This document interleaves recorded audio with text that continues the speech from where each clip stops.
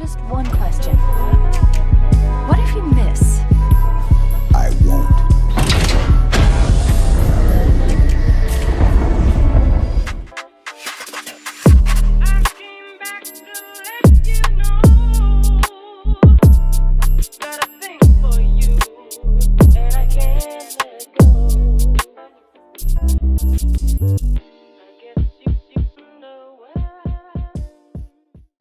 Ain't nothing you gotta fucking justify with me. Shit. Hey, we gonna have a conversation. Let's have the freaking conversation. Well, it does look like we are live, ladies and gentlemen. I'm let me flip some switches back here real quick, and in the meantime, between time, we're gonna do something a little bit different today. I know y'all used to me leading the charge, but I think we got plenty of spice, sugar, spice, and everything nice, and we are not the Powerpuff Girls. So we might be the Rowdy Rough Boys, though. So we'll see what we're doing. But nonetheless, while I continue to flip these switches back here, get some posts out there, I'm gonna pass it over to my brother from another, the uncanny gentleman himself, the one, the only Spice McGeneral himself, Pong. So what's going on, Pong Swole? Morning, everybody. Welcome to Living Split Screen, another episode. Great to see everybody already jumping into the chat on what has been, oh boy, one of my favorite words, fascinating weeks. And like Steele said, we are doing something a little bit different today. And if you are getting in here, you're going to kind of, get to hear this. If you're listening to us in the future and you're like, wait a minute, well, it's Steele leading the show. Why is Pong taking over the lead chair? Well, that's actually a kind of a complex explanation, and I think it's warranted. It's warranted okay. That we let everybody know, because obviously this is going to today. It's definitely going to have an effect, but this might have an effect going forward on our future shows as well. So yeah, let me roll this out. Like I said, it's kind of complex, so you guys are gonna have to follow along here, but I'll try to break it down as easy as I can.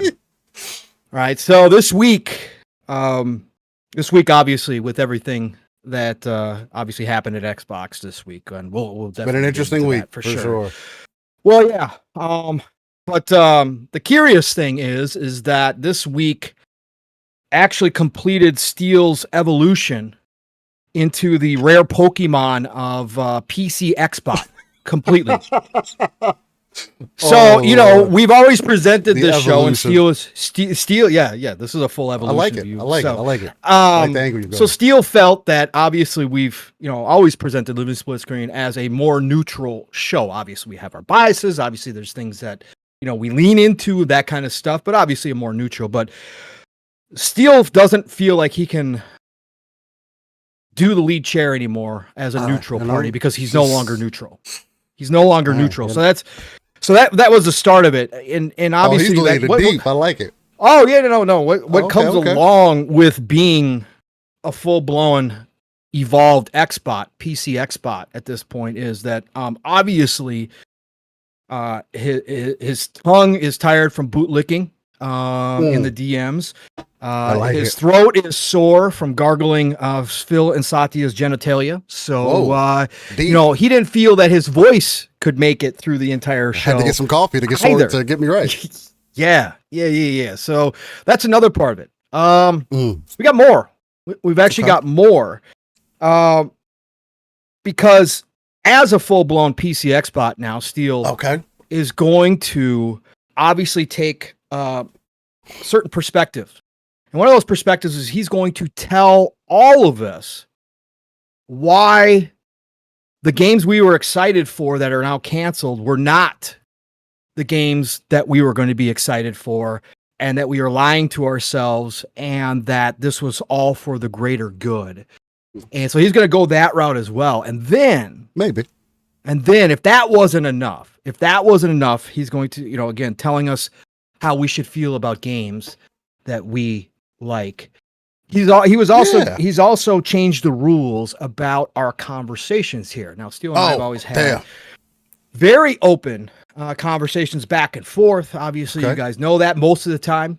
If you've been listening to us for 5 years, We've been accused of being on the same page too much, right? Same bubble, echo chamber, because Steele and I agree on so many things, right? And even when we disagreed, it was a very open, no gates kind of conversation.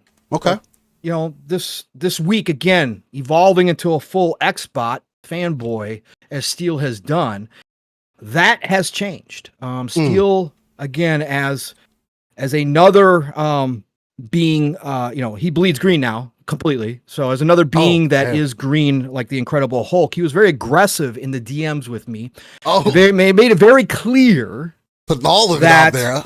Yeah. Oh, yeah. Made it. I got it because this is going to, again, this is going to affect what happens on this show. I mean, the people are liking it so far. I mean, hey, I mean, he made it very clear to me in the DMs that I have to have more hours or same hours as him in certain games to be able to have a proper perspective or judgment on the situation. And that obviously in the case of Forza Motorsport, that I don't have enough hours because I haven't played enough like he has to be able to judge whether or not turn 10 was on the downside or not. So that's going to be one of the new rules. Right. And let me throw this in there too. I mean, again, this isn't, this just adds to it. So you guys understand how aggressive this was.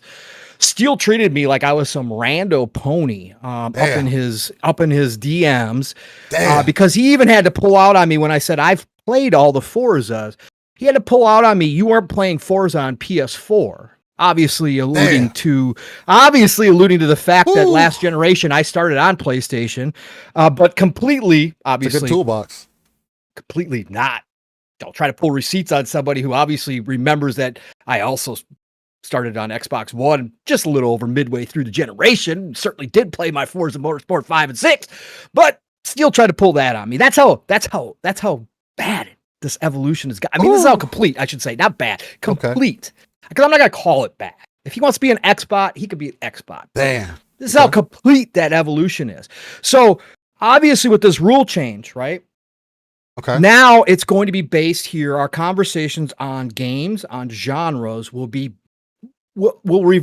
kind of revolve around whichever one of us has the most experience in them. So, obviously, like single-player games are going to be mine. So Steele will defer to me in all single player games. Multiplayer games will be his, right? And those are general, right? If we're talking about like a Souls genre, well, obviously I'm going to defer all opinions to Steele and just agree with him because I don't know any better. Obviously RPGs, right? RPGs are going to be my forte, single player RPGs. I don't care if they're JRPGs or Western RPGs. I've played more of those in more hours than Steele will ever in his lifetime. So therefore, Steele's going to defer to me and all my opinions on those subject matters. So if you're expecting some, open banter back and forth or some, kind of conversation, we're not going to do that anymore. It's just going to be one or the other kind of taking over, depending on, who's got the more hours, who is the greater player, who is the gatekeeper between this relationship. That's what we're going to do here on Living Split Screen from now on, because Steele evolved into the rare Pokemon that is a PC Xbot. He is complete, and there is no going back, folks. There is no going back. So I just want to inform everybody. And again, if you're a little bit confused, I totally understand. I was confused. I like it. I was reeling at the aggressive nature of Steele, but then he finally admitted that he was just an Xbot now. So I was like, okay, now I understand. Now I get it. Okay, now that makes more sense to me. Man. So. Yes, this is his villain arc, everybody. This is his fanboy arc. Sometimes we lost him. you either die a hero or live long enough to see yourself become a villain. Yeah, that's kind of happening. That's kind of happening. He's Batman. I mean, I tried to warn you, Steele, about cruising the dark alleys and what it was going to do to you, and you didn't listen. I didn't, bro. So here you are. And now we got to change the whole entire freaking show because you decided to become a freaking full-blown fanboy. So, all right. So that's why I'm in the lead chair, folks, because I remain more neutral. Steele obviously can't contain his fanboyism anymore. So this is how it's going to go. It's okay to have a fanboy on your show. It's just that we want to present ourselves. The face of the show was Steele Rain. But since he can not be neutral, now obviously I've got to take over so we can maintain that. Just under just under the warning that That's steel fair. is no longer neutral. So just That's want to let fair. everybody know up front. That's absolutely fair. I like it. I like where we're going. It sounds like I have some things to fight against. It sounds like the you know. Well, you don't have to hide anymore, Steel. You don't have to be secret about it. You don't have to hide. Oh. You don't have to play. You don't have to. Okay. Gotcha. We're good. It's out in the open now. Gotcha. That's Remember, good to I hear. I feel relieved. It's like it's like a fresh leak in the morning. I don't have any more stress. Hey, good. I knew it was kind of weighing on you, especially when you hit me up in the DMs and said, "Hey, maybe you should do the show." I know that was a part of it. You felt guilty, again, because you didn't want to come on here and fake to the audience of who you were, and I get that. You're out of the closet, bro. You're out of the closet. I appreciate that, man. Sometimes you got to go out there and just fully expose yourself, and put it all on the line and see how people feel about that. Nixie says, "Fresh leak from what?" Pause. Ooh, hey, you're gonna find out. Steel is leaky. Anyways, so anybody, welcome to Living Split Screen. Thank you all for being here. We're going to get into the intros, but first I'm going to grab some of these super chats and we'll get over to Steel. And I do want to find out what he's been playing for sure this week. And we'll jump into our normal flow here now that the warning and the explanation is out. So we are good to go there. I'm dropped here an early 5-bomb. Choo-choo, motherfucker. Just, as an Xbot, I just want to say thank you to Arrowhead and PlayStation for returning the favor by bringing Helldivers 2 to Xbox. Oh, we're going to talk about that news too. Yes. That was funny. Funny. And there's conspiracy theories out here about it. Oh, good Lord. Like I said, this industry is such a fascinating circus. I posted that. I meant it. Again, the ups, downs, and everything in between. 100%. I love it, man. I love it, bro, because it's always changing. Thank you, Brett Bingham, for that 5-bomb. Appreciate you. Then we got the Decado with the 10-bomb. That's right. He got out of the court with that 10-bomb and said, "Can we agree CFOs need to get the fuck out of gaming?" Decado, if there was only a magic wand to wave, there was only a magic wand to wave to make things go back to the way they were. Boy, oh boy, I'd do it, Decado. So choo-choo, motherfucker. Thank you for that comment. We got a lot to get into. And then the Decado follows up his 10-bomb super chat. Of course, getting us up to a nice, easy Mach 3.0 this morning because he dropped off a couple bags of coal, added a couple more cars to the Splitters hype train this morning with that 10 dunk. Thank you, Decado, the 10-bomb. Thank you so much, Decado. Never expected. Always appreciated here, keeping us ad-free in 2025 as we close out the second half of the year here. So we are good. I think we're caught up there. So, yes, everybody, you are tuned in to Living Split Screen. Let's see here. Shade, I knew this was going to be a week for you, brother. What happened? I knew this was going to be a week for you, brother. Plug your ears when I start talking. Yeah, Shade G. He says Matt Booty shipping 12 games in 1 calendar year and juggling 40 projects and making decisions to cut projects not working. Man deserves a raise and a promotion. Boy. Oh man. All word I was on the street is that ZeniMax Online game was working. And it was working extremely well. So I don't know about all this, but I knew it was going to be fun. Maybe he's preaching a good word. So Shane, just remember, man, no matter what, thank you for being here. And even when we disagree, I always like it, man. I always like it. So we're going to get into that. But first things first, we do have to get to my co-host this week, the PCX bot, the super fanboy, the newest member of the We Bleed Green crew. We might have to call Dirt and try to see if we can get you over there. The one and only Steel. I know you have. We're gonna have to get you there full time now. Okay. But I need a full seat. Yeah, you gotta get your card. Gotta get that membership card. That's true. The one and only Steel. MF and Rain is in the house. Steel, how's your week been, brother? Other than this evolution, which I'm sure was pretty painful. What you been doing, man? What you been playing, brother? Other than the evolution, which I think is going to be a lot of fun to get a conversation about, just because I think the Forza one is going to be a lot of fun, just because I feel like you may have interpreted me in the perspective that I was coming from, but we'll see. Because I would hope that the good brother would know a little bit better about your boy, but it's okay. It's okay. It's gonna bring a lot of sauce to the topic, depending on what kind of sauce you like, whether that's ketchup, honey mustard, whatever it may be. We're gonna rub it all together, and we're gonna make something shake out of it. I will say real quick take before I get to a full introduction here. Brett Bingham with the 5 bones. He says, hot take.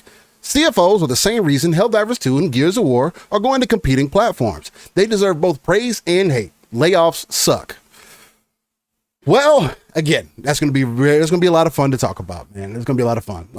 I think, again, I think this is going to be another weekend of me and Paul kind of playing different sides in a lot of ways, just coming more so from different perspectives and just adding on to the sandwich, man. So we'll see what's going on. I will say, just to kind of start off with, give you a little slight tease, motorsport possibly not or being shelved for some time. I did a video and I put it on Living Split Screen and on personal channels. It does hurt, a little bit there. It gives you something to consider. It gives you something to kind of reflect and look back on and say, damn, man, this is something that I kind of grew up with and kind of helped mold me into the driver I somewhat am today. So, but nonetheless, I'm your guy, Steel Rain, that T is a 7 everywhere. Maybe I won't be your guy anymore. Who knows? Maybe I have turned full coat. And although I think I've mentioned here before, I am a fan of Xbox. I definitely am. Maybe sometimes it does lean on the more so on the Microsoft side of things, but I'm always here just to provide my gamer's perspective from that RTS approach that I like to personally take. And hopefully you guys like to take as well, as Living Split Screen is home of that RTS view where we pull ourselves out of the world, look at those darker crevices, pull those resources together so we can not only build up our own foundation, but also the foundation for the potential 2 to 3 billion gamers out there. Because I can guarantee you there's not going to be 3 billion gamers that can agree what we think, because chat, y'all already get it live every weekend, so there's no way. So it's always good for conversation. But what have I been into this week? Well, I mean, honestly, not too much. The only real thing that I've kind of been diving into this week is MechaBreak. Really. It came out July 1st, so that would be now 4 days ago. Well, technically, I didn't get to play it until July 2nd. So before that, I did jump into some Death Stranding. And I guess I could actually start off with that because I think I mentioned we had a conversation here before because Death Stranding came into Game Pass and we had a conversation. I was like, I'm just going to look over it. I'm not really interested in Death Stranding. It is what it is. People said they feel like this about it. And me, I typically, if I had general interest in the game already, it would have been something that was different. But I had always been kind of on the outside. Kojima's kind of a newfound dude for me, right? I didn't really get any experience with Metal Gear until Rising Revengeance with Raiden. And then again with Metal Gear Solid Phantom Pain. And it's actually interesting because prior, I've also stated that I typically don't jump into the next mainline game or the next game if I hadn't played the previous entries, right? But it was one of those titles, me and the homies, we saw that it had online, had PvP and stuff like that. And it was one of those, we convinced each other to jump in. And we had a lot of freaking fun with it, man. But neither here or there. So I ended up trying out Death Stranding. Death Stranding, and I ended up getting on the key site. It was the director's cut. Ended up getting for like 14 bones. I mean, hey, I missed the Game Pass boat, but 14 bones? I mean, there's so many other things. People spend 14 bones at a Starbucks coffee. It maybe a little sandwich or something. Maybe even more than that. You know what I mean? So I jumped in. I have about, I want to say 4 to 5 hours in the game right now. And from the jump, I don't understand. Okay. I do somewhat understand why people call it a walking sim, but in the first 4 to 5 hours, and again, I feel like I've made myself known to be kind of critical, especially because I put that 10-hour, I wouldn't say necessarily rule, but typically within that first 10 hours, I kind of know, hey, am I going to play this or am I not? People that are downplaying Death Stranding, you guys are just shitting on yourselves. Like, I don't I get it. I hear you. If it's not something that you're into, but from a story perspective, from the adventure side of perspective, and again, the game this one does not have combat like that, right? You're just kind of figuring stuff out, especially at this point. And yes, I'm also critical about having to put my controller down, watching cutscenes. But again, maybe it's Kojima in the way that he tells stories in his game, or whatever it may be. But I found myself, and again, I know I typically keep a little bit more of an open mind on things and spiritual stuff, and just I've seen a lot of stuff, had a lot of open conversation, religious stuff, and this just goes across the board. And there's a lot of elements that he touches on within Death Stranding 1. And this all started because I heard Gene Park, excuse me, not M. Gene, but a Gene Park and the Iron Lords talk about it the previous Sunday. And King was he was coming to this point. He was like, oh man, it made me feel these ways. I was like, I don't know about all that, dog. Like, he made it seem like he was coming to this grand circle moment. And I want to be the one to come to the table and to say, I won't pitch it that much. I don't think I found this newfound thing, but I will say it is an extremely interesting game, right? It is interesting enough that I do want to continue playing the game, maybe see where I get to 10 hours. But I put out a video, and again, I don't do well with scary games, but the way they handle the BTs in this game, the way that they handle the traversal in this game, the active engagement with having to balance your cargo and stuff like that, it is interactive enough for me that it does pull my interest, along with, like, not only does the gameplay pull my interest, but then it's also like the story side, and I was like, do you want to find out more? Like, okay, what is actually happening here? You know, kind of thing. And with that, I think Death Stranding, I think Kojima ended up finding a new, I won't say fan yet, but definitely a newfound player within myself. And it is going to be a game that I do want to end up completing at some point before I jump into whenever Death Stranding 2 comes through. It is a game that I am going to want to play because Death Stranding 2 seems to be a lot more of what I would like, right? And I'll be honest, there was a lot of hype going with Death Stranding 2. People say, oh, this is game of the year. Expedition 33 is out of the window. This, that, and the other thing. It's like, oh, you know, I get you. I hear you. But it got me to try it out, right? And can't wait to experience more of the game. It was actually way better than I was anticipating. So I'll put that up front. There are some things that still kind of bother me. Like when you're traversing through an area, I wish the map kind of showed you especially earlier on when you're in bases and stuff like that. I wish it would show you like where the invisible walls are, so you don't spend your time walking around the side and then running into an invisible wall, because you just can't hop over the wall. Like, you literally have to walk all the way back around and take the main road back out into the open world, right? That happened to me early on. I got it in gameplay. I think it was in the first episode that I did. I was like, damn, this makes me feel a way. But it wasn't so much where it took me out of the experience. So, sorry with that. Death Stranding seems to be a lot better than I was anticipating. So I think that's kind of dope, because a lot of your same comments are, you know, what I was explaining when I started it, you know, a few months ago or whatever, and came on here and talked about it, and it caught me off guard on how deep it was and how much it did actually pull me in. And to your credit, you did say, "Hey, Steel, I think you should try this one."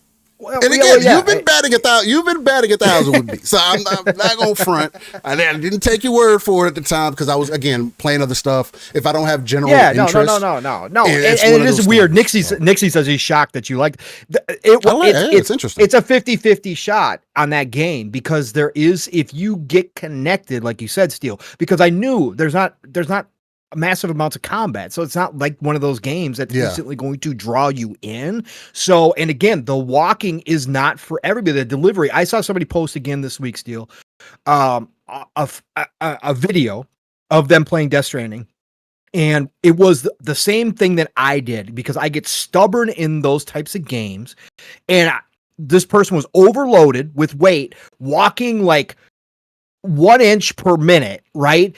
But they were walking across the bridge, they refused to put down the packages, and they were trying to deliver them, right? And they said this is peak gaming, and they were being serious about it. And there was people just hating all over the comments. Of course, I wouldn't put down the package either. Right. That's how I felt too. But it was the exact same scenario I had, and I saw that, and I was like, yeah, man. And then, like I said, I saw the haters, but then I saw other people obviously liking, retweeting it, and then agreeing with it and saying, oh yeah, man, these are the moments, right? There is something almost if it connects with you in that game, and there's other games that do this. Again, when you're not talking about combat and a bunch of action and set pieces drawing you into a game, this is the type of game, if it connects with you, it's almost Zen-like while you're playing it. It is a very different kind of experience playing one of those games versus our standard typical MechaBreak, our typical action game. It is something deeper RTS, than that in those games, right? And there's a calming effect to it. Like you said, the BTs. That's different. When that first experience, you're running out of that freaking after you incinerate your mama, bro. Yeah, and how they move. And how they get at you, like that big fish one and shit. Yo, I was like, okay. Yet, but yeah. Oh, you haven't? Oh, no. Okay, that's surprising because there's one area where you usually walk through. It's towards the beginning. Anyways. I didn't run into the fish yet. I yet. want to take over. I just thought it was interesting to, I knew it was a 50-50 shot, but it had to connect with you deeper because it's not your typical type of game that you would necessarily be drawn to in any way, shape, or form. So I'm thrilled that you actually did find something to it because there is something special. Kojima. For those that connect with his games, there is something special about Kojima because he is a movie maker who happens to make games, right? He's got the mind of a movie maker. I think he understands gameplay mechanics too, though. Like he understands how to make a good game as well. Unique, because it translates over really well. Yeah, it does translate over really well. Yeah. Nixie says, interesting that we're playing more games that landed on PlayStation first. Maybe pride in optics are preventing some from playing these games on PlayStation console. It's the same as the PlayStation players versus with the Xbox games that are now, top of their charts now that they're all being over there. Yeah, the difference is I don't downplay games that I'm not genuinely interested in. You know what I'm saying? In no way, shape, or form. I didn't Indiana do Jones? It. Well, that's Xbox. Those are Xbox games. And we'll talk about that. Yeah, I'm just talking about a general. I do that for the sake of conversation.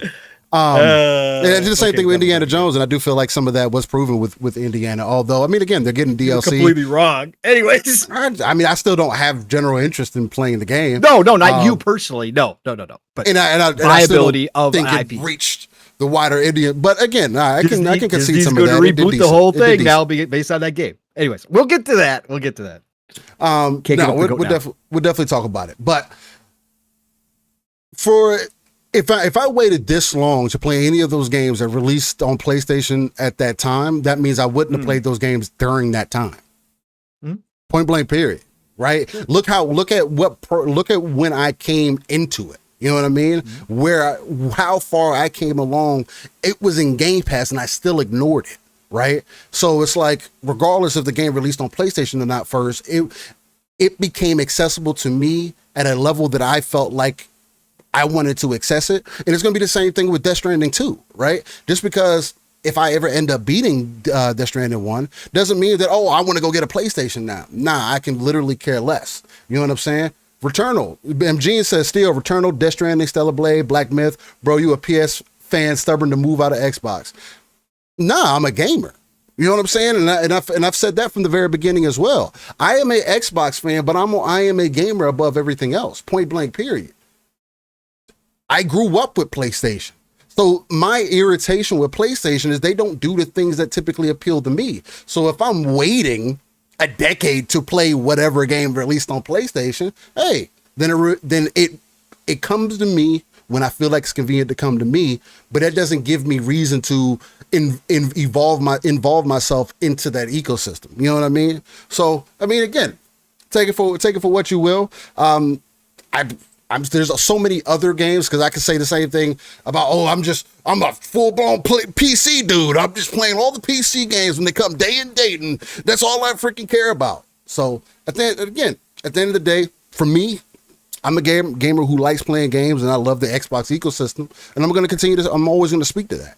I also know that I have an interesting outlook on things. This is part of the reason why I jumped into the community, right? Because I couldn't have these conversations, these open conversations with other folks, right? It was always slanted one way or the other, right? You know, I will always give PlayStation smoke because PlayStation doesn't offer me that value, right? They don't offer me the things that I'm looking for. You know what I mean? Again, access those games when you can. Says Streets, remember the OS console didn't offer compelling content, but the games are being played. At the end of the day, it's all that matters. And I've been playing Xbox games since the very jump. Again, I still will die on the hill that Halo, there's nothing that anybody else is offering that is remotely close to Halo, Gears, and Forza. And speaking of Forza Motorsport, you know, it get translated into something else. Lydian says people don't want you to like Xbox still. It's apparently sinful. I mean, again, people feel how they feel. People also don't like just being a gamer. You know what I mean? Like, you have to stand on one side or the other, which I always kind of go against. But again, if you're going to ask me, yo, what do you like? I'm going to tell you, I like Xbox. Now, are there games, typically some games that I prefer? Sure.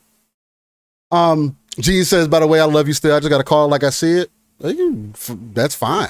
But again, I'm still going to tell you, I don't have that same perspective of everybody that everybody else does, right? Because again, I mean, if I'm waiting this long to play those games, I think that says something a lot too. That they're not valuable enough for me to pick up, stop what I'm doing, and play them on initial release. And arguably, the director's cut came out years and years later, which come to find out, the director's cut is also the better version of the game. So it's like, I again have a benefit to what I always come here and say, where single player games again end up being better later. Like it is like, you can't even argue it. Like, I was looking up stuff about Death Stranding. People are like, yeah, the director's cut is the one to play. They made they made ABC changes. They did this. Feels like a way better game to play. You're not going to have the same complaints some others had. And maybe that gives me a different perspective as well. Right. But that's why I don't have a salt channel. That's why I don't clown on PlayStation fans. I don't clown on whatever Nintendo fans. Oh, I clown on Nintendo fans because y'all like y'all like what y'all like. But, but no, but even in that, it's just ingesting and having fun with it, right? Because there are Nintendo games, much more than Bong, that Nintendo IP that I do like. You know what I mean? I think Smash is still one of the best fighting games that are out there, just because of the mechanic and the characters and all that stuff, the universe that they've created. So I think it just opens it opens up a wider conversation, because, and I think that's what makes Living Split Screen special, because we don't attack. It's not an attacking thing. It's more of a conversation. Hey, these are our interests. This is what we're thinking. This is what we're playing. This is what we're doing, and just bringing it to the table and having that conversation. So, no one cares what Still a Pong or Oscar the Grouch likes or play on. Hey, and they don't, and they shouldn't. They don't have to like what you like. But other than starting on Death Stranding, and again, I haven't been back since MechaBreak released. And apparently MechaBreak's been an interesting conversation this week. People saying that it's free to play slop, and it's another one of those games where they wish it would have released at a full price, and they would have rather paid $100 for it to get everything in the game and it to have PvE in it and all this other stuff. And the game never pitched itself this way. Never did. Right? The other thing is there's, again, another situation. I know me and Paul talked about the First Ascendant and some of its misunderstandings during that time, and they've gotten better over time as well. But MechaBreak isn't even what I would consider nowhere even close to as egregious as I could somewhat admittedly say the First Ascendant was in some ways, right? Locking certain things off and doing some other things that we were kind of like, this is questionable, but again, it's an option. You don't have to have it. It's free, stuff like that. And me and Paul got into a lot of, talked a lot about that and how we feel about the First Ascendant. I mean, again, I still think we would stand on the First Ascendant today and say, man, this is probably one of the best games that we've played within the last, probably, especially for a looter. You know what I'm saying? Well, you know how it played and everything. We had a freaking phenomenal time with it. But MechaBreak. If you're not familiar, the easiest way for me to break it down to you, it's like it's a hero-based mecha game. So if you're into hero shooters, Marvel Rivals, Overwatch, stuff like that, it's of that ilk somewhat, but it's more. It's definitely third person. You're behind the character. The maps are way bigger, right? They have a variety of game modes, including domination, team deathmatch, which their version of team deathmatch is a little bit different. It's like first to 8 kills. There's a lot of teamwork that's involved and stuff like that. So it's not like where you're used to team deathmatch being like, first to 25 or 50 kills or 100 kills. It's not like that. There's more strategy and stuff to it. It's interesting how they ended up doing it. And they also have what seems to be the new hotness. Again, we've played Arc Raiders here recently and may have found our specific extraction game, but it also has its own extraction looter type mode as well that people are also upset with, apparently, because they're calling the game pay to win. Now, again, when you put the pay to win title on games and then don't specify why the game is pay to win or don't understand what would make it that way, truly, you're just kind of echoing what other people are saying, because you maybe haven't got that far, maybe you're not interested in that game mode or haven't played it. I do think it gives this, I don't want to say deterring, it gives you an outlook that's not backed by real information. So I want to start off with MechaBreak's been a fucking phenomenal time.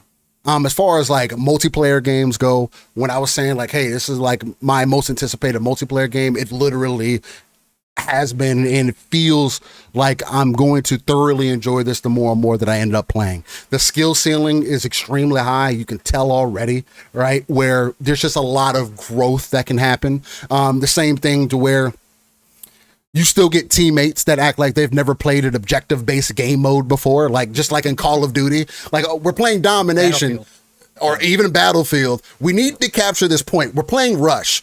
We need to capture this fucking point, and you're over here getting kills. Why are 3 squads off in the distance getting kills and doing everything else that is not going to help us win this game? Like, this is not a custom, like, what are we doing? But anyway. So you still have some of that and everything. So there's that learning process. The game is still is new as well. But it has a good skill ceiling good skill gap to it. I'm not super nice at the game yet. I think it's definitely going to take some time. I probably got maybe close to 8 hours in it at this point, playing straight PvP. I didn't jump into the MechaBreak mode, which is their extraction mode yet, outside of when I played it in the betas, I should say. The game feels solidly balanced. I can't say that there's a wrong mech to choose, right? So again, it leans in on that hero-based game type where it's like, hey, every hero has every mech has a role to play. You have your healers, you got your tanks, you got your fast boys, you got your your assassin style classes, stuff like that, right?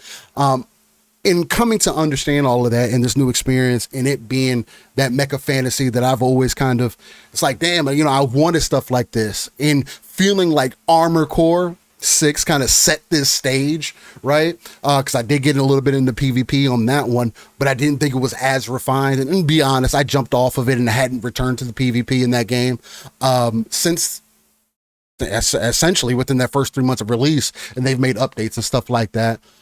This one feels really fun to jump into, right? Whether you're playing with a squad, I've been playing solo dolo with randos, so my experience has been I get what I get and I can't pitch a fit, you know what I mean?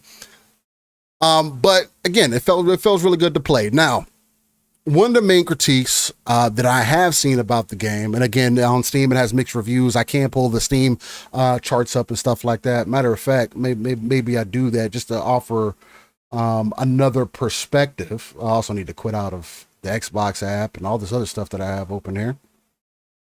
But one of the main things people are critiquing is, I'll just speak to the pay to win side of it first. Is the game pay to win? I would say it's as much pay to win as probably you would may consider Warframe to be. And even in Warframe, I would say that Warframe is more pay to win than this game would be. The reason I say that is in Warframe, you can literally spend real money and go to the bazaar or whatever and buy mods, frames, everything else from people. Sure, you got to build it, got to get some of the resources and stuff like that, but that stuff is typically easy to get. But you can just straight up go buy that stuff off the market and from people, right? It's also a player-driven market, right? So everything that you could buy in game, you can also earn in game, right?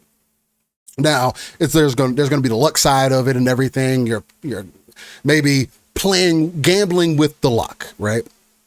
Now, this is only in the extraction mode.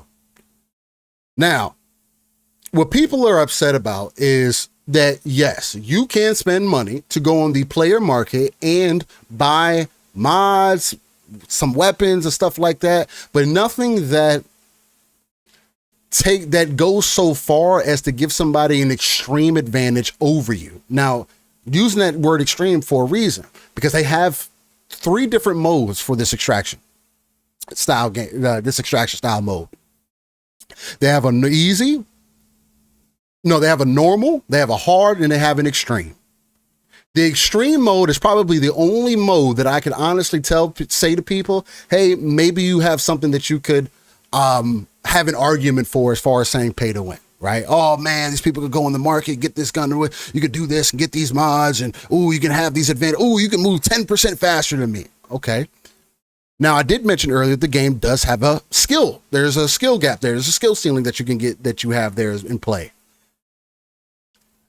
There is enough things that you can do as a player that no matter what, I think somebody ended up doing the math. They were like, hey, even if you bought all the highest tiered loot in the game or were playing on the extreme version, because the other thing that the game does, it's not like you can get the best loot and then play on normal.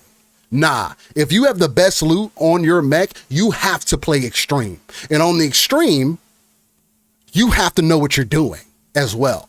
Like the AI hits extremely hard, and you have the chance to get more influenced by PvP, right? Where a lot of people have said so far in the normal and hard modes that they've played, they see more AI than they see the PvP side of it, right?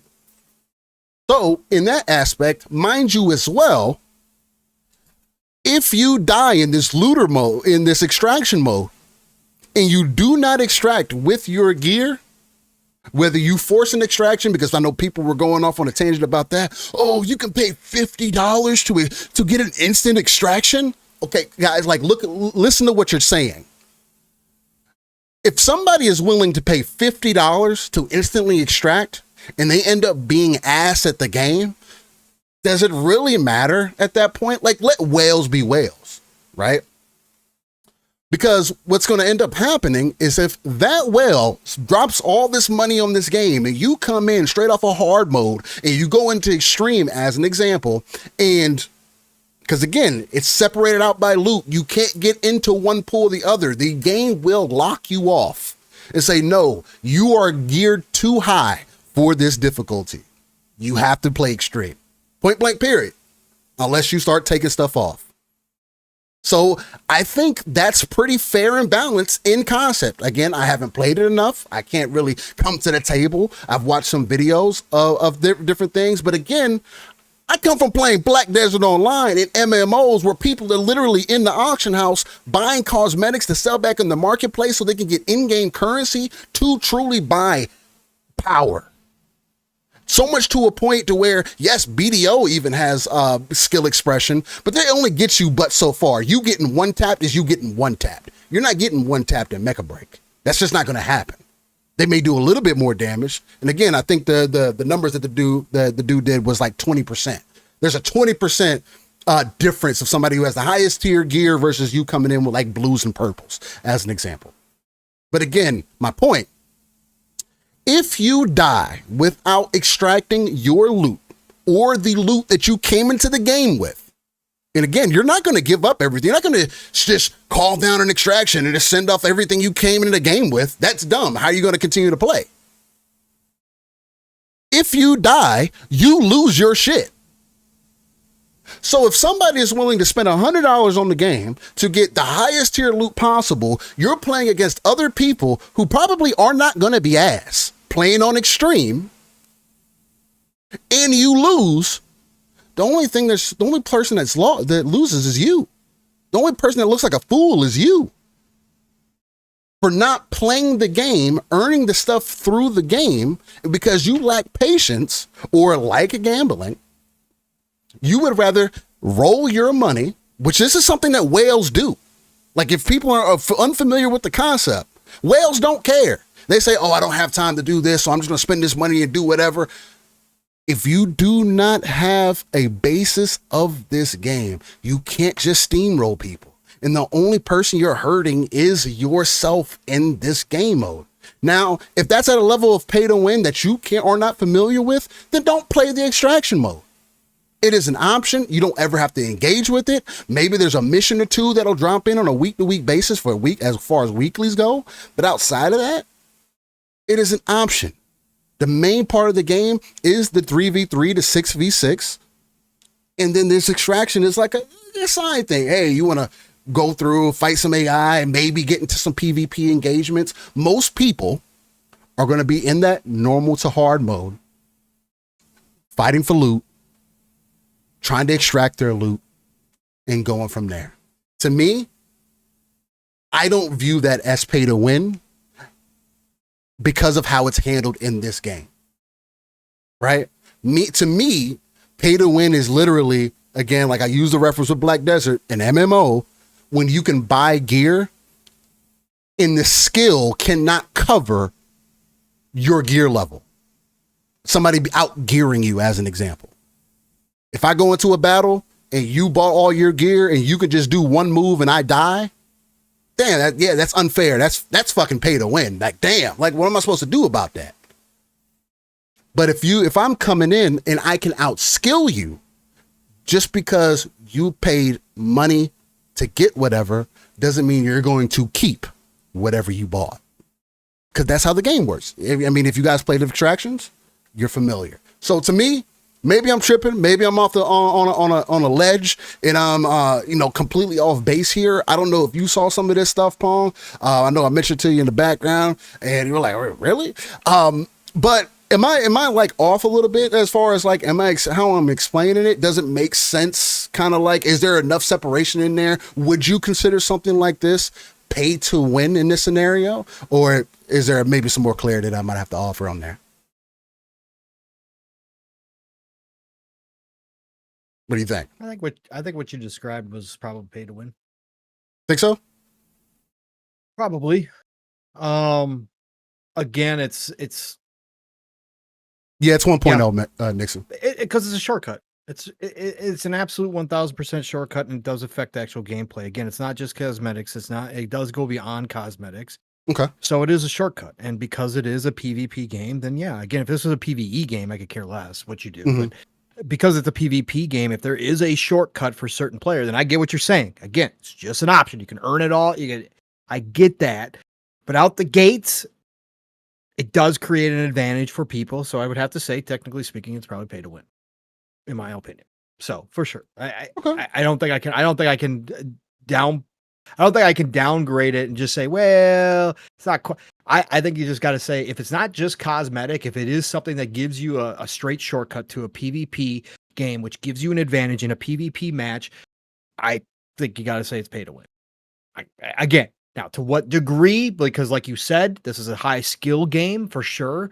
I touched it, which I was going to talk about. I did touch it briefly, just to see. But just playing the prologue and just kind of learning the controls is a lot deeper than I thought it was going to be, for sure, with the weapon systems and stuff. And there's obviously going to be a skill gap for people who are very good, because it is fast. It is frenetic gameplay. So, but yeah, no, I'd have to call it. I'd have to say it's pay to win. And that's fair. I mean, again, that's why there's all opposing sides to the conversation. Sure. And again, a lot of people consider anytime that you can buy something and it has any form of advantage, even if it's only 1% of an advantage, you could consider that pay to win for people, right? It's the same thing. I don't see it that way in like Warframe as an example. But even Warframe is technically pay to win. You can skip a lot of the grind. You can skip a lot of things by spending some money and getting some of the best mods and all that good stuff. Now, they have over the years level locked some of that stuff. So you still got to get to you still have to engage in the game and play it to be able to use some of that stuff like weapons in certain frames. And I think that does offer a different perspective as far as how much we consider something pay to win, or what level that it is. And I just think there is more of a conversation to be had versus just writing something off and just saying, oh, it's just this. Yeah. Like everybody's going to be getting this experience and that's not what's going to be happening. Even considering like, hey, if I spend money on this, I have the chance to lose it all. And then I got to spend more money if I'm trying to get back to the same thing that I had before. Right. So I think it's, if anything, I could definitely consider pay to win with a heavy nod to punishment for you just throwing your money away. Kind of like in a gacha game where you got the chance to get a character, but at least in a gacha game, it gives you like resources and stuff. In here, it's just straight up loss. So you're gambling on a whole different level. So, but yeah, I mean, other than that, I mean, I saw Nixie mention some things about pressing buttons and it feeling unresponsive, and Nixie says, still, I'm guilty. I'm the fool for downloading it when it has funny controls. I don't necessarily feel any of that. I do feel like I'm pretty critical about game controls and things like that as well. There are some feelings sometimes where, like when I have a shield character, when I'm trying to bring up my shield, sometimes it feels like it's a little slow. But I think it's more so me just not being familiar with the game. Right. I'm trying to, because it does have a lot going on, right? Some characters, you got to press this button to get to this. And then like Panther, for an example, one of the mechs, like you can press LB and he swaps to a blade. And if you press LB again, he swaps to a shield. And then you can hold left trigger and he does this fucking long poke. And it's like, there's so many different things that you can do. So it's like, I don't put it on it feeling clunky or anything like that. As far as the cosmetics go, because I know some people were saying, oh, well, you buy a cosmetic and you can only use it one time. Yes, per mech, the cosmetics are one time. So if I buy a red for one of the 15 mechs, as an example, and mind you, anyway, I can get in that as well, because there's 3 of them that you have to unlock through progression, or if you choose to spend money, you can unlock them from RIP. From what I've experienced, those mechs they're not even pay to win. Right there's the game is balanced out with those in consideration. It's not like, oh, these mechs that you're gonna unlock later are so much better than the mechs that you have access to. It's not that way. But yes, if you buy the color red for one mech, when you go to a different mech, that color is going to be locked again. You do have to rebuy it. Mind you, the currency that you use to buy those cosmetics is different from the premium currency. You get that currency through just playing the game. Right. Every match you're given this currency at the end of it. And sometimes you get 100 if you're not doing the greatest. And sometimes you can get upwards of 300 to 500 if you're doing pretty damn solid. Right. That's the other thing that the game does, is it does pretty damn solid with what people would consider the ELO, with like matching you up in giving you points based on what you're doing in the game. Like, hey, your assists, capturing points, getting kills, like everything is considered as part of your grade. And that has effect on the currency that you get. For an example, if I got the color red is 100 of these, we'll just call them these little, this coin, right? Again, it's not premium currency. Can't buy it through premium currency. There's other things you could buy, cosmetics and stuff, but you buy this, so you get this coin. I can say, at least from my personal experience, you play 10 matches, you got at least enough coin to color customize whatever 5 mechs that you want.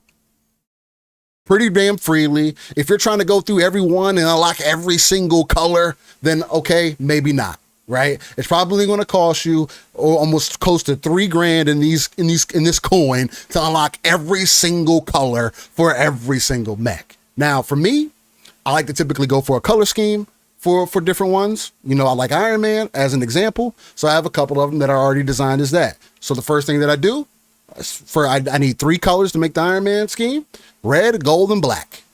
300 coin. So guess what? In a good set of matches. I have all the coin that I need. And mind you, right now, I probably have over 5,000 coin in the game because I haven't had to spend it on anything else. And I can also use this coin to unlock these mechs that I was talking about that you have to unlock through progression later. So again, there's the gameplay side of it. This game does a lot as far as getting you to play it to engage with some of the underlying mechanics, right? Or to engage with the cosmetics and stuff like that. I think it's done better than even the first Descendant did it. I think way better in that aspect. And then in other aspects, hey, $40, $50, $100 for an outfit. Yeah, that's pretty goddamn egregious. But you know what? I bought the bunny fit when it came out in First Descendant because I liked the way that it looked. You know what I mean? So it's like I'm not against the cosmetics if I feel like they're worth it to me. And again, it's an option. Yes, are you going to have your character, like your pilot, looking the cleanest as everybody else who spent some money? Probably not. And I do hope that they continue to add more in-game that you can unlock for people who want to play it completely free to play. Again, the game is free to play. There has to be options for the dev to make money in some way, shape, or form. Does it have to be $40 to $100? No. I think they could pull it back some and it would probably do well with some others. Shit, I think $20 for a Fortnite skin is too goddamn expensive, right? I don't like it. Now, have I? Yeah, I bought Iron Man when he released. Yeah, my brother sent me Venom. Yeah, you know what I'm saying? So I can give myself reasons to get certain things if I wanted to, under the pretense that I know it's free to play. Again, to each your own. If you're not liking it, if you're not feeling it, hey, continue to make that be known to you. Maybe it wasn't necessarily a game for you in the first place, which I'm always going to stand behind. Don't play stuff that you're not generally interested in. But for me, this is going to be my multiplayer game, right? Until Gears Reloaded comes out, until Arc Raiders comes out, I have at least a few months where, hey, and not only that, this game does want me to, because I like to rank up and stuff. It has a rank mode in it from day one. This is 1.0, right? It's already doing some things that takes Call of Duty to do half a year. So again, those things taken into consideration, I feel like it's a lot of fun to play. Like good customization options and plenty for you to choose from to find out what fits you in the best way possible. So yeah, I mean, that's necessarily how I'm feeling about MechaBreak, Pong. I mean, I don't know if there's any additional maybe questions that you have for me. Chat, if you got anything else out there. Again, I got less than 10 hours in the game so far, strictly PvP. So I don't know what else to get into, but I don't want to also ramble on too much about it and get lost in the sauce about it. So, oh, you're obviously excited about a mech game. I mean, that's not surprising whatsoever. We knew this one. You've been talking about this one forever, man. So it makes sense that you're gonna be super excited to have a lot to say about it. So no, I don't have any necessarily questions because again, we talked about this when you first tried it out too, when it was in alpha or whatever it was, or the beta. And I've seen a lot of the gameplay and obviously kind of had an idea for it. Like I said, I briefly touched it. I was more interested because you had shown off your character creator, the character that you created. Yeah. And you know how much I love creating characters. And obviously this is an Eastern game, so they got beautiful women. So that's a good thing. It's the option. So you got the option to make ugly ass characters too. I saw the one you were playing with. I saw one of the randos you were playing with. I was like, what the hell did they do to their character, bro? The other thing too, Pong, is that you can make premium currency by uploading your custom character to the market. Huh. Oh, really? Interesting. Yeah. So if you're into that, if you're just into making characters and stuff like that, you can literally make a character and upload it.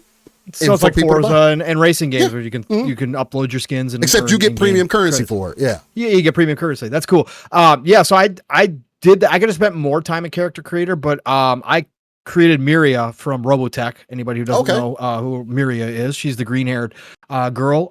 She was a Zentradi, and then she turned to the human side, and she fell in love.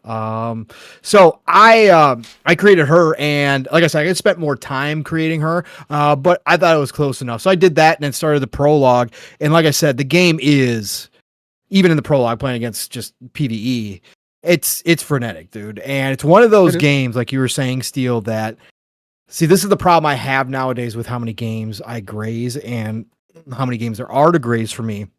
This is one of those games you got to constantly kind of get into so that the controls become second nature. Yeah. And if you are away from it for any amount of time, those controls are going to be completely not second nature anymore, especially on the fly when you're battling, switching between melee, and then, obviously range based weapons, switching between your different missiles. Like you said, Steel, there's shields involved here as well. Like, holy cow. And that was just the opening, mech that they give you to kind of learn the ropes. I was like, geez, oh man, what are we doing? But once I was playing it, again, just the little bit I did play, it's great. It's fantastic. As a mech game goes, it's got everything you want. It feels like a mech game. Again, you have the ability to go airborne or stay on the ground, which I absolutely freaking love. Again, the ranged, the missiles, the photon beams, they've got everything that you would expect out of a mech game, and it played very well to me. I mean, again, I didn't find anything unresponsive. Yeah. So, no, I could see why people are really excited about MechaBreak and why you are so excited about MechaBreak. And again, as far as the cosmetics and shit goes, that stuff never bothers me. You guys know this. Again, this is the dude who dropped a couple bills to the First Descendant team because I wanted to support those devs. Because of what they gave us as a free-to-play game. Yeah. And again, it was optional. But I did it, and again, I haven't played First Descendant in quite some time now. It's still downloaded on the PC here. But I still haven't played it in quite some time, but I had zero problem with that. It was an optional thing. You never had to do it. But I wanted to. So that I don't have a problem with. Again, the pay to win stuff, again, if it's PvE, go for it. I don't care if somebody cheats. Somebody takes a shortcut, I shouldn't say cheat, takes a shortcut and buys their way to a more powerful character to fight against, AI enemies. I never will care about that. I could care less. Even if that means somebody beats the game before everybody else. Who cares? When it comes to PvP though, it gets dicey. No matter how small it is, the fact that they do have the option to give you money, to give you any type of benefit is still to me a pay to win. But like you said, Steve, I think you explained it well. There are certainly levels to it. And not everything is equal when you say pay to win on every single game. It's not all the same. So, but I enjoyed my time at MechaBreak so far. Didn't uninstall it. So chances are I'll play through the prologue and get into a couple PvP matches at least to try to get a feel for it. Is it something I'm going to continue to play? No, because again, it's something that I do feel like you're gonna have to put time in. At least for me, I would have to put time in it to be able to get good. Like it's like a Halo, or you trying to put time into trying to be consistent with other games, and again, being more familiar with it. It being new, it is doing something different. It's like playing. I mean, it's the same thing for like Armored Core, bro. It's like Armored Core is not an easy game to play online. Really, it's not an easy game to play in totality because you got shoulder buttons to use. All the buttons on the controller you're using all the time, right? And I know typically that should be the case in most games, and you do in a lot of games, but in these style of games, because of what they're doing, especially with them being fast-paced, it's consistent all the time. You need to be, it's not just here's a parry. It's like, you need to be able to swap, do this, jump in the air, manage your energy. Like there's things there's a game within the game that you're playing in there as well. So again, if you're not into it, I don't necessarily agree with what I saw from the Steam reviews. Again, I think it's another one of those that people are just being overly critical about without even spending their own time into it. And even if they did and they decide they come away with it, it's not for you. Hey man, let them know what wasn't for you and then kind of go from there. So that's been what I've been into this week. Hey, that's some good shit right there. And I love it. Like I said, I knew you were going to do a nice job explaining MechaBreak because of how excited you've been. And that's what it's all about, man. I love it. I love to hear it. And plus I don't have a ton to talk about because again, I don't have a ton of time to play. And I'm playing a bunch of weird shit. So that's just how I roll sometimes. There's plenty of new shit. I've bought plenty of shit, but just kind of weird shit. I did get into Stranger of Paradise last weekend. I told you guys I bought that. I told you, Steel, that I picked up the Stranger of Paradise. Right. I did get into that last weekend. Played for like 5-6 hours last weekend. I did get a chance to jump into that. Love it. I think it's freaking fantastic. It's an action game, but I already think that it's more RPG than 16 is. I think Square looked at Stranger of Paradise and what Platinum Games did with Final Fantasy and said, we can do that. And I think they did a pretty good job action wise from what I played in the demo of Final Fantasy 16. I think they took that combat and kind of brought that action Devil May Cry type combat to Final Fantasy, just like Platinum did with Stranger of Paradise. So I think that's where that came from. But it feels more RPG-ish because you are getting constant loot in Stranger of Paradise. Constant. Like, it is like nonstop. Like, you're in your menu swapping out equipment like all the freaking time to get the best stats. So it already feels more RPG-ish, but I like what they did, Stranger of Paradise. So I'm having a good time with that. Jumped into World War II again, of course, Call of Duty, because I dropped into Game Pass. Played that on PlayStation. About that, about the multiplayer, I should say, at least. Yeah. Well, the PC side had an exploit, which was allowing people access to people's computers. They've now pulled that down. They've pulled that down. They've pulled down the PC version, and they are looking at that exploit. That was the thing that was going around massively about that. I, again, am a World War II nerd, so I am 100% biased here. I played this on PlayStation 4. I played a ton of multiplayer. I enjoyed this game. People get sick and tired of the old war stuff. I don't. I think it's freaking fantastic, and I never will, especially World War II. So I had to jump back in because I wanted to replay the campaign. The campaign to me is excellent for this game. And that's why I wanted all the Call of Duties to drop into Game Pass, is to play the campaign. It's not necessarily to go back and play multiplayer, but to play the campaigns again. And there's a couple that I did obviously miss too in that time frame. But going back and playing this, I've restarted the campaign, and it is just as good as it was when I played it on the PlayStation 4 day one back in the day. And it brings a smile on my face because of how well it's done. I absolutely love this campaign. I think it's probably up there. I'd have to really dig in and try to go back and remember all the campaigns from the Call of Duties, because there's been so many now. But it's top 3 to 5 for me for sure. As far as their campaigns go, I love it. So having a good time with that as well. Jump back in, as I was telling you, still behind the scenes to some Stellar Blade. Of course, that is still on my list because I purchased it on PC. So I did jump back into that. The game is just so gorgeous, and it is so much fun, and it is such a great setting. It's such a great world. I know you are beyond, hyped, and think it's one of the best games that you've played in quite some time, or up there at least. And I see it. The more I keep playing it, the more skills. And again, I'm playing on story mode, so no, I'm not having the same experience Steel is. And again, I will defer to all opinions of him on this game because he obviously is playing at a high level that I'm not. So his opinion is worth more than mine. But from my standpoint, I love the world. I love the characters. The fact that they admit that they chopped a bunch of the story. The fact that what's his face says the director said that he's not even happy with the story, that he thinks it is a little light. I go, holy shit! I wonder what they really wanted to do if they had the time and resources, and what they're going to do with Stellar Blade 2. Because I love what they put together here. And again, it doesn't have to be some mind blowing Kojima style story for me. It doesn't have to be that. If the characters are interesting and the acting is well done and the writing isn't adolescent teen bullshit that we get out of the West, then I'm cool with it. And that's what this game is. This game is written like an adult action kind of B flick movie. And I like it. I enjoy the hell out of it. I think it's really dope. And the acting is really well done. The character models, it's just absolutely drop dead gorgeous. The more I play it, the better it looks. And again, I'm playing on my OLED now, so it is just phenomenal looking on there. Otherwise, a bunch of weird games I was telling Steel behind the scenes because the Steam sale is going on. Again, I am a budget gamer. The Steam sale is like crack to me because there's all these games that I've wanted to pick up for years and years and years. And because I never did, and because they're old, when Steam sales come around, you get them for super cheap. And some of those are some anime JRPGs. Yeah, Steam sales are crazy, man. I mean, we're talking 80, 90% off. Like, it's nuts. But and this includes anime JRPGs that I missed out on, right? That either A, didn't come to console, or I just didn't at the time have the budget and I was playing too much other shit on console, so whatever. So a couple of different series. Death End Request is one, and the other one is Mary Skelter. Both of those series from Compile Hearts and Idea Factory.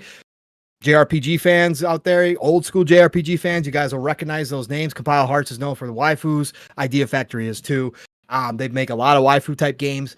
But these are classic turn-based style JRPGs. Death End Request is heavy narrative. It's almost like a novel at times, how much there is going on. So if you're not into that, it's not going to be for you.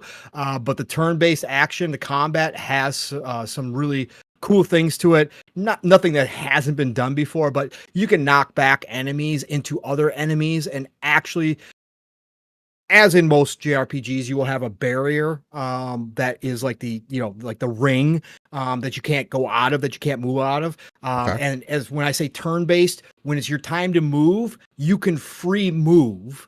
It's just that you select your actions once you're done moving, but you can free move anywhere that you want to on the screen. So you could position yourself behind enemies, in front of them, wherever you want. You get to free roam while you move your character, and then once you select your action, that's when it's does its turn.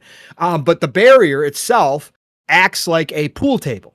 So if you knock a enemy, they can bounce off of the ring and wind up hitting other enemies. Like you could knock them into other enemies, but they act like pool balls for a minute, and they kind of go flying around. And if they ever, fly at one of your party members will knock them again, and they go flying in the opposite direction.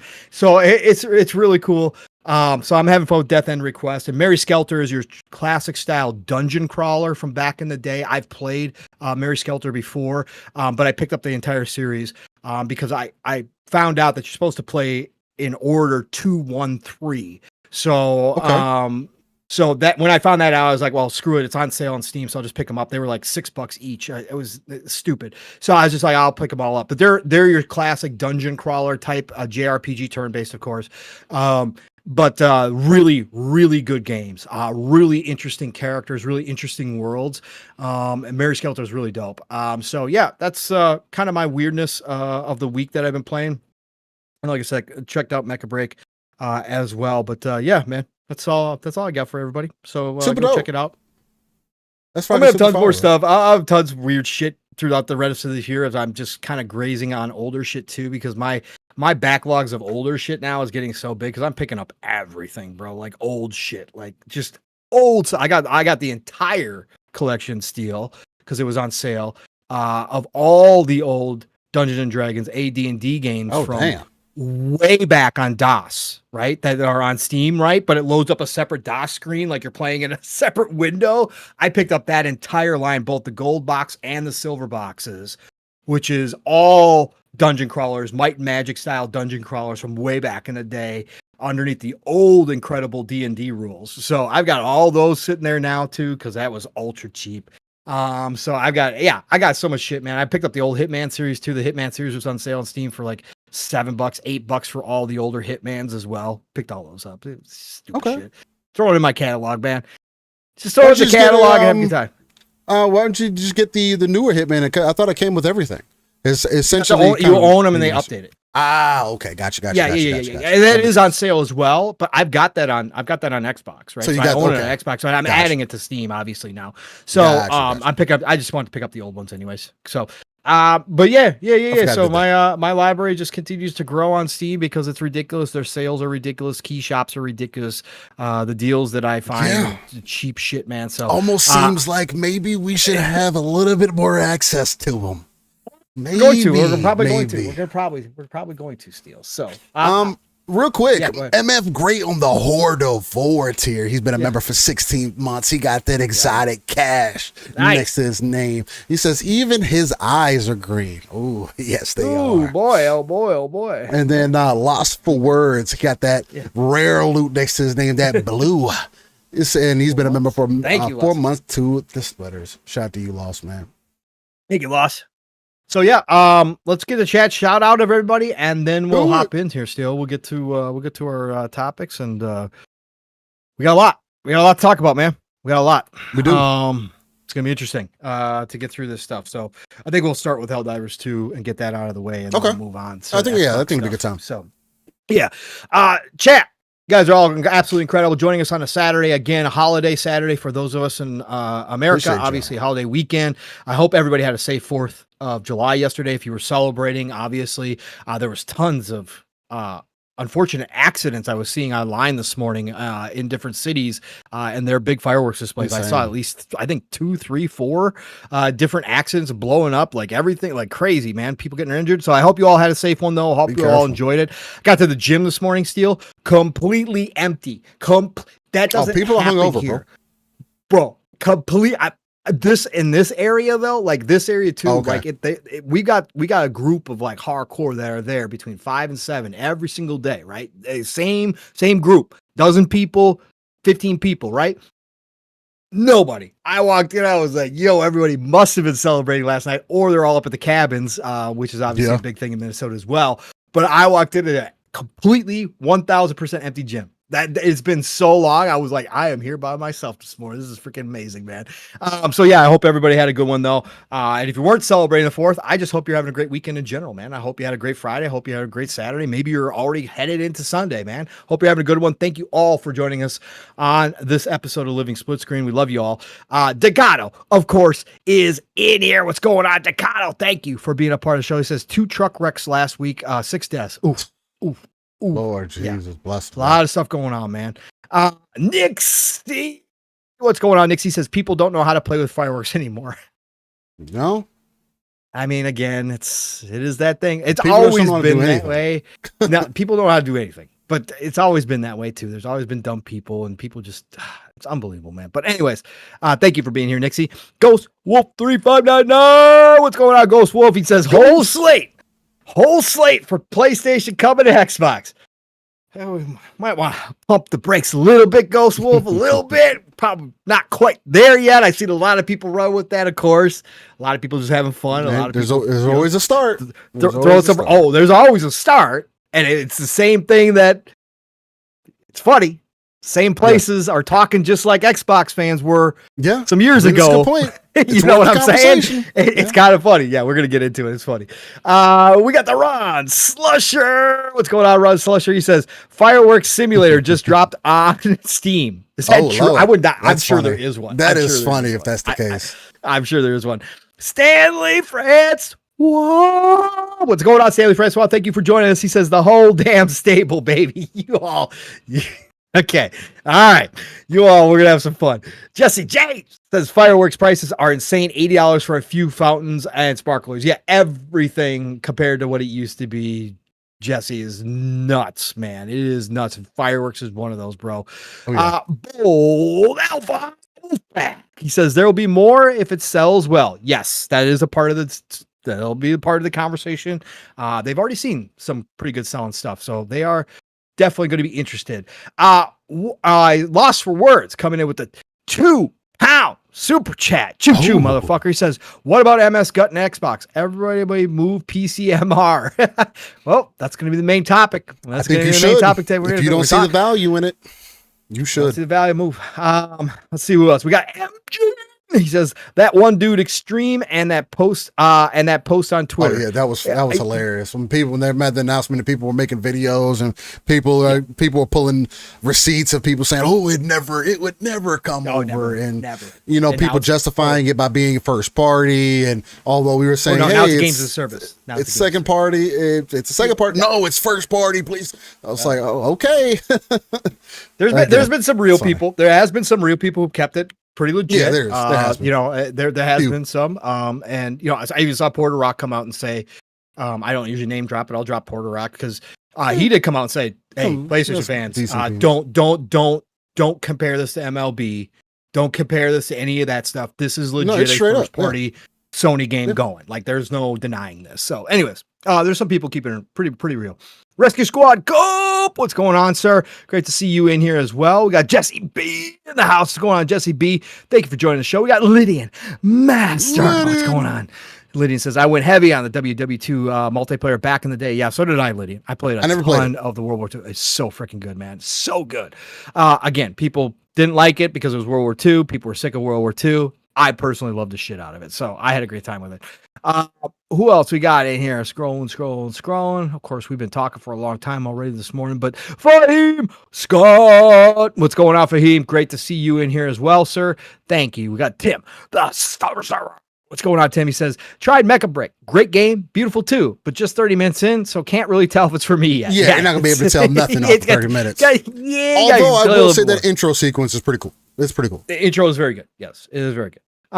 Who else we got? We got Oats. What's going on, Oats? Great to see you in here as well. Let's see here. Let's see here. Gene getting groceries delivered. Congratulations. Whoa. What kind of groceries? Just saw him. He said, I gotta go. My groceries are here. Oh, okay. There you go. Getting a little DoorDash. Let's see here. Let's see. I think is that as far back as I can go? Yeah, of course it is, because it always does this. Wacko Games. Let's get down to the bottom here. Who else? We got Wacko Games. That's right. Our fireworks store had a package for $7.99. Jesus Christ. People spend it, bro. We used to. We used to. I don't ever see the point. Minnesota used to be ultra illegal. So when I was a kid and teenager, we had to go to Wisconsin. Damn. To get them, which is right across the border. It's only. Did y'all get in trouble if y'all brought it back and still shot it? Like, if you got pulled over, the highway patrol used to sit on the border and wait during 4th of July weekend. Yeah, they would confiscate and they would give you a massive ticket. I don't remember. I think it was $300 or $400 back in the day for the ticket, which was a big deal to parents wwho were going over there and that kind of stuff. But it was a ritual back in the day to go do it. It was easy to walk in there. I went with easy to walk in there, but for how much you got back there compared to now, like that $800 package back then was probably like $300. Like we used to like our parents, my buddy's parents were huge into fireworks. Yeah, they got the big mortars and everything else, but they used to have the package deals and they would show you the size of the box you got, and then they would have everything that you got in that box laid up on there. Bro, it was a fun time to be around. It's a good time. Fly back in the day, man. We used to have such a good time. But yeah, I can't imagine now. Like I can't imagine walking in a store dropping $800 for a couple mortars, some fountains and shit. I'd be like, yo, sucks, man. This is really bad. Let's see who else we got. MF, great. I think I already shouted you out, but dropping in. He said New Jersey always had to go to PA. Yeah, see, there was a lot of states like that. Had to go to those neighboring states, cross the border, sneak on back, man. That's the way it used to be back in the day. Dan, the man, Cunningham. One of the OGs dropped in here, said, listening from work. Thanks for keeping me company, boys. Thank you for being here, Dan. I hope your workday goes fast, brother, and you can get off and get some nice relaxing time. What's going on? Yobi. I think legendary Yobi comes in with the horde of whores. Of course, he's going to spam those horde of whores. Thank you, legendary. The one and only legendary Yobi.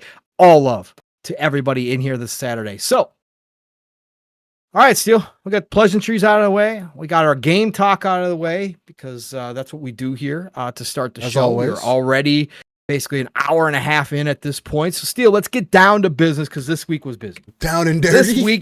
This week was busy.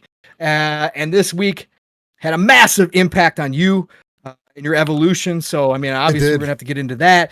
But let's start with the blue. Now, again, shout out to Boomstick. Shout out to Special Nick. Shout out to the others that had called this a long time ago for saying that Helldivers 2 was coming to Xbox. They were shit on completely and called fake everything, right? Yeah, they were. So, I mean, again, props for props due. Came true because Helldivers 2 was announced for the Xbox Series X and S out of the blue. Yes, still published by Sony. Yes, this is an IP owned by Sony. Yes, it's Arrowhead, which they don't own, but it doesn't matter. This is full first party. The game that pretty much, if you ask any Sony fanboy in this community, even though it was a games as a service, even though we did talk about it, Steel, from time to time here as the one that would make sense if they were going to do it when those rumors started, most of the Sony fanboys would have told you were absolutely freaking insane that that's never going to come.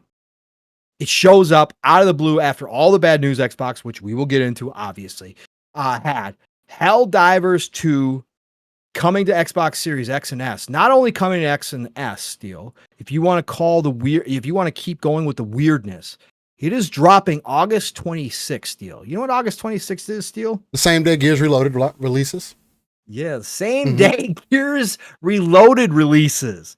So if you're thinking about this in the ultimate trade trade scenario, like literally August 26th Xbox is giving PlayStation fans Gears, and PlayStation is giving Xbox fans Helldivers 2. It's like the ultimate trade of multiplayer.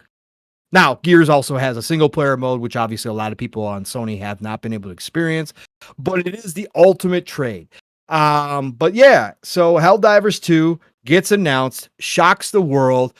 The cope, the backtracking, the goalpost moving for some people has been pretty freaking incredible and expected. We've seen this a billion times. We will continue to see it a billion times. Even if Spider-Man 2018 or God of War winds up dropping on Xbox at some point, there will still be cope. There will still be, oh, it's 10 years old. Who the hell cares? There will still be all of this until they catch up with everything. Now, for the other people saying the whole slate is coming because Helldivers 2 just shows up, again, pump the brakes a little bit, but this is a start. Everything has a beginning. We will see where it goes. We will see what the decisions down the road are going to be still, but let's focus on Helldivers 2. Yeah. This game is the biggest multiplayer selling game that Sony has had in decades. This is like, I think we're at 14 million, something like that between PC and somebody said it was over, it's like 15 million or so. I can get an exact 15 number million. We'll just say 15 million for a nice easy number. Yeah. 15 million. It's a good number. Good number for them. And for them, they haven't had a lot of success in the multiplayer space for a long time. They had all these games as a service plan that are now basically almost all of them canceled. Marathon is hanging on by literally a thread. We don't know if Fair Games is still going to be around. Jade Raymond, the founder of that studio that's producing Fair Games, has left the studio. So we don't know what's going to happen with Fair Games. Obviously, everybody knows what happened with Concord. And obviously everybody knows the list of other games that have been canceled. This is the one shining star. This was the one coming from Arrowhead. 100%. We played it, Steel. I got about 50 hours in it. Yeah, I got about 50 hours in on PC. Loved the hell out of it. Now, Steel, I know you kind of trailed off at the end, but all I got to say is that when we were playing as groups with us, we had a great fucking time. We were laughing. Bro, there was some moment. The thing I'll say about Helldivers 2, Steel, is it is one of the most marketable games. Oh yeah, it sold itself. A long ass time. It created a whole sells, wave. Yeah, 100%. Go ahead. It sells itself. It sells itself because the clips that you get from this game that people post, those aren't like rare moments. Not like the Battlefield, only in Battlefield moments, Steel, which are just absolutely insane. The clips of what people are experiencing in Helldivers 2 is legit what you experience from match to match, almost on a very consistent basis, where there's going to be at some point in the match, no matter when it is, shit goes left, shit gets freaking nuts, and it does turn into straight up a movie, a sci-fi movie with the action going on, with ordnance drops, with lasers out of the sky, right? With gigantic freaking alien monsters coming out of freaking nowhere. In fact, we had one match where we had 3 of the walkers show up on us when we were trying to get ready to extract. That was insane. Yeah, it was. People riding shit, people dropping bombs on each other, like by accident, getting caught in crossfire. All of that is legit in Helldivers 2. And it's not rare. It is something that you can experience moment to moment. That game sells its freaking self. It legit is just an awesome, awesome dopamine hit for a game, right? So this is something why we talked about when the rumors started that Helldivers 2 would, if they're going to drop one on Xbox, like this is the place you come. Like again, Xbox players look for those online experiences. I'm not saying it's going to sell 5 million copies. I'm not going to say it's going to sell 2 million copies on Xbox, but there is going to be a whole group of Xbox players who don't have access to a PC or a PlayStation that have been seeing all these videos. And let me give another shout out to the Helldivers team themselves and their community. They're adjusting, but also their community and how engaged they are with the community. They've been dropping nothing but, hey, we got support on the way. Xbox troops coming in. Like they love this shit. It is so awesome. So there is going to be a group of Xbox fans who definitely jump in Helldivers 2. They priced it right, Steel, $39.99 for the base version. There is a deluxe version, I think at $59.99, I want to say, for the deluxe version. But you can earn everything in this game by playing the game. This is an earnable game for sure. Especially now. Yeah, there was some questionable stuff earlier on but they've adjusted. So And I haven't even played since they've done all these freaking updates. There's a whole new alien. There's a whole new alien faction. There's a city now. There's vehicles now. Yeah, they're all of that. Like, we just got in. We stopped playing right after they introduced the mechs. Steel, when they introduced, the mechs, like literally the first mech. Yeah, the first mech. So this is great. That was when you couldn't shoot it and shoot a missile. You couldn't turn and shoot missiles at the same time. It was all glitched blow out. The mech up. It would blow up. It was funny as shit. But anyways, this is fantastic. Again, if you're going to buy into the walls need to come down and more people being able to play more games, especially multiplayer games where you need the most people you possibly can get to keep that thing alive. This is fantastic. And this does make a lot of sense. And of course, we're not going to sit here and be like utterly shocked. And we're not going to throw this up as like the biggest deal of all time, but it is. It is not the biggest deal of all time, but it is a big moment for Sony and for PlayStation to do this. You can spin it. You can say it's a game of service. You can say they all came out and said this is what they were going to do. Well, Hiroki Toki said more than just this, which people also ignore now on that side a lot. Hiroki did get caught in a open mic, hot mic moment that everybody seems to pass over, where he talked about that their PlayStation players were going to have to get used to their games coming to other platforms. And he wasn't talking specifically about games as a service or just multiplayer games, but we'll get to that at a later date as things kind of change. We'll see. But this is a big one. So Steel, the announcement of Helldivers 2. Curious to, I'll just throw this out there. There's been a lot of conspiracy talk as far as whether Xbox controlled. This was a controlled announcement by Xbox, coming just a day after the bad news of all the cancellations and layoffs, etc. Yeah, there is a conspiracy theory that Xbox controlled the announcement. Because there's another conspiracy theory too, as far as like Nixus and other stuff. But go ahead. Okay, I've not heard that one, so you can bring that one up there because I've not heard that one. I heard this one though, that this is that this was Xbox, that they wanted to, look, shiny ball, we're bringing you Helldivers 2. Forget about all these layoffs. Forget about all these cancellations and closures. Nothing to see here. Go play Helldivers 2 coming August 26th, right? One of those things. And yes, you brought up a good point too, though. I should also mention that not only is it, being brought by PlayStation, but their Nixus, which is their first party port studio, is the one doing the work, that one that did do this work on it, so that's even a first for that as well. But go ahead, Steel. Your thoughts on Helldivers 2 finally, or being announced for Xbox, especially during the week of all the bad news. What does this mean, Steel? Is this the start of the whole slate, as people in our chat and online are saying? Is this just a dip of the toe to check the water, check the temperature? Is this is this like a kudos to Arrowhead for giving them such a great game and saying, hey, go make a little bit more money. We're going to put you over on Xbox because we really don't care. Is this the end of PlayStation seeing Xbox as a direct competitor, Steel? What do you think, brother? Give me your thoughts. Well, I'll start off with the additional thing that I heard. There was another thing as well. People were having conversation about where they feel like maybe Xbox got in contact with Nixus and they helped Nixus and helped fund Nixus to get the game on over to Xbox. So there you go. Maybe you could throw that in there as well if you would like to.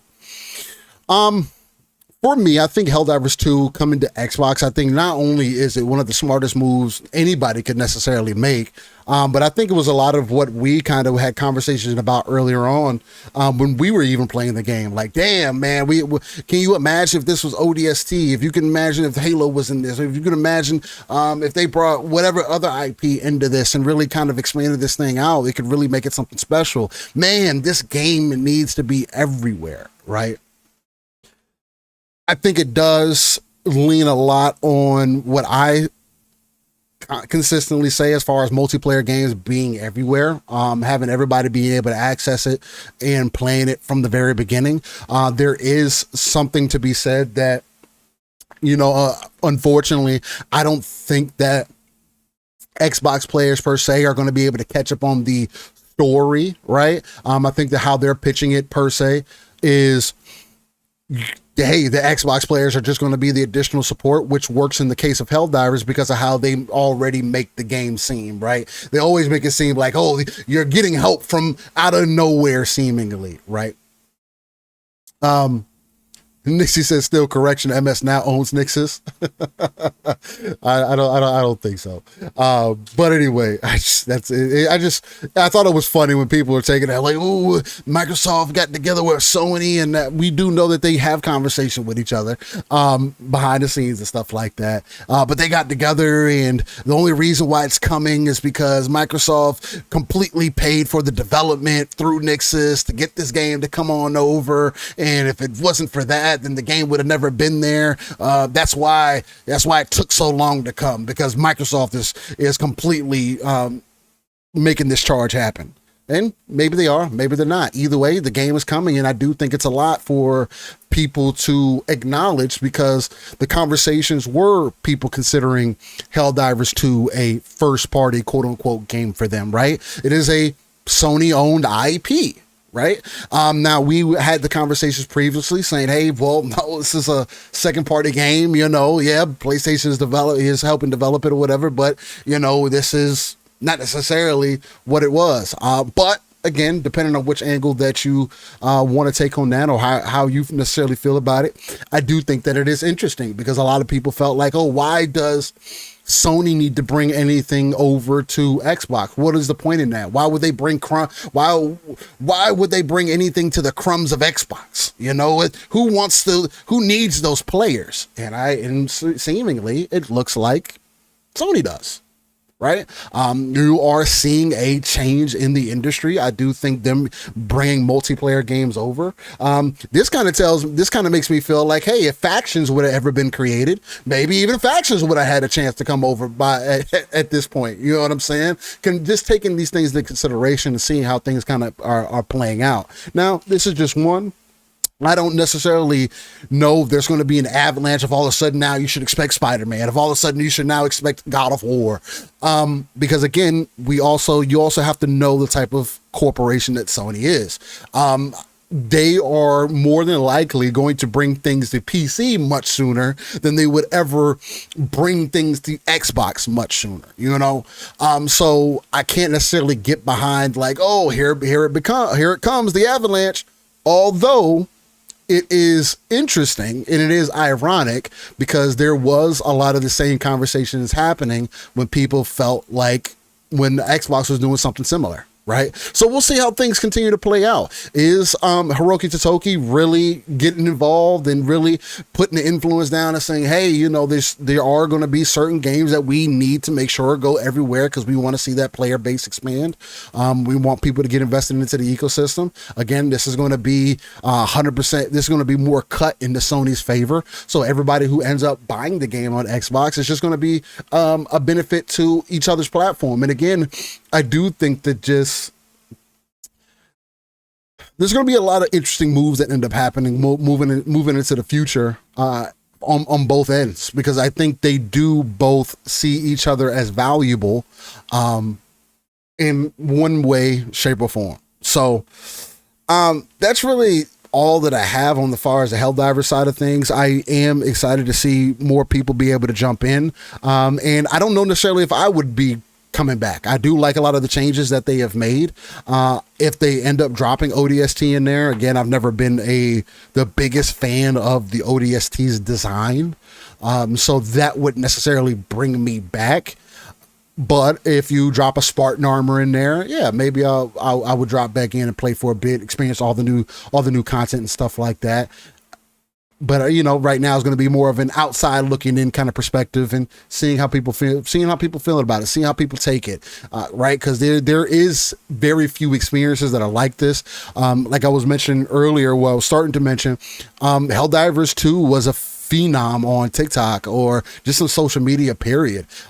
People getting behind the whole Super Earth concept. They had wives and husbands supporting each other as far as getting to work for Super Earth and fighting, pushing back the enemies, getting to different planets and everything. And it brought back a lot of the camaraderie that I personally miss in gaming. It seemed like, there used to be a time where people were very supportive of multiplayer experiences and trying to stand behind each other. And there's very few that kind of cross the boundaries and get different audiences to jump in. So it's going to be exciting to see how things play out.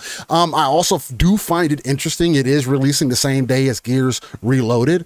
Although for me, the way that I look at it is it works out, right? Because there's going to be people on Xbox who have been saying, oh, this Gears Reloaded is not for me. Why would I play that? Well, now you have a reason to get Helldivers, right? So there's something for you to play. And then for PlayStation, the people who have been playing this game since its inception, have been keeping it up with the updates. Hey, you got Gears Reloaded to play that is going to be a new experience for you on that platform, right? I think that's dope in a lot of ways. Again, more people able to experience games, more games than ever before. The only thing that I want is to see this gap be cut down sooner. I'm always going to stick to that. I'm always going to go back to it. I think it would have been better if Xbox would have had access to it day one. I do think that maybe has had an impact on Arrowhead in some way, that maybe this is something that they've been wanting to do for some time, right? Maybe not. I don't have any evidence to back that up, but I will say Arrowhead is funding their next project by themselves without the support of Sony, without anybody else. So that's going to be interesting to see how that plays out.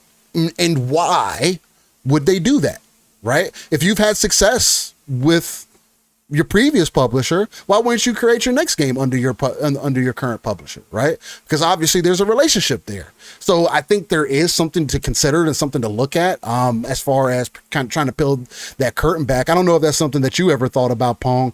I don't know if you remember hearing about that some time ago. What? I'm sorry. You're good about Arrowhead. Is going to be developing. They're going to be fully back in developing their own game by themselves. Yeah, I know exactly what you're talking about. Yeah. Because they said that they were going to publish their next game, and there's some people insinuating that they held this over Sony's head to get them to release it on Xbox, so that they would cut another deal with Sony for the next one to publish and own, right? So to publish. So anyways, I don't believe that, because again, Sony owns the IP. So I don't think that. I gotta believe they're going to make Helldivers 3. Maybe I'm completely wrong. Maybe they'll let this one ride for quite a while, and just continue to grow it, because sometimes you do that with games as a service. You don't move on to the next one per se. But I definitely think that there's something to Arrowhead obviously wanting this, and that's why I said maybe Sony threw them a bone on this one and said, hey, all the great work you did, let's get some more people in here for you, because they do understand that you do need that big base. So I don't know, whatever the case is, it doesn't matter to me how it happened. It just happened, man, and it's a good start and all that kind of stuff. Sorry, I'm just responding to Nixie here. I got you. And Nixie's so strong. And just thinking about people. Again, it's perfectly fine, man. You feel how you feel. No. Yeah, no. So no, I think what's going to be interesting is the impact that this has. If they see good results from it, what that could mean down the road. We talked about this on Thursday. Me and Mav talked about this on Thursday, obviously, as well. And the question is this just the beginning? Well, again, I've always been on board that Sony will eventually start doing it. And I think that the way that Xbox is positioning themselves, and becoming a third-party publisher, and again, there's no question about this whatsoever, they aren't a threat to Sony anymore. They're not a threat to PlayStation. And it is interesting, because obviously, you can hear Hiroki Totoki's words, right? And he's flat out said what they want to do. Yes, the console business is still a prime vehicle for Sony. Of course it is. They've sold a shit ton this generation with little in the way of what I would say is a great lineup of games. They've had enough. They've done enough remasters and remakes to cover. They've cut enough deals with third parties to fill out the lineup. But to me, compared to what they used to do, it wasn't the great. It's not going to go down as the greatest generation of all time. But they're still selling like hotcakes. So of course the console's still going to be primary. Of course they're going to hold on to their exclusives. That's why I say everybody pump your brakes on saying the whole slate's going to come. That ain't going to happen. But do I think they start dabbling, especially once we head into the PlayStation 6? Generation, yeah, I do think that there's potential for them to start dabbling, because the older games don't hold the value, the sell value that the newer games that they're going to have out at that time will, or the newer editions will. There has to come a point where you look at Spider-Man 2018 and go, is this still selling us PlayStation 5s or PlayStation 6s? Is Spider-Man 2018 selling us that? I would say no, it's not. And so if you've gotten the max value out of that between PC and your own console with the Switch 2 sitting in there, right? And maybe at that point with the Xbox's new console, because it is going to be able to potentially play Steam games and all that kind of stuff, maybe you just look at that and don't even care. Maybe you say, they already have access to our game because now their players can go buy it on Steam. We're happy with that. Cool. Go buy it on Steam if you want to. Maybe that is the case. But like the Switch 2, why would you not put Spider-Man 2018 on Switch 2? Like, again, to me, from a business standpoint, and Hiroki Totoki, especially at this whatever point. You want to, yeah, especially at this point, that's what I'm saying. Especially for whatever you want to talk about Hiroki Totoki, and there's all these people that want to, again, spin what he says on the PlayStation side as well. He is a straight business dude, straight business guy. He is looking at the numbers. Again, he walked into those studios and said, you guys are great at creating, but you're shit at business. Okay. He understands that they have to do something different. Again, that doesn't mean abandon the console. That doesn't mean abandon exclusivity. They're still going to do that. Right. But they are going to start exploring other areas where they can bring in additional revenue, even if it's not the biggest stream in the world. Additional revenue is additional revenue. And if they get more, the problem being still is the only problem is bottlenecking at Nixxes, because Nixxes is their port studio. And you can only port so many games at one time, right? There's only so much that Nixxes can do. They're going to have to grow that out. Which we thought they were more so PC specific, and again, you see them now obviously they're not porting doing other things. Yeah. So I just think that everybody, again, I won't sit here and say that all of a sudden it's going to flip the switch. I've said this all along. PlayStation will drag their feet. They are not going to flip the switch because they can't flip the switch. They don't have the same ability to flip the switch. Yeah, they're much more reliant on their business than... Exactly. And with the console selling the way it is, they're going to hold on to it. They're going to hold on to that. That's great. I don't have a problem with that.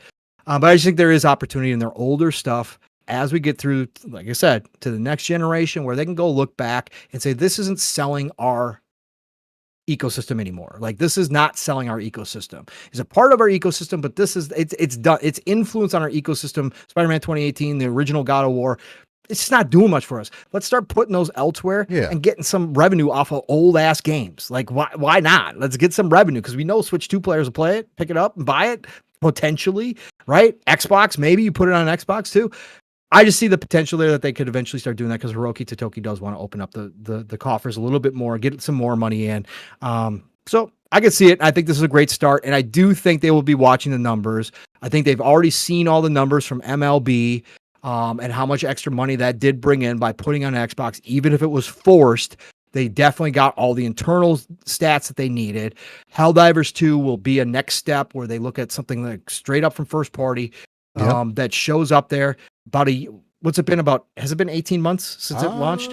I can look exactly. I can't remember if it's 18 months or if it's a little over a year. I'm trying to remember, it launched last spring, didn't February 8th of 2024. Thank you. So yeah, about 18. Just about 18 months. Yeah, give or take. Yeah, give or take. So I think it's good. Yeah. So I think that time frame again matches with what they kind of do with their PC ports too. So yeah, hey man, this makes sense. But I think if it goes well, I think they will be open to more, and we'll see. Everything's changing. I said this generation was going to dictate what the next generation was going to look like. All of us kind of talked about that. I knew this was going to be heavily influential. I didn't know it was going to change this much. I didn't know Xbox was going to change the way that they've changed. But it's all lining up. Like, next generation is going to be really strange in how things are done. Yeah, it's going to be all over the place, because again, I mean, if Xbox comes to fruition with how they're approaching things, again, like I saw Shay mentioned in chat, you are going to have access to more PlayStation games if they're going to continue to put them on PC the way that they are. I continue to see that conversation go as well. And I do think that until Xbox does solidify themselves by making sure that all of your Xbox console games are available to you across the board, it's not truly going to be Xbox quote unquote that you'll be having an experience through. It'll be the Xbox PC version, right? And I think that's the biggest complaint that I've seen from people, is that's the change that they want to see. And again, we do see that change from Sony, where these PC releases are coming sooner and sooner. Again, I would guess that Death Stranding 2, I know that's also kind of a special scenario, but I could see that releasing within the next 6 months on PC as an example. Again, cutting down that time. Was. Well, on PC it came within that year, I believe, or a little over. Was it the same year? Maybe it was. Well, it was a little after. It was a little after. You're right. Didn't come It was 5 years to come to Xbox. Yeah, it didn't come to Xbox until way later. That may still be like a year kind of thing, because again, those types of deals, right? Developing under the decimal, that's all PlayStation type stuff. So we'll see how that goes, but we do know that, I mean, even somebody like Kojima is going to want that money up front. Again, he has other projects in the works, and there's a lot going on behind the scenes. And why not? I think Death Stranding is another good example of a game that has that multiplayer functionality to it, right? The community side to it, which again, I didn't mention that when I was talking about it, but I think that shit's dope as hell too.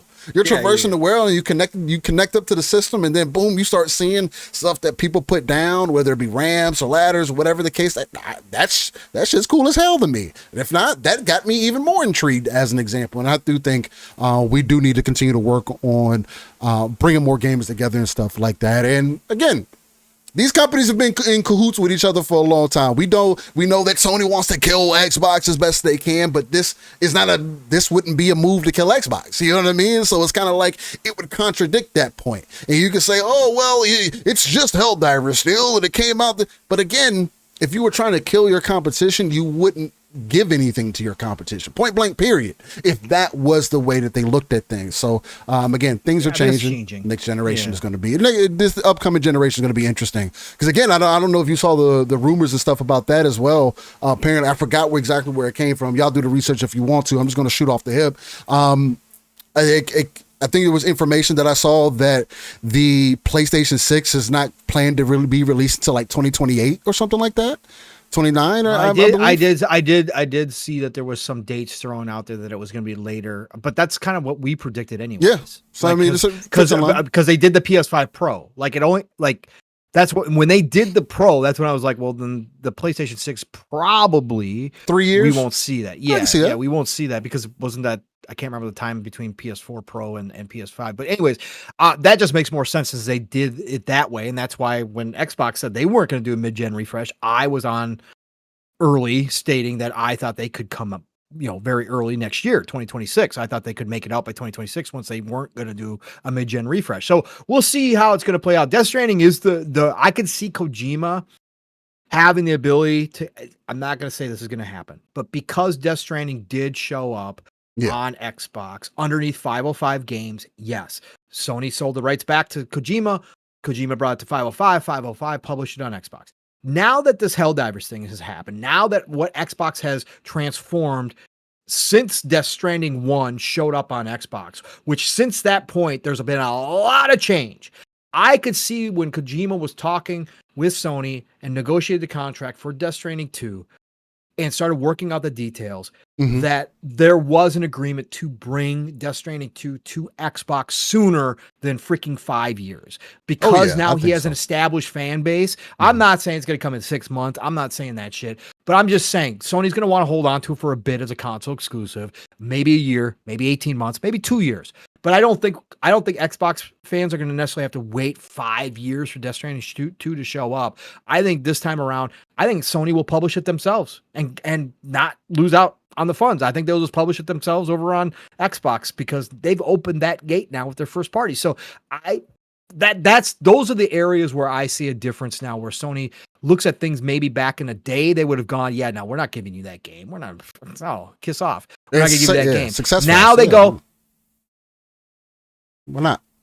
Why not? We make a little extra money. Why not? Let's throw it over there. So, I mean, so everything's changing. It's cool though. It's gonna be interesting to see how things play out, man. So, I mean, from there, I mean, what do you want to branch off to? I mean, we got a little PlayStation, in there. Do we jump into the Xbox snafu this week first, or do we, I mean, because that does kind of branch off into multiple different topics. I mean, again, motorsport would be an addition to that as well.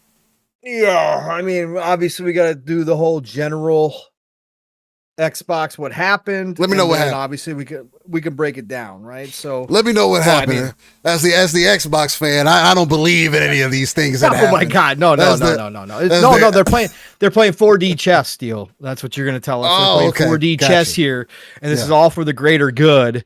And the Trojan horse is still in play, and this is a massive move to take down Sony by doing this because less studios, less games is definitely good for us. Like that is what we need. So that is definitely going to be where you come from. Well, let's hop into it. I mean, again, you had to be under a rock to not know that the rumors, the smoke of the previous couple of weeks about Xbox going through some major stuff, specifically layoffs, game cancellations, studio closures, all came true this week. And in fact, it was probably a little bit more than anybody who even, looked at it and thought, yeah, it could be bad. It was probably a little bit even more than that for most people. It was major. I didn't think that it was going to be 9,000 people. Well, I was that's like, Microsoft, though. I 3... hate that. I hate that we convolute that. That's Microsoft in totality. I'm just talking about like beforehand.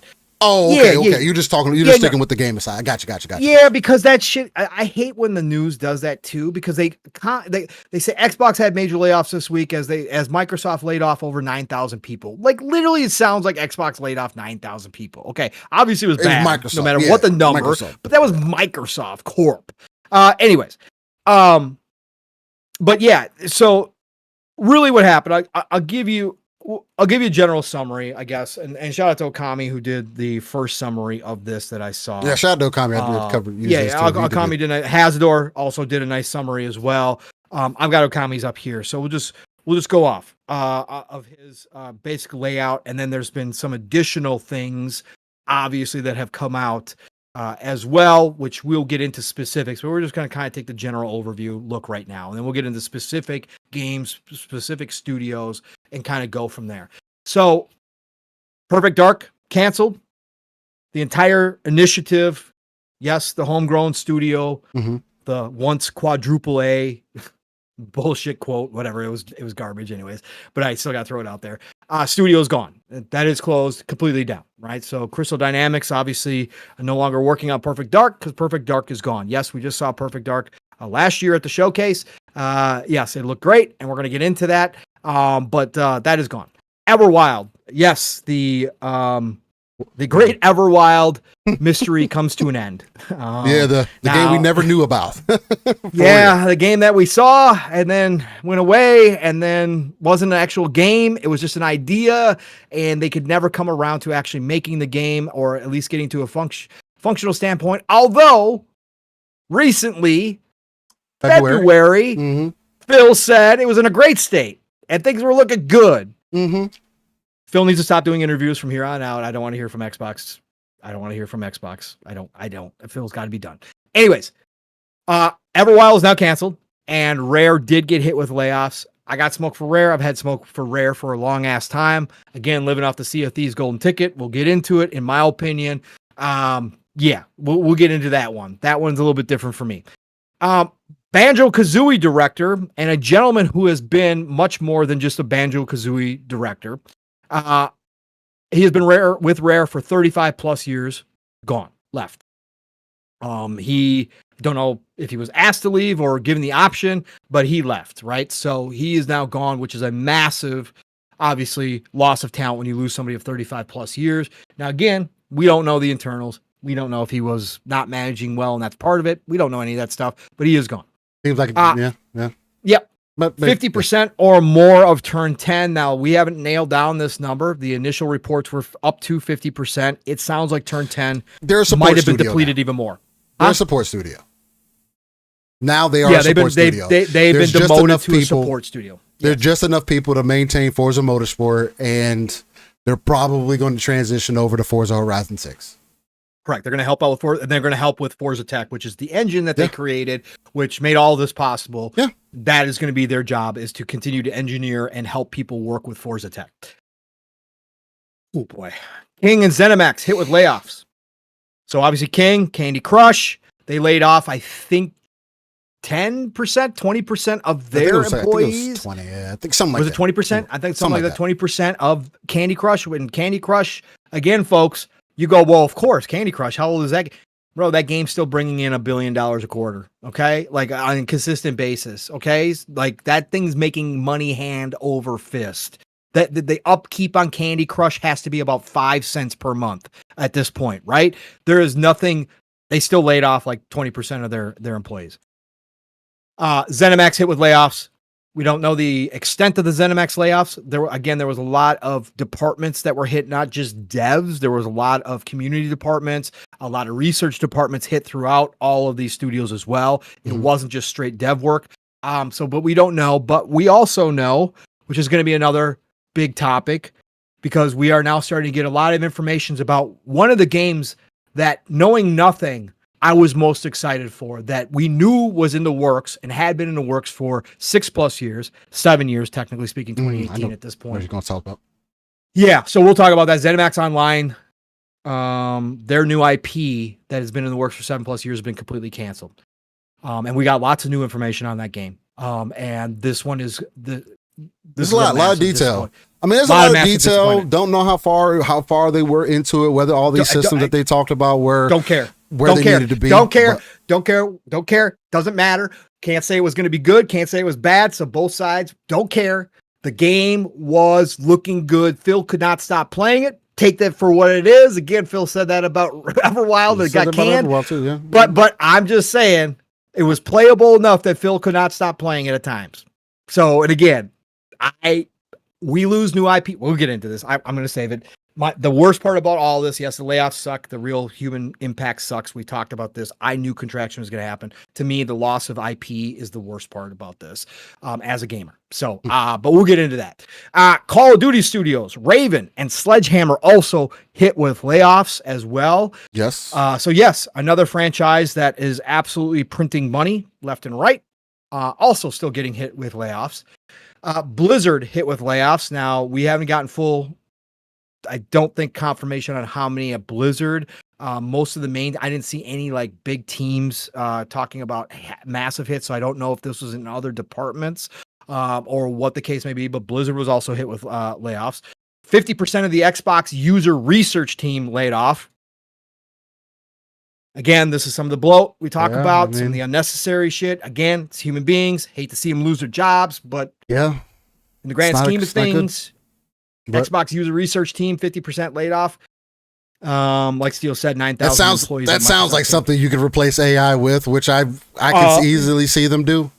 And then that's going to be a lot of it we're talking about. Yep, there's going to be a lot of it.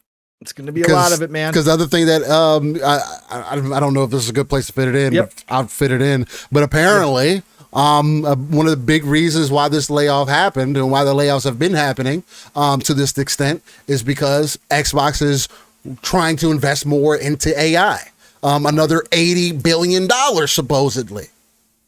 So now because of relationship with OpenAI. So now on the outs. Yep. You are a company, a tech company who is would be, I don't know if, because they haven't spent it yet, I don't think. Yeah, you'd be a tech company. Oh, okay. You'd be spending $160 billion in tech. over the past couple of years, 3 years. Oh yeah, in a couple years. Yeah. Plus some, because they've invested elsewhere. It's a lot. And all that kind of stuff. So yeah. It's a lot. Big moves. All Xbox games at the Showcase 2025 are supposedly safe. And again, I will say supposedly because from here on out, I trust nothing at this point. So, but supposedly all the titles that were just shown in this year's showcase are safe. Okay. Remember, Fable and State of Decay 3 were not shown this year. Just remember that. State of Decay 3 and Undead Labs is supposedly safe. Okay. Again, we'll see. I think that's it from Okami. I think that's all he had. I'm pretty sure. I think that pretty much covers the majority of it. It covers. There was also at Bethesda. There was multiple new projects that got their funding pulled. We also know that they were a game nobody really knew Microsoft was working with or funding. It had been announced, but nobody knew that there was a partner. Xbox was completely funding a new first-person shooter through John Romero's studio, pulled all of that and canceled it. His studio had layoffs, which absolutely sucks. And that would have been a dope-ass game if anybody knows John Romero and knows what kind of work he does, and they were going to make an original first-person shooter for Xbox. They pulled that. That is done. Obviously, we learned earlier at the showcase, or after the showcase, that they had already pulled the funding from the Brass Lion, who's making the Wu-Tang game. That used to be a partnership. Now they are publishing themselves and developing themselves. Yes. So that was a deal that also obviously indicated that other funding has been pulled. There is still smoke that Contraband is done. There's been no confirmation. But we haven't seen nothing of it, so. They closed, and they supposedly, now if anybody's checked on this, I did see people posting, they supposedly privated the trailer. Xbox privated the Contraband trailer. So I don't know if that's legit or not, but obviously with everything that's going on, I'm going to lean towards smoke being probably real, that Contraband's funding will probably be done too, unless there's something really great there that they don't want to pass up. But it sounds like that's going to be the case. So we'll probably hear about more, projects having their funding pulled or cut by Xbox as well, as this continues to go down the line. And again, is this the end of Microsoft cutting things? Probably not. So you sit here and look at this, and Microsoft is now, if you go back and look, it's 15,000 total jobs that Microsoft Corp has cut total from themselves. That's a massive amount of people. Steve, I think you pointed out that the other people I brought up, that 9,000 total people were 4%. At the end of the day, it sucks, bro. It's 4% of Microsoft's total. Yeah, this is tech right now. I've been calling for this, Steele. I want to get your overall thoughts on this, and then we'll jump into the specific. We'll jump into specific scenarios here, because there's a lot of interesting stuff. In a bad way to me, but there's a lot of interesting stuff to talk about. Well, I've been saying since last year that this AAA space, when it comes to the video game industry, wasn't probably needed. Needed to contract something. And like I said, I don't think I have to keep repeating this. I don't cheer for the little people losing their jobs. I wish higher ups would have lost their jobs this time around, because it's the higher up and the middle management decisions that have led to this moment in a lot of ways. Now, there's bigger things going on, like Steele brought up with AI. That's Satya. That's Microsoft as a corporation. Again, trying to get a rumor is they're going to hit, or projections are from the investors and the investor groups, that they're going to hit a $5 trillion market cap. In order to do that, they have to do shit like this, because again, that's how you cut your bottom line. So that again, this is all money. For me, this is all money, and that includes Xbox. But the higher ups and the middle management in AAA have created a lot, or nearly all of the problems that we hear them complaining about: the broken pipelines, the budgets out of control, the overhiring of devs, and creating dev teams that are absolute monsters that don't need to be, never needed to be, but somehow they all convinced themselves that they had to have 500 people working on a game, that they had to have $400 million budgets, as we just heard that potentially Battlefield 6 has already surpassed. This is outrageous. Come on, bro. And then also saying that you expect 100 million people to be playing your, we'll end the show on that. We're going to end the show on that one. The ridiculous expectations. That's all from upper management. That's all from the money guys. That's all from people who don't know anything about gaming. Okay? They don't. Now, there's people at Xbox that certainly know about gaming that are in positions of power. The question is whether or not that power has been taken away. But the question is, also falls on their heads. These things that are happening, games not coming out for 6, 7, 8, 9, 10 years in the case of Everwild, overdone budgets, allowing these studios to sit around and seemingly take as much time as they, again, I've always said, I think this is great for creatives, what Xbox is doing. I've said that 1,000 times. I think it's wonderful, but there has to come a time when you lay it down and say, this needs to get done.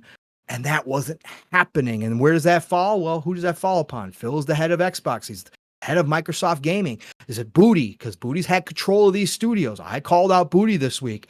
Again, I think Booty should be gone. I think he's been given plenty of time and has not produced. So again, for me, this is where I don't want the little people to get hit, but they are going to get hit, but it is necessary The AAA space has to have a coming to Jesus moment where they take a look at themselves and relearn how to make games, because how they are making games in this day and age is not sustainable and is obviously not working when you're talking about shareholders and you're talking about these big publishers and all this kind of stuff. And when it comes to Xbox, because they are one of the world's largest publishers, that contraction I was talking about and been talking about was obviously going to hit hard. And it obviously was going to be bigger than most of the other stuff that we will see in this industry or have seen in this industry outside of like an Ubisoft, right? Outside of some place that's big like that. When you hear about what Microsoft is doing and you hear about what Sony does, people hand wave and don't want to talk about Sony, but it is a different scale just in general, because we're talking about two completely different sizes. Still need to acknowledge what Sony's been doing. Still need to acknowledge the problems they had. We do that here all the damn time. But at the same time, when people, just general people, look at the stuff, they go, holy shit, what is Xbox? Oh my God, Xbox is dying. Look at this.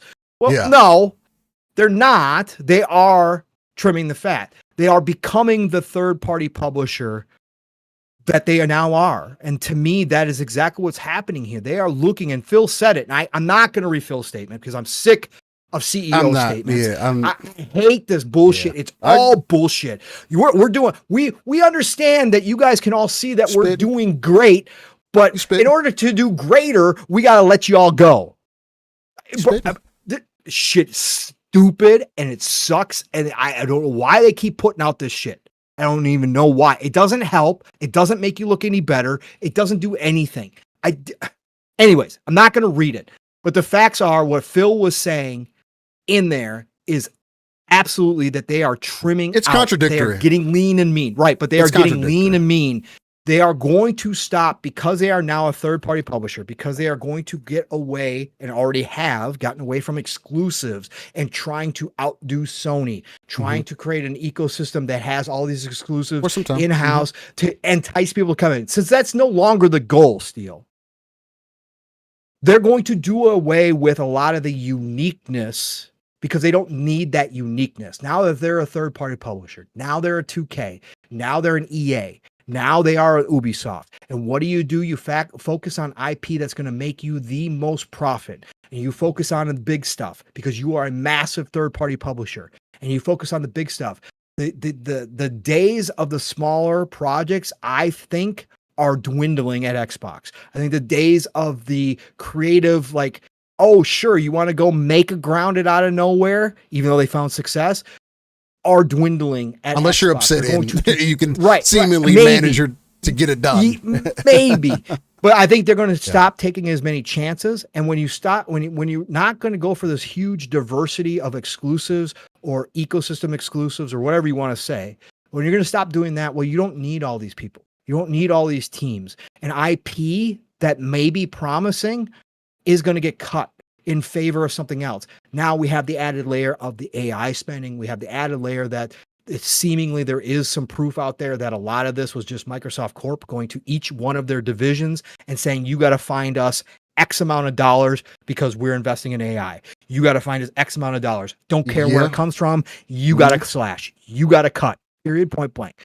So, Steele, overall, again, we'll get into specifics here, but overall, when you saw this, when you looked at it, and it kind of just kept, we don't know if it's even done. We don't know. It kept spiraling. Yeah, it did keep spiraling. It just kept rolling, right? It just kept kind of rolling, and there was something new and something new and something new. As the 2 days basically kind of went on, Steele, what were your overall thoughts of looking at Xbox now that you are a full-time Xbot and you do bleed green now?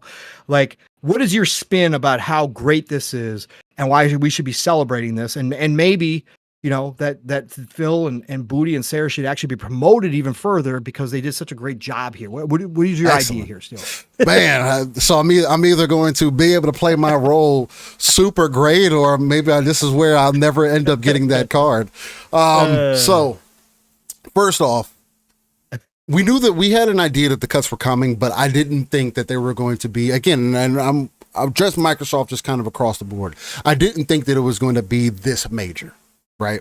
9,000 people is a lot of people. Again, yes, you could put it in perspective and say, oh, it's only 4% of Microsoft's total workforce. And Nixie, I saw you mention in the chat, he said, hey, how does Microsoft compare to like an NVIDIA or an Apple? Microsoft has over 226,000 people. NVIDIA has 36,000 and Apple has 160,000 employee count as far as what I was able to find. Maybe there's more, maybe there's less.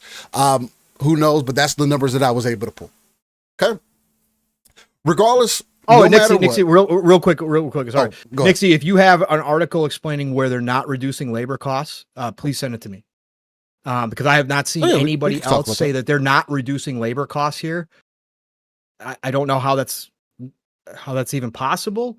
But again, you obviously are more well read on subjects than some of us. So please send the article or where they explain how the labor costs for Microsoft after 9,000 employees are cut are going to stay the exact same. I understand that they are asking for H1B1. That's a whole separate political topic right now. But they are asking, that is shitty as well. They're asking for a massive amount of H1B1s to replace a lot of the people, but not all of the people. And the investment into AI isn't necessarily bringing people in. It is an investment in more cloud and server structure to provide data and information for LLMs towards their own AI. It's going to replace people. So I'd like to see it. It's a replacement of people. It's 100%. It's them saving on labor. 100%. It would have to be. You can't look at the way that AI has evolved up to this point and say, and how it's been used and say, hey, they're not going to use this internally for whatever that they need to use it for. It is with a company like that. It's a tech company. What they can use it for. I use ChatGPT on a daily basis, damn near. You know what I'm saying? Because of how versatile it is. Whether it just be having conversation, whether it be going back and forth with content or whatever the case, it is a tool, right? And I can see how it can be a viable tool. Now, it doesn't need to be a tool to where you're like the altars, as an example, you accidentally leave some one of your things in the actual game where you had to come out and apologize for it, like, oh, this was supposed to be a placeholder and all that. Like, we got to be a bit better about that. Like, we don't need to be so dependent or relying on it that we're forgetting to kind of come over stuff. But anyway, that's neither here or there. But anyway, as far as Microsoft goes, for me, this was a shot from left field. Now, I think people kind of separated the numbers out. This ended up being about 2,000 people that were cut from Xbox specifically, right? Somewhere in that area, give or take.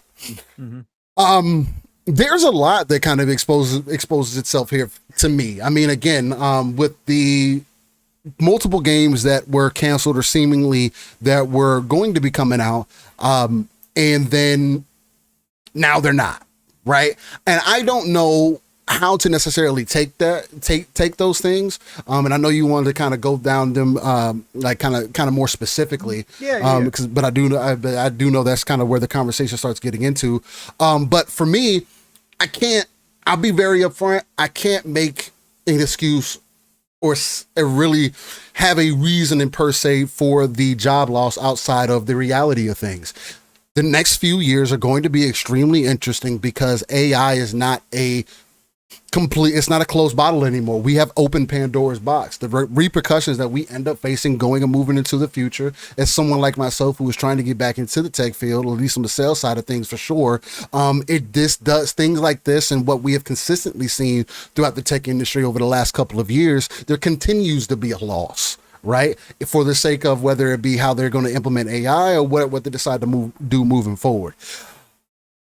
To excuse it for any other reason, and again, I know you brought up Phil's point. What Phil coming out with, I don't care what Phil's doing behind the scenes. He's playing games. Oh, he put this statement out. Oh, he let go all these people, and he's at home playing a game. I could care less. Gamer's good at game. Like he's gonna do what he does in his personal time. I'm not gonna get on to him about what he should not be doing. What else is he gonna do? You think that I don't think if I was in Phil's position per se that I would be. Yes, would it bother me? But what else am I going to do about it? Because the people that where it really matters to where this could have been different. And again, I'm all behind management taking pay cuts. The one thing that I will say saves Nintendo from being complete Sith is that they are willing to, hey, the people at the top, we'll take a pay cut so we can continue to make whatever we can continue to support our devs, we can continue to support our studios. And I give big ups and big credits to Nintendo for being willing to do that. When you are a tech business who has spent $80 billion in an industry, the most that you have in Microsoft's history at that time, especially investing into gaming, and that was before, this AI really became, like, it was a thing, right? They were investing in everything. It does cause business to start looking at things different, right? Especially in the gaming aspect. Pong has mentioned it before. Xbox is no longer the plaything. It's not the, you guys can kind of do your own thing over there. We'll get to you when we get to you. We want you to produce, but you do it when you can do it. And they were already kind of moving in that direction, right? With the downturns with the Xbox One generations, obviously something needed to change.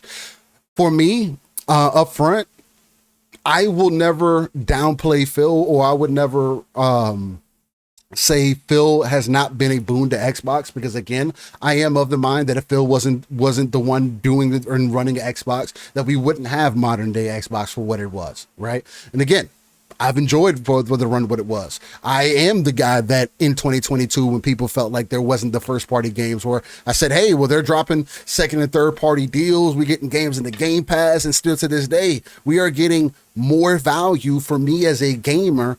And I am also able to invest into other product because of what is offered to me as of today. Now, maybe that's not valuable to you, but it has been valuable to me, and I do like the direction that they are going. At least being kind of forward looking, moving into the digital era, trying to play the game differently, saying, hey, conceding and saying, hey, we can't play that same game anymore. We got to do things differently.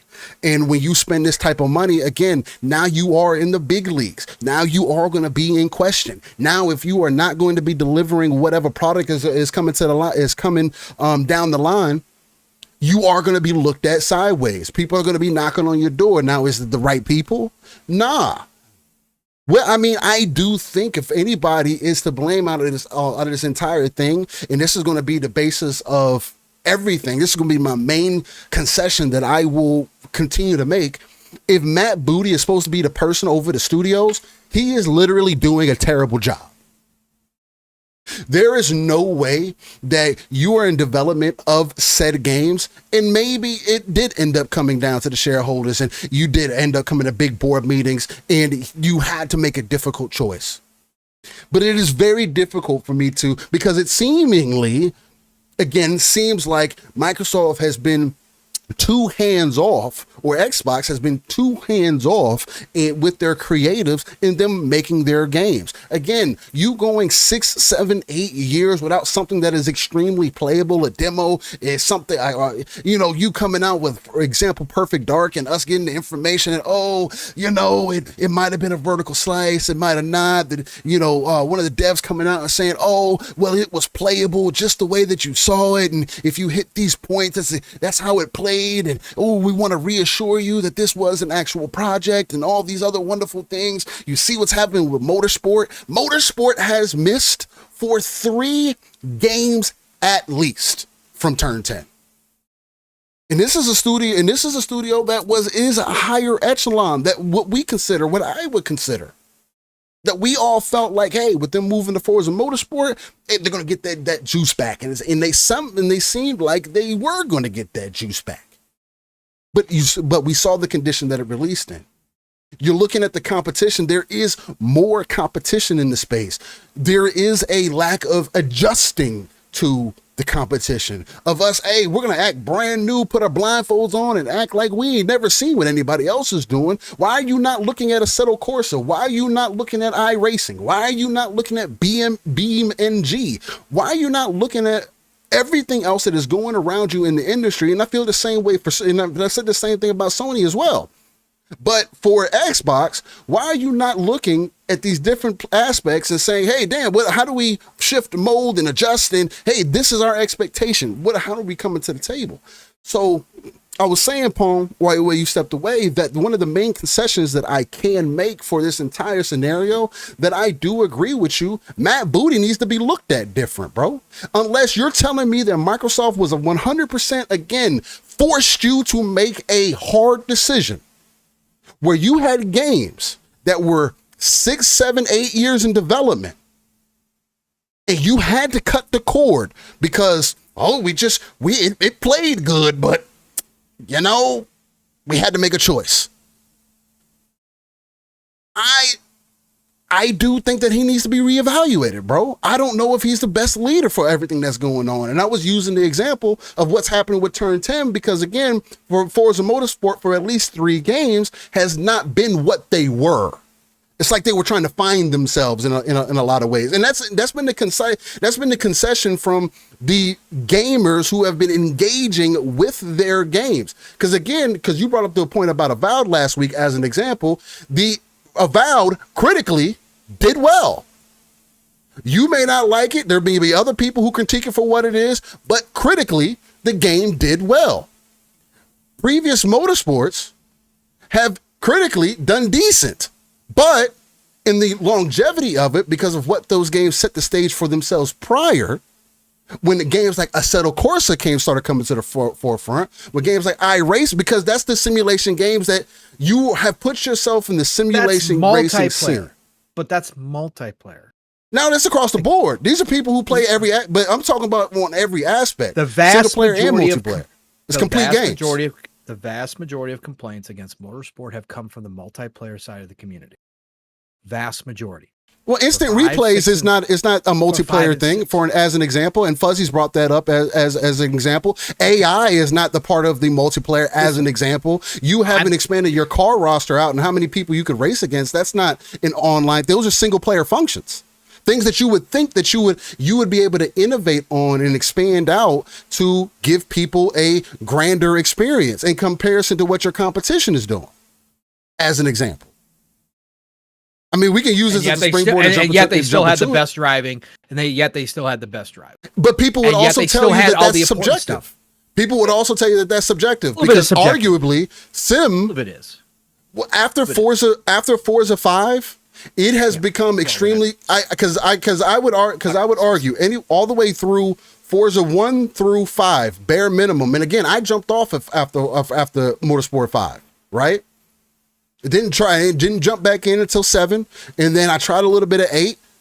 So what didn't hit the same? It didn't hit the same for me, and then I did play a good bit of Motorsport, right?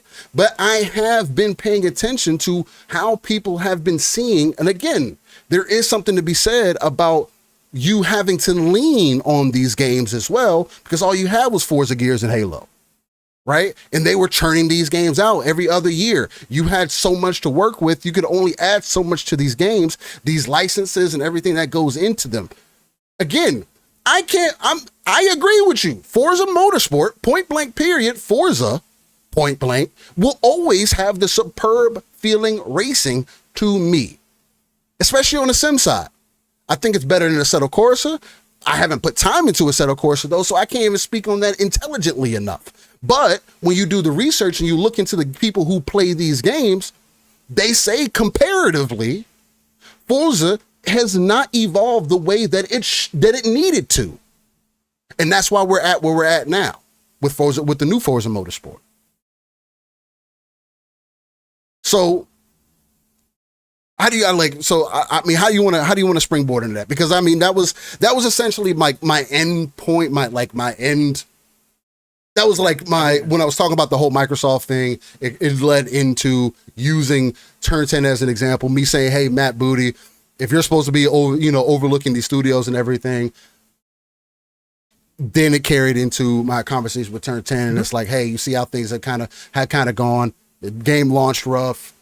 Over time, they have updated and everything as far as things that were inside the game. And now we are where they're at now, with supposedly half the studio being gone and them now being a support studio. Well, I guess I'll just take my turn at turn 10. Then I guess that's what we'll do, pun intended. Since we're already here at turn 10, because that's what I kind of wanted to start doing, was specifically jumping into each one of the individual cases. Obviously, once we got through the overall opinions on the the general idea of, or the general thoughts of what happened. As far as turn 10 goes, I think this is ludicrous. Again, I'm going to talk now straight as ignoring the business side of what's happening at Microsoft and why a lot of this is happening. And I'm just going to talk straight from a gamer standpoint as far as when I look at what each one of these things were giving us. And turn 10 is ludicrous. Turn 10 created and took the crown, created one of the best racers, sim/arcade racers, whatever you want to say it, because it's not a full sim. It never has been a full sim game. It's never presented as a full sim. But let's just call it a sim arcade racing game. Took the title away from your main competitors in Gran Turismo. Arguably, again, there's still obviously groups of people who love Gran Turismo and always will. Like, again, I get it. I'm an old school Gran Turismo fan. Gran Turismo was the shit. Gran Turismo was king forever. But arguably, made a better game than your main competitor did. Took the crown away in a lot of ways. And it became one of your most consistent studios. Every game is going to have complaints. Every game is going to have fans, especially a game like Forza that gets a very passionate fan base together, will have complaints about it. No matter what, as you go through the years and as you come out with sequels. The fact that they maintained the level of quality they did for all of those years, for all of those iterations from 360 all the way through to now is absolutely incredible. They created one of the best engines in-house that you have. They created, without them, there would be no Forza Horizon. There would not be a Playground Games right now. Oh, I agree. So to take them off the map, again, I'll go back to Phil regretting closing down Lionhead Studios and FASA Studios for a lot of the same reasons that people are going to point to for Turn 10. Regrets those to this day as some of his biggest mistakes. You're repeating those same mistakes. Turn 10. I would say that that's a little bit different, though, because Fable 3 wasn't received well by everybody. It's not. Well, by people. Every time that I bring up Fable 3 in conversation as an example, or when I talk to other people, they say, oh, it was okay. Fable 2 was better. When you have an established fan base, Steel, as you put out iterations, you will always have a group that complains. You will always have people who say it's not as good as the old stuff. You will always have that. The best GOAT games in the world, Mass Effect. People were so unhappy with 3, they had to go rewrite the ending, Steel. No, they did. Yeah. Okay. This happens. This happens. Right. You played it as is. I'm just saying this happens. I'm just saying Turn 10 is one of your most talented teams. Turn 10 has been one of your most consistent teams. Now, we could sit here and talk about how popular the sim arcade, that Forza Motorsport's popularity has gone down. Of course, we could talk about that. Of course, that's happened. We could talk about how Forza Horizon took over as the most popular racing game. Absolutely, right? Playground deserves it. But isn't that Simcade as well? Hasn't Horizon considered as Simcade as well? No, that's straight arcade, bro. Straight arcade. Nobody plays it the way you do, or very few people do. Let's put it that way. Very few people play it to your the options there. You're saying the options aren't available in other games too. Out of all the people that play it, 30 million, whatever has touched it, you are like the 0.005 percentile that play Horizon the way you do. Most people came to love Horizon for the arcade, bro, for the total arcade atmosphere of that game. Anyways, I just think that it is disrespectful to take what happened with this. And again, I gave Forza Motorsport, the current version, criticism. Like, absolutely, it came out missing functions. It came out after a long time in development. However, they were updating Forza tech to next gen, etc. They were doing a lot of other stuff as well. But it came out in an unacceptable state as far as missing a lot of the modes and quality of life that all the other Forzas generally came out. Now, they've missed things here and there. Absolutely, Steel. There was, again, Forza 5, Forza 6. You're not wrong in saying that it grew louder as far as the complaints go. Absolutely, it did. Yeah, features were being removed. It just seemed like... So freaking right. And it was unacceptable that they came out in this state for how long they had to develop this game. right? It absolutely was. It deserved criticism. But to wipe them out and to make them a support studio, I think is absolutely asinine to me.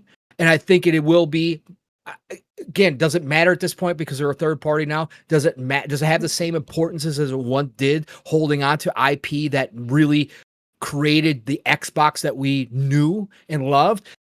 Probably doesn't matter as much as it once did. But I still think this is a regretful thing to do to a studio who has done nothing but prop up Xbox for all the years that they didn't have anything outside of Forza, Halo, and Gears. And to me, I think this is awful. And I don't think Turn 10 deserved it. Now, as far as the future of Forza goes, Steele, because you brought this up, right? I talked about this with Fuzzy. I've talked about this with you. Originally, you can go back years before Forza actually released, and we talked about what Forza was going to look like. I myself brought up the fact that I thought Forza could become a platform, and which it could be a seamless platform where you have the sim and you have Horizon, and you drive between the two areas, and you get to play the games that you want to play, but it's all in one. You have a hub, a Forza hub, right? And all of your stats are kept. All of your you keep your driver stats, you keep all of that shit just accumulating between both versions. And so, yes, if that's what their plans are internally, because now Jez came out and said that this is a temporary, so far, this is what Jez is saying, it's a temporary hold on Forza Motorsport.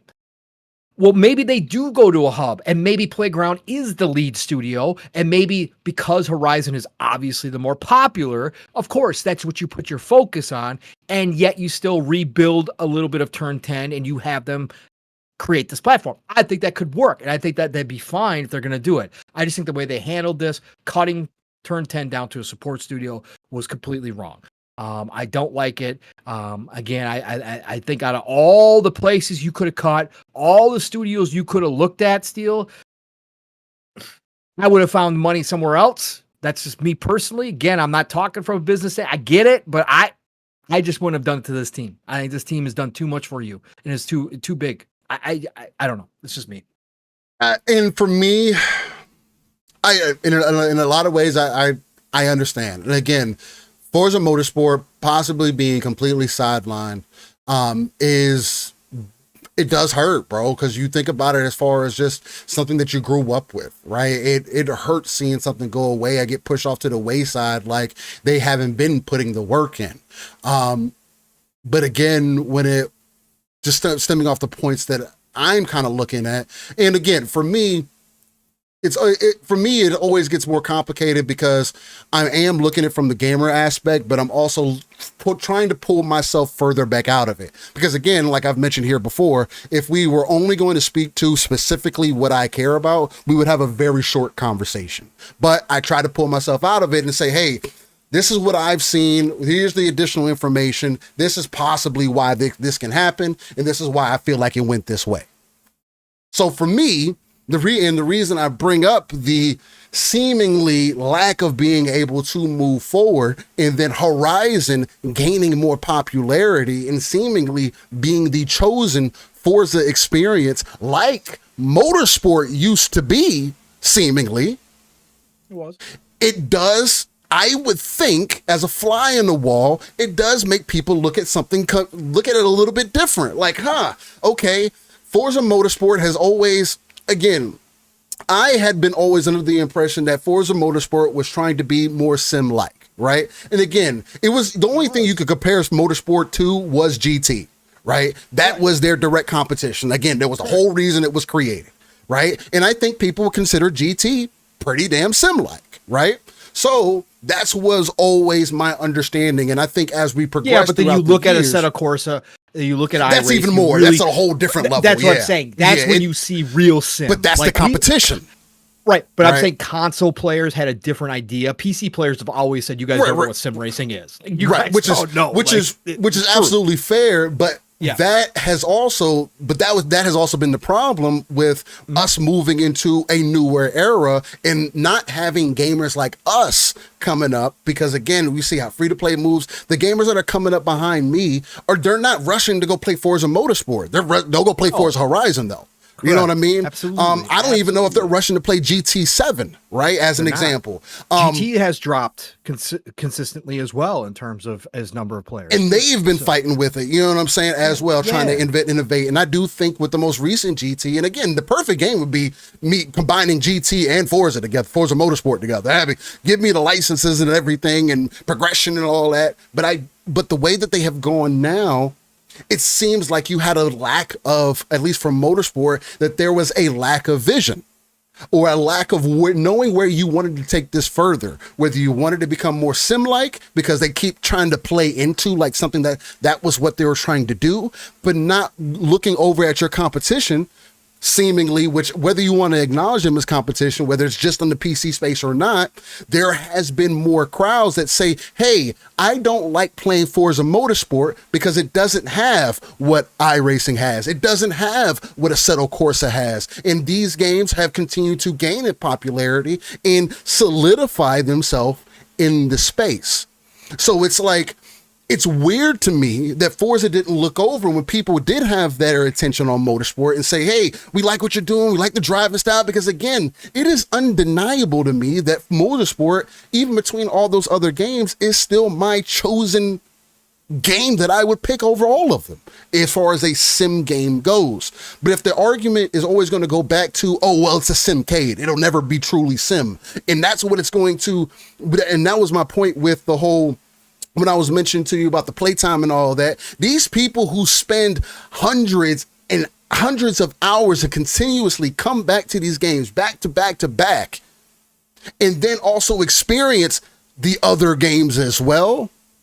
That's what I was saying by like, there is this other perspective that has had an effect on Motorsport, and because Motorsport failed to continuously deliver. They have had issues with licensing. They have not added additional modes and added some of the things that people would like to see. There seemed to be a lack of innovation. Now, Motorsport this new one was supposed to be the reinvigoration. New engine, new things. Again, the way that it was pitched, Pong, like at least coming up to release, I think we all felt really strong about it. We like, I don't know, maybe the car RPG aspect will work. Maybe that'll be cool. Come to find out, the game releases and it's complete ass. It is one of the worst things that you could do, like in concept. Yeah, maybe it'll work. But then when you start racing and you find out that, damn, I gotta every car that I want to drive, I gotta drive it for X amount of hours before I unlock all this stuff for it. Oh, then if I want to get online, then then it adds on levels. And the aspect of online has been something that has carried those games forward, because those aspects of online, not only in single player, but also in the multiplayer experiences, are arguably better for other people who are actively engaging in this. Because again, I can admit, and I made a video that talked a little bit about it, I'm not the same Motorsport fan that I used to be. I am more of a Horizon fan. Once Horizon released, that made me unintentionally fall off of Motorsport. I still appreciate Motorsport because it's what I came from, and I still acknowledge it because, again, there would be no playground if it was not for Turn 10. Point blank, period.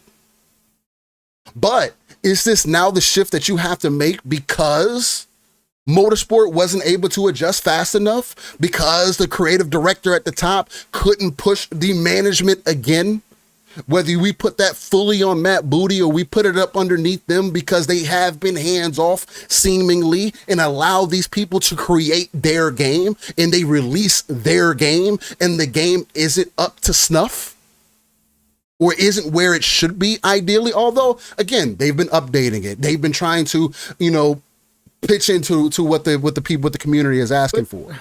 But still, Polyphony doesn't give into the community. The community over at GT7 has asked for a lot of things, and Polyphony hasn't given into them. Again, there's criticism on both. I like Gran Turismo. There's a lot Gran Turismo brings to the table as far as personality goes that I've talked about. I wish Forza would focus in on. Like me and Mav have both had long conversations because we're old Gran Turismo fans. Yeah, about yeah, I know. I'm just saying in conversations. Yeah, I got you. We've talked about this on our shows. Because there is a lot they could have taken. Again, Polyphony famously, I think it was Motorsport 3 or 4, famously sat in on the dev talk Yes. from turn 10 I remember. to take notes I about remember. what they were doing. But Polyphony hasn't changed Gran Turismo in the ways that community has asked for a long time. That's why Forza Motorsport, in my opinion, still to this day, as far as driving goes, the driving experience still is leagues ahead, a generation ahead of Gran Turismo. Now, Gran Turismo has incrementally started to creep up a little bit from what I've seen. I haven't played one recently. I can't get over the popsicle style rate. I'll just never get over. I can't get past that. So again, my point being is I get, like I said, I know how you're trying to take a view. I could take the business view. It's very simple. Microsoft don't give a fuck. It does not matter. They told Phil, cut this X amount of dollars from your budget, make decisions on teams, make decisions on games, and be done. But you need to hit this number. CFO, Amy Hood, whoever it was, gave Phil a goal. Okay? He had to make those cuts. And yes, from a business standpoint, Steel, is Forza Motorsport making you a ton of money right now? No, it's not. Did it hit the way it was supposed to hit? No, it didn't. Is it some big draw to Game Pass like it used to be or would have been back in the day when it was in its peak? Absolutely not, because that style of racer has fallen off because of things like Horizon coming along and creating a new experience that is more for the masses. It's for the mass. So yeah, looking at all those things, I could easily just take myself out as a business and just say, yeah, of course, you cut turn 10 because out of all of the shit that you got going on, turn 10 is probably the least valuable over on the racing side of things. And you've got Playground who can do it all and can actually make the racing game that most people like to play. Absolutely. I look at this and go, they still had so much value because they did, obviously, from a technical, if you just want to look at a technical standpoint, Steel, a ton of freaking talent, in that studio to create a gorgeous racing game, right? On original engine created by some people within that team. So I just look at that and go, God, man, you don't want to lose talent like that. And I think a lot of these devs have a lot of talent, but again, I think there is something. I think there is something to be said. I mean, that's gonna be a conversation too. I mean, if there's 100% of business hat that I was gonna put on, I think Rare was a 1,000. Like, bruh, Sea of Thieves, and you having a hard time delivering Everwild. Although, again, Phil talking about it was in a playable state. It was good. Sure. Again, just things don't add up. But anyway. But for me, it's just when you see Horizon come up to the forefront and it hit the mantles that it needs to, even go to a different platform. And Andrew, I don't know if it was Andrew who it was, but somebody in chat was mentioning, the Forza Horizon or Motorsport don't sell well. Horizon has proved you wrong. Oh yeah, Horizon 10 times over. Yeah. It's not even remotely close, bro. It is.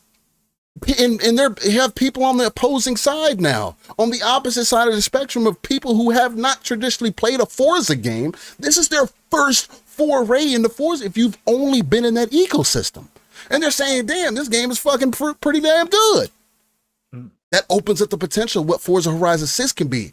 And if Motorsport had these issues at the top, whatever it may have been, because I would just have to believe that there has to be, with all the talent that you have in the studio, everything that you can bring to the table, I just have to imagine it's like, bro, something wasn't quite adding up there. It's not okay that they had to be cut like that, right? But we also have to look at the reality of the situation as well and say, damn, well, the pendulum has swung the opposite way.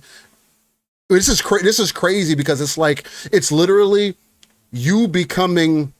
And there was an exact comparison that I wanted to use, or a metaphor that I wanted to use for it.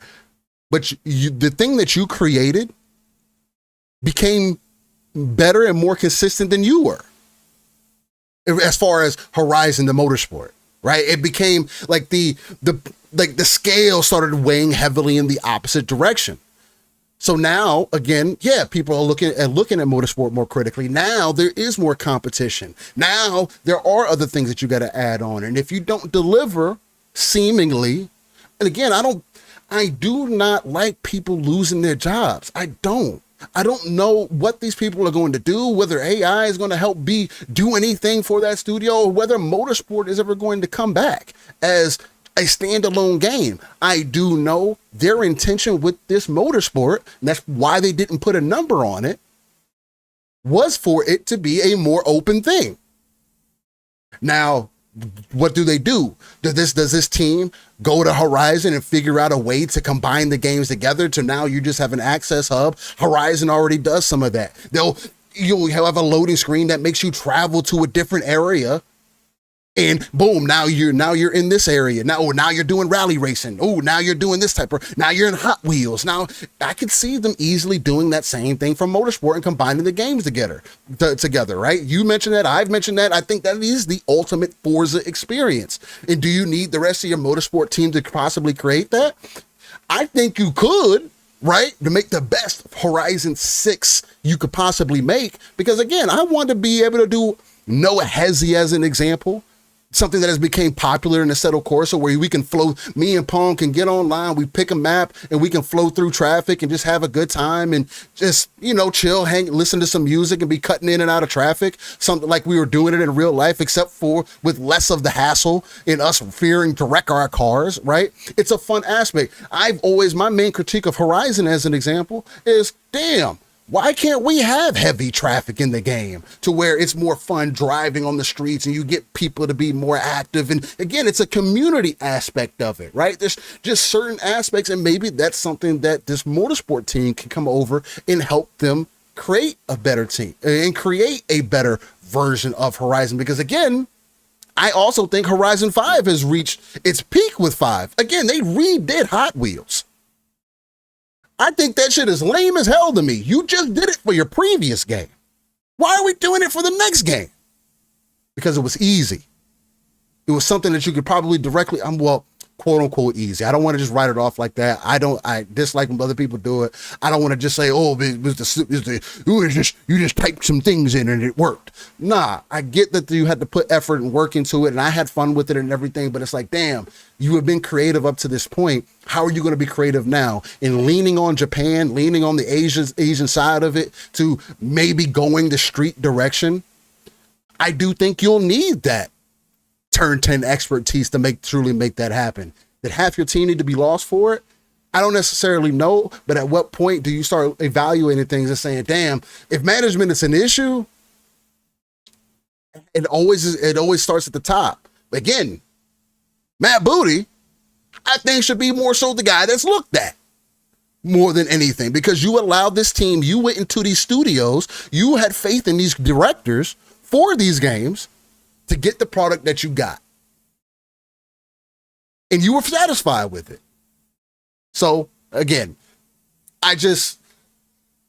obviously there's a stain that has been put there, and that's why things ended up playing out the way they did. We can always put the onus back on Microsoft and say, oh, well, you have all this money, you should be able to do this and that and make this happen. But again, it also costs a lot to keep. You have monthly active users in Forza Horizon, and you got users in Motorsport. Again, why keep them separate if you can possibly combine them? And I think that is their next move. And unfortunately, if you make that move or try to move in that direction, you don't need as big of a team as you did prior. Especially if people aren't engaging with motorsport the way that they were. So that's more so the aspect that I'm coming from with it. Again, there's just, at what point do we also take in consideration the reality of it and look at the other connectors that end up getting the result that we do as well, right? As far as this goes, and that's just motorsport. That's fine. Yeah, I guess that pretty much kills the topic. Like I said, I'm just sad for Turn 10 because again, they've done so much for Xbox and Forza Motorsport. Oh, I like having both options. I like Horizon and I like Motorsport. They both give me something different, and I appreciate both for what they are. And so, having one go on hiatus, again, losing IP to me is the worst part about all of this. I don't care what it is. I don't care if it's new or established IP. When studios close, You know, when they cancel games, that's for me as a gamer. I just always look at it as another potential hit that I'm not going to be able to play. And I guess, you know, I'm extremely positive about things, and we're going to talk about another one here. Ron Slush wants to talk about Anthem. Listen, there's nothing to talk about Anthem. That game should have been dead a long time ago. I can't believe EA kept the servers up. Personally, I think it's because they don't want to get caught up in the stop killing games thing. If the stop killing games thing gets passed in the EU, and there's some laws and they still have got that Anthem servers active, it might cost them some money because they might have to work something out. Whereas if they kill it now, it won't. It'll be grandfathered out of that. I think that's really what EA is doing here. I just can't believe it's been up this long. I thought it. Yeah, I mean, again, I want 2.0. I think that's one of, again, I think that's EA's management fail. That they failed to see the reality of what's possible. And I can only hope that, it's because you're putting it in the Iron Man. That's the only thing I can hope. And that's coping. I don't trust that's that. A major coping. We'll see. Let's get on the next one here, Steel. Perfect Dark. Let's move to Perfect Dark. Okay. Again, the initiative was supposed to be the next big thing. They had massive plans for the initiative initially. They brought in some of the biggest minds that they could. They snatched people. Real quick, from Sony. Paul, before you get into Perfect Dark. Yeah. Chat. I don't mind the back and forth conversation. I don't mind people from different perspectives having an opinion and stuff like that. But on living split screen, let's refrain from calling one group or another group idiots, stupid, dumb. Andrew, I'll point you out specifically because you're saying some of the stuff. In Nixie, I saw you say some of the stuff earlier, but I'm not. It is what it is. I get what you're saying. Let's refrain from some. We don't do that here, bro. People like what they like, you know, and I mean the chat made me clap back. Again, nothing wrong with that. But I do want to set the stage. Living Split Screen is a non-console centric platform. We talk about everything. Ideally, Nintendo gets thrown to the wayside. I ain't gonna lie to y'all. Me and Pong feel very strongly about what Nintendo has going on. But as far as Xbox goes, people saying that Xbox gamers are dumb and lame pass and all the rest of that shit. Then you just be arguing with one of the hosts up here, dog. I believe in what they got going on, the direction that they have happening. And if you don't, yeah, you can speak to it. Say, man, they got some games that I don't like to play, but trying to say that, they're getting old. All Game Pass has is old games. You're purposely lying. Right. I'm just saying. To each their own, but let's level with each other. This isn't one of those chats. It's just, we like to have conversation, be open with each other, but that all the additional trying to strike a chord with somebody, don't personal insults. It's not necessary. Personal insults across the line. So we don't do that. It's not necessary. Like Steele said, you can battle with words as far as the ideas go, but definitely stay. Yeah, you can. Again, you don't have to agree with the people's takes of people in chat. If we're saying something that you don't mess agree with some of the people's takes, they don't agree with us. Great. That's what makes for good conversation. You're coming from your perspective. I'm not going to say, you don't know business, so you don't understand how things are going to work, or you're not a real gamer, so you're not going to understand why I feel the way that I do. Nah, dog, if that's how you feel, that's how you feel. Speak on it. But yeah, we don't do all the name calling and all that extra shit. So. Yeah. That's stuff. So yeah, Perfect Dark Steel. So, and obviously, like I said, the initiative was going to be the next big thing. They poached some people from Sony initially, some big people. That turned into a whole escapade as those people wound up leaving and going back, and kind of went sideways. But things for Perfect Dark itself was looking up. There was lots of good news coming out of there. Again, we'll bring up Booty. Booty said multiple times that he loved what was going on with the Perfect Dark, blah, blah, blah. There was tons of stuff. There was tons of good. They brought on Crystal Dynamics to help make the game. Yes, it was taking a long time, and that was part of the problem. This had been in development for a long-ass time. But we got to see it last year, Steel. They finally showed off Perfect Dark. And what we saw, as far as a vertical slice goes, since that's been part of the argument this week, looked great. and Steele's going to have a different opinion on this, whatever.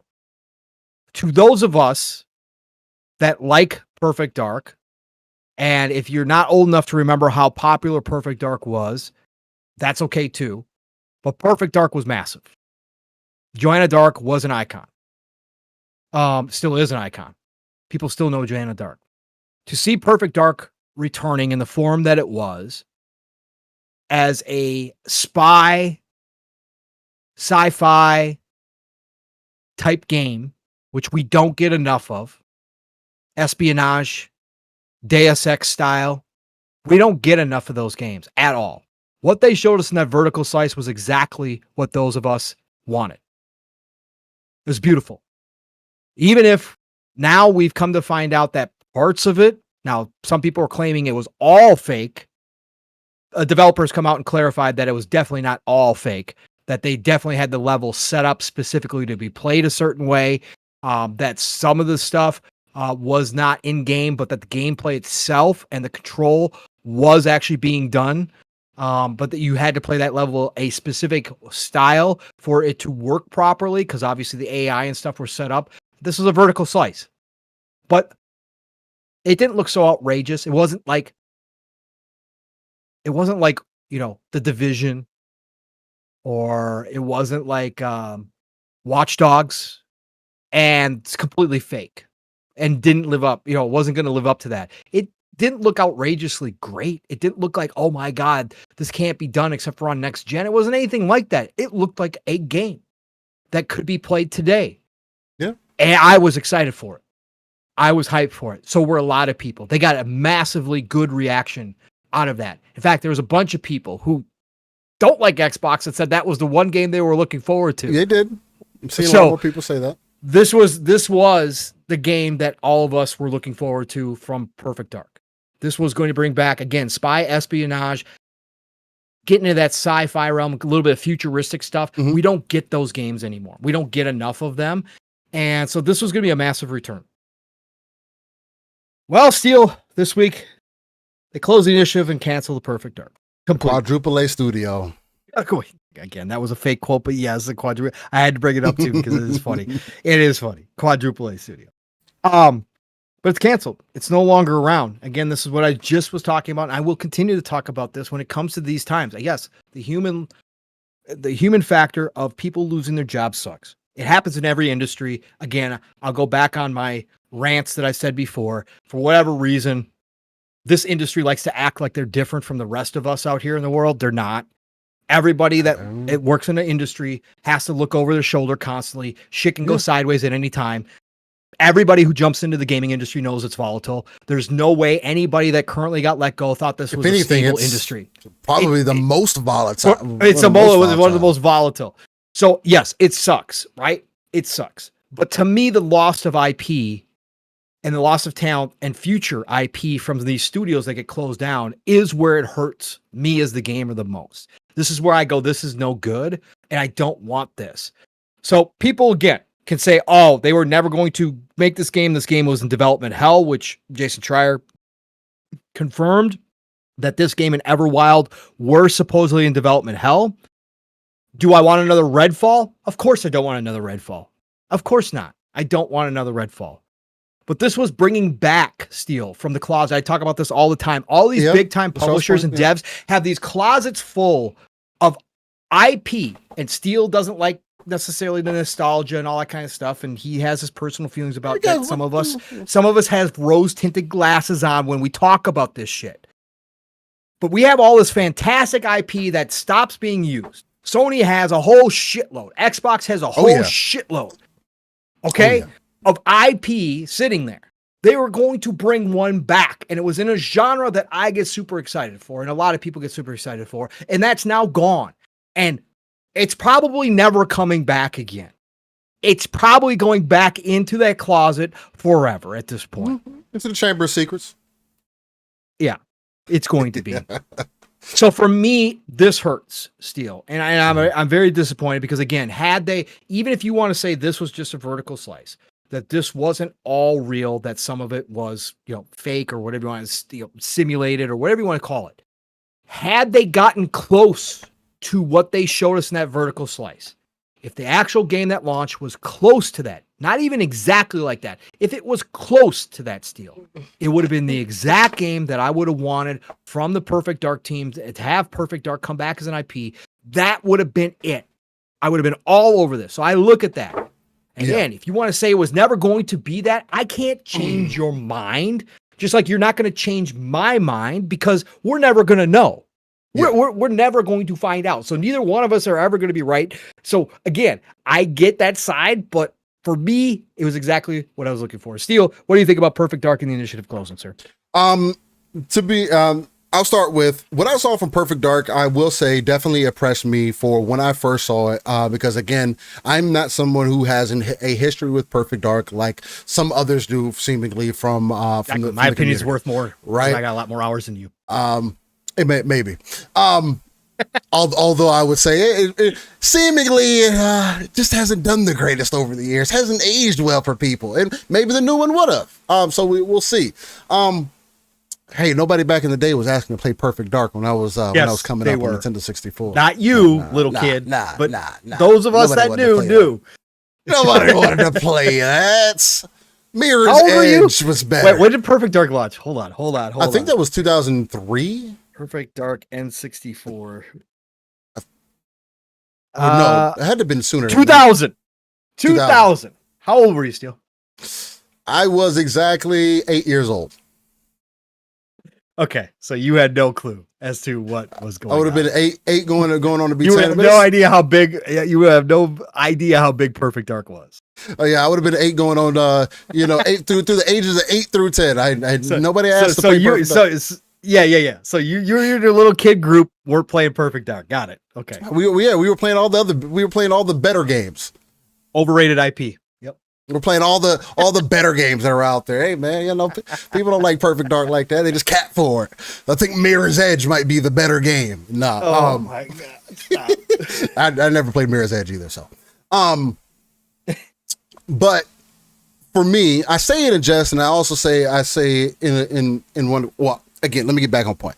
When I first saw Perfect Dark, I did think it was impressive for what we saw. It did leave me with, again, and I always say this when I get these games shown to me, I did say also at that time that, hey, it does seem like something's off. It seemed like too much. There was a lot that was staged to it. But again, we did have a dev come out and say, hey, if you played the game that exact way, from what we shown, that's exactly how it was intended to be. And whether we take them for their word or not, hey, it is what it is. Now, I've also been on record saying most of the time how we see games today in the modern era is what we're going to end up getting. Now, the reason I say that, obviously, people didn't care enough was the initiative has also ran into its own problems, right? As far as whether it be starting this whole quadruple A studio thing to apparently there being internal turmoil, too many chiefs and not enough Indians. You had a lot of chiefs going back and forth with how they wanted to proceed with Perfect Dark as well. Apparently, these are all rumors and things that were in conversation since this is kind of coming to fruition, or since they showed that original trailer, right? They couldn't get in line. We had people that left the initiative. They couldn't get in line with how they wanted to proceed with the game or what their idea was for the game moving forward. To me, I think this is another scenario where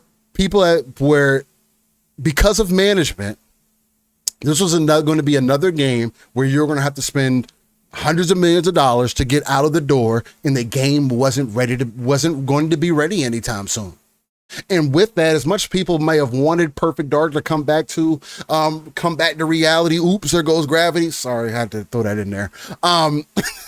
As much as people would have liked Perfect Dark to come back up to the forefront, and as decent as the game did look, again, at what point do we also try to consider the real possibility that you just cannot continue to work on these games for 7, 8, 10 years and think that you're just going to be given all the space in the world to create this experience, or just have the full runway to do whatever you want to with. And again, this does go back to Matt Booty for me.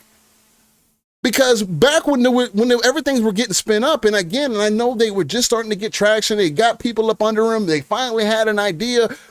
It took too long to get to the point where you're at. And you think that people are just going to continue to, you think that this corporation that just spent $80 billion in gaming is now going to give you all the runway in the world to do whatever you want to? Now, in a perfect world, sure, they should. In a perfect world. At this point, it should have been done 3 years ago, Steel, if that's the case. That's my whole point. You're at the home stretch. But were they at the home stretch? That's the thing. Well, you are, technically speaking, if you're talking about how many years it's been in production, you're in your last year to 2 years. You should be. Your last year to 2 years of production. You're in full production. Like you're like that would tell me it getting canceled. But it getting canceled from what we saw to it being canceled now in the studio getting closed down. Again, I know Vandal made the point. Oh, maybe they were dispersed. Whatever the case may be. Yeah, sure. From what we were shown to it now being canceled, there was no way they were on the back part of that game being released. At least ZeniMax Online was, so that goes out the window. But even that is just because they had all these systems and mechanics in play. And again, we don't even know how far along that game was, because if that was true, we would have got a tease of that. So why do we get a tease? No, they said it was 2028 release. So they would have needed 3 more years. 2 more. I mean, we're halfway through this year. Well, I mean, but okay, but we don't know when 2028 would have come out. So they would have needed 2 more years. And again, because I do like the concept that they were going for ZeniMax and everything that they're doing. They had a lot of detail, but anyway. Yeah.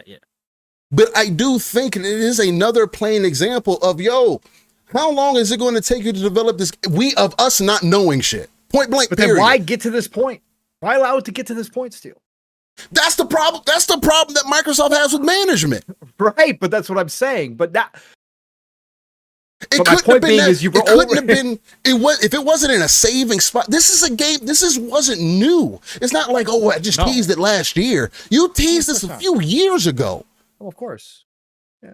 And you don't have nothing that's a deliverable. You don't have half the game. You don't have what was going on that you said, you know what? Nah, get rid of it. Cut it. Right. It's going to take too much effort for us to continue to progress forward with this. Because when we were shown that originally, Pong, I thought the game was 2 years away. Maybe at the most. Mm. It's seemingly. That's how it looked. That's how it presented itself. I'm pretty sure when we all saw it at that time, we were like, oh man, this is impressive. We like what we're seeing. It looks good, feels good. People were defending it. Like, yeah, man, that's what the game's going to play like. You got modern era games. Cool, man. Yeah, perfect art back in the conversation. And then now you're here. What is this? 4 years later? Going to be? And there's nothing? Seemingly? And again, maybe all of this information will come out on the back end when we get this documentary of the Xbox Series generation, the transition from Xbox One to the Series consoles, and how they move forward into the digital era, the big moves, the Xbox On Season 2. Maybe that's when we get the details of this information. But if we get that damn documentary and we come to find out that the game wasn't even halfway done, what does that say about the people up top then? What was the point of you getting all this top tier talent that couldn't fucking get the ball on a roll? That couldn't get this ball rolling? That couldn't get this game developed? Again, this hands-off approach with, hey, make your games, do your thing. The whole Xbox cool. I'm the cool dude. Right. We like to make games. We want you to be creative. The thing that they keep leaning on still. And then you come to the point where you're at with this. Again, we mentioned the hundreds of millions of dollars the industries are spending to make these games. At what point do you not expect contraction to happen? Right. So that's more so my point with Perfect Dark, or it not being the game that we thought it was, or that people thought that it was, because apparently it was overhyped. It was overblown. I won't say overhyped because I felt like people had a reason to be hyped, but because it looked decent. It looked solid. But it was completely blown out of proportion. Well, this goes back, Steel, to what Jaffe's been railing on for years about booty. But Jaffe hates booty. And has said this all along. This was always the difference to Jaffe between the pipelines at Sony and the pipelines at Xbox, was that they did not have a hammer, that they did not have somebody who would walk in like a Shuhei and take care of business. And these studios, after a time, it's fine to give them breathing room, but at some point the rubber has to meet the road, and at some point shit has to get done. And this was Jaffe's point all along, was that Booty is not that guy. Booty never has been that guy, never will be that guy. And if they wanted to keep Booty, Jaffe's point was Phil's got to bring in somebody else to counterbalance Booty, to go behind Booty, and to make these studios. Yeah, obviously. I mean, again, at this point, I've defended Booty. I freely admit it. I was wrong. I defended Booty and said, give him a chance. I will say here, I was wrong. It's the only thing but that's what I mean. Yeah. At what point do we also, again, I understand as being gamers, I understand as being consumers, 100%, 1,000,000%. But at what point do we not only look at, say, hey, well, Microsoft and all this other stuff. Yeah, Microsoft is going to be more critical of Xbox now because you spent fucking money on Xbox now. Right. You spent the most the corporation has ever had. So of course this is not just a plaything anymore. This is not, you're going to have studios cut if they can't freaking deliver. Well, you're not the shiny ball anymore because you haven't produced the way that you estimated and set goals internally for where Game Pass was going to be and where Xbox was going to be. And even though you're doing good, you're doing okay, you didn't hit those goals until Microsoft, the corp. No, now the shiny ball's AI. They got to go elsewhere. And they're going to force you now. You're a big boy at the table, like you said, Steele. We invested $80 billion in you. You got to produce. And if you're not producing, now you got to cut so that we can get some extra money to go. And Wacko Games says this sends a message to other Xbox studios, as it should. Fucking deliver. The industry needs help. It is taking too much for you to deliver on these games. You have single and AA and indie devs able to create games that are stunners within 5 years. And you're telling me a AAA studio can't do the same? What are we talking about? I'm not expecting. Perfect Dark wasn't Grand Theft Auto. Not all these games need to take a decade to develop. So what, like, you have to put the onus, that's what I mean, like, you have to put the onus on the studio itself, on the devs as well. Well, maybe not specifically the devs, because they're just trying to create games, but at least the management on every level. It's the same thing, kind of similar to what we're hearing about Battlefield. Me and Paul got kind of excited when we was like, oh, there's turmoil going on within this. They're fighting, but on ideas and stuff like that. Yeah, maybe as you should, because not everybody's supposed to agree with what you got going on. How do you get great games? Through turmoil. That's what we consistently hear. Creating games is not easy, especially nowadays. You're trying to get these folks off of free-to-play games, which is probably going to be very difficult to happen. But you're talking to a brand new audience that doesn't care about what we care about, what I even care about, per se. And spending the amount of time that you are trying to develop these games, it's like, dog, yeah, it sucks that these people lost their job, but obviously Perfect Dark wasn't what it needed to be. We can live in nostalgia all we want. I was hoping Armored Core 6 was going to be a good game. Me and Paul both. It's great that it did end up being a good game. But I was living in my nostalgia with the previous Armored Core entries. Saying, oh man, I love those games. It's the same thing I can tell people about, hey, yeah, I get that you like Perfect Dark back in the day, but that doesn't mean it's going to be good today.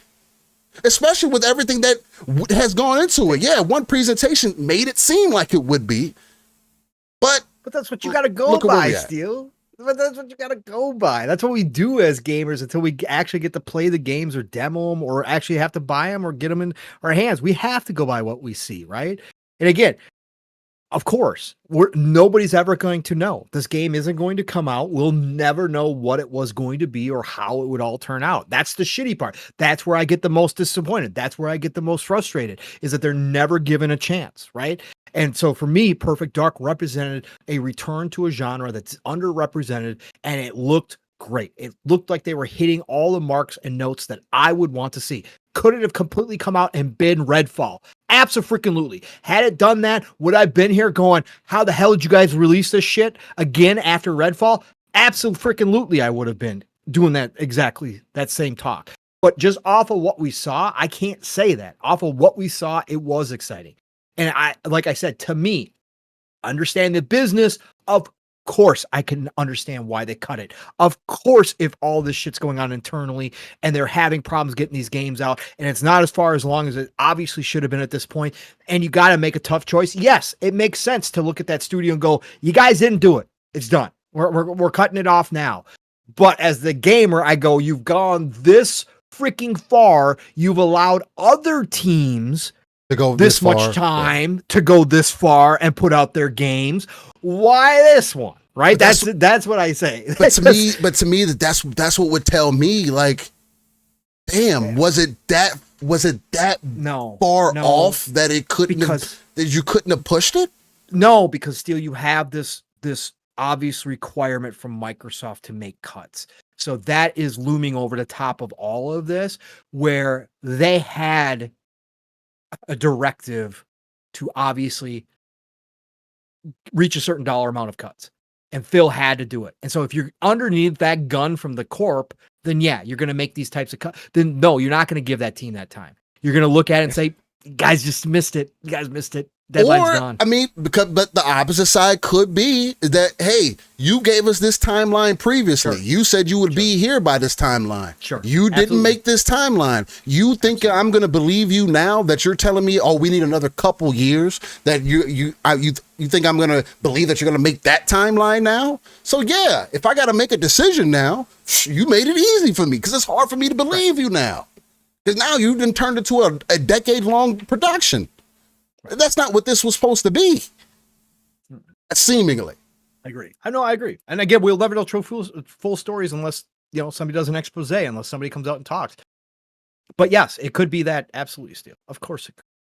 Again, I'm not stupid not to think that that's certainly the case, that maybe they were just creating vertical slices and had nothing legitimately solid yet. Like weren't stitching it together. Like maybe that's possible, right?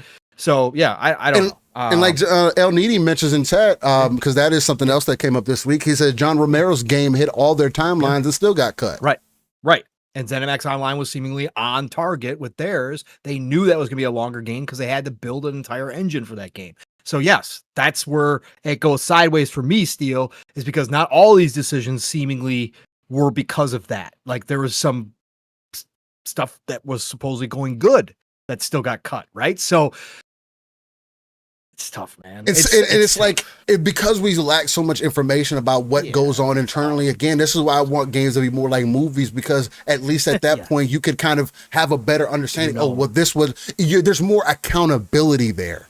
It's just, yes, of course, you always should put onus on Microsoft or for Xbox, on Phil, people that are running the division or whatever. But I don't necessarily, just how same people when the X-Men movie started doing shitty, or when they made the new ones of fucking Apocalypse and shit, people automatically were like, Fox, what the fuck were you doing?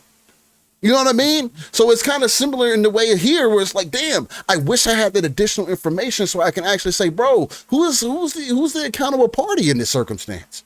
Why did it play out like this? And then you have this contradicting two sides of the coin, seemingly, where it's like, oh, we hit our deadlines, it's not good enough. But okay, was your deadline still set up to the point to where it's so far out? Like, was it unrealistic expectation? And the deadlines weren't good enough? It's just, there's a lot of conflicting things that are kind of happening that seem to be happening there. So.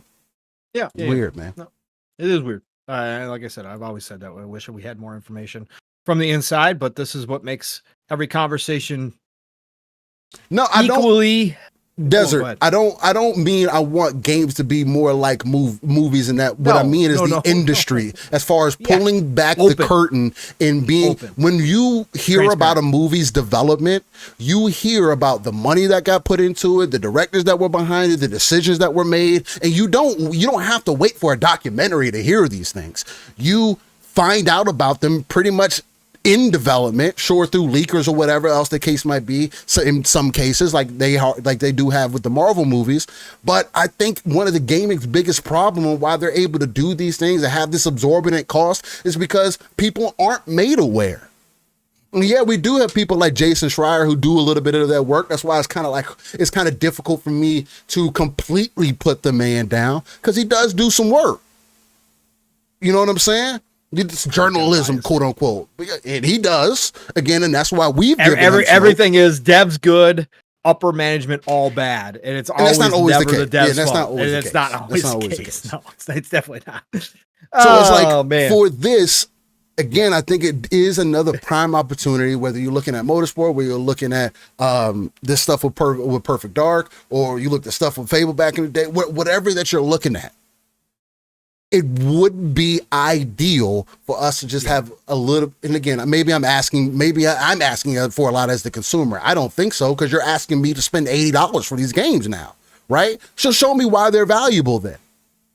Because again, I know people are, constantly put down Game Pass and everything else, or put down people buying games or whatever the case may be. I can become more picky with what I buy very easily.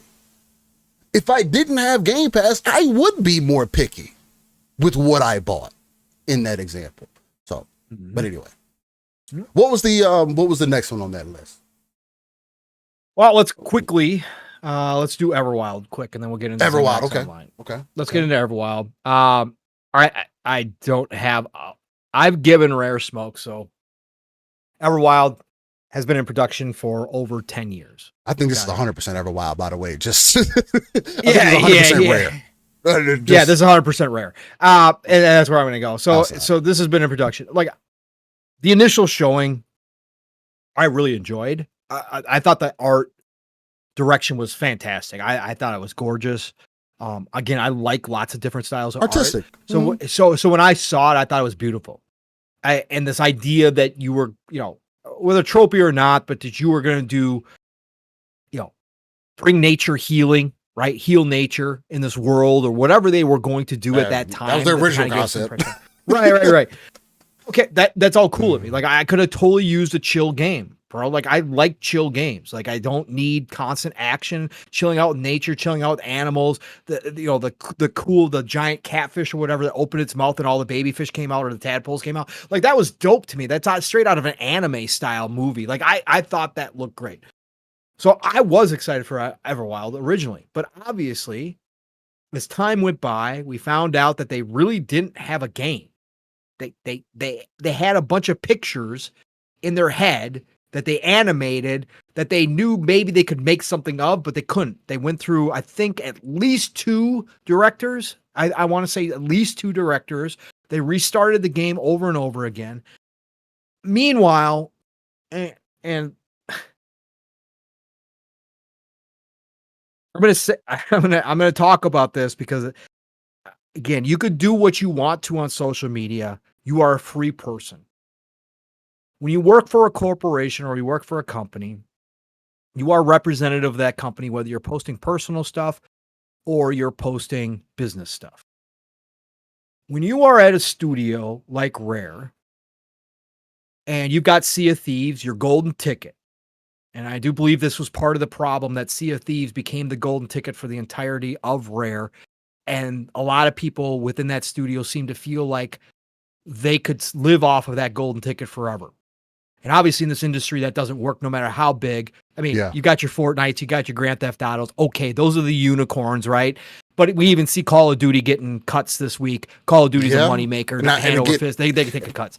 Yeah, you can't expect, just because you've got a great game out of your studio that's still doing well, they just put it on PlayStation, it did well over on PlayStation, that you can ride this shit forever. You got to produce. You're a dev studio.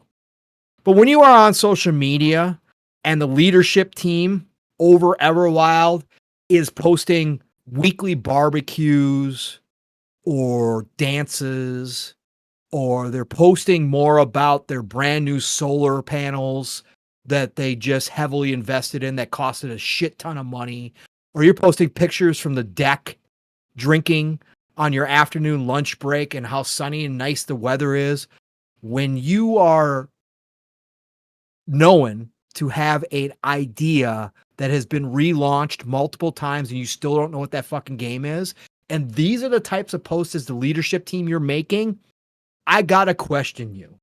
And I gotta question what you're really doing. Now, again, don't know these people. Don't know how they work. They could be the hardest workers of all time.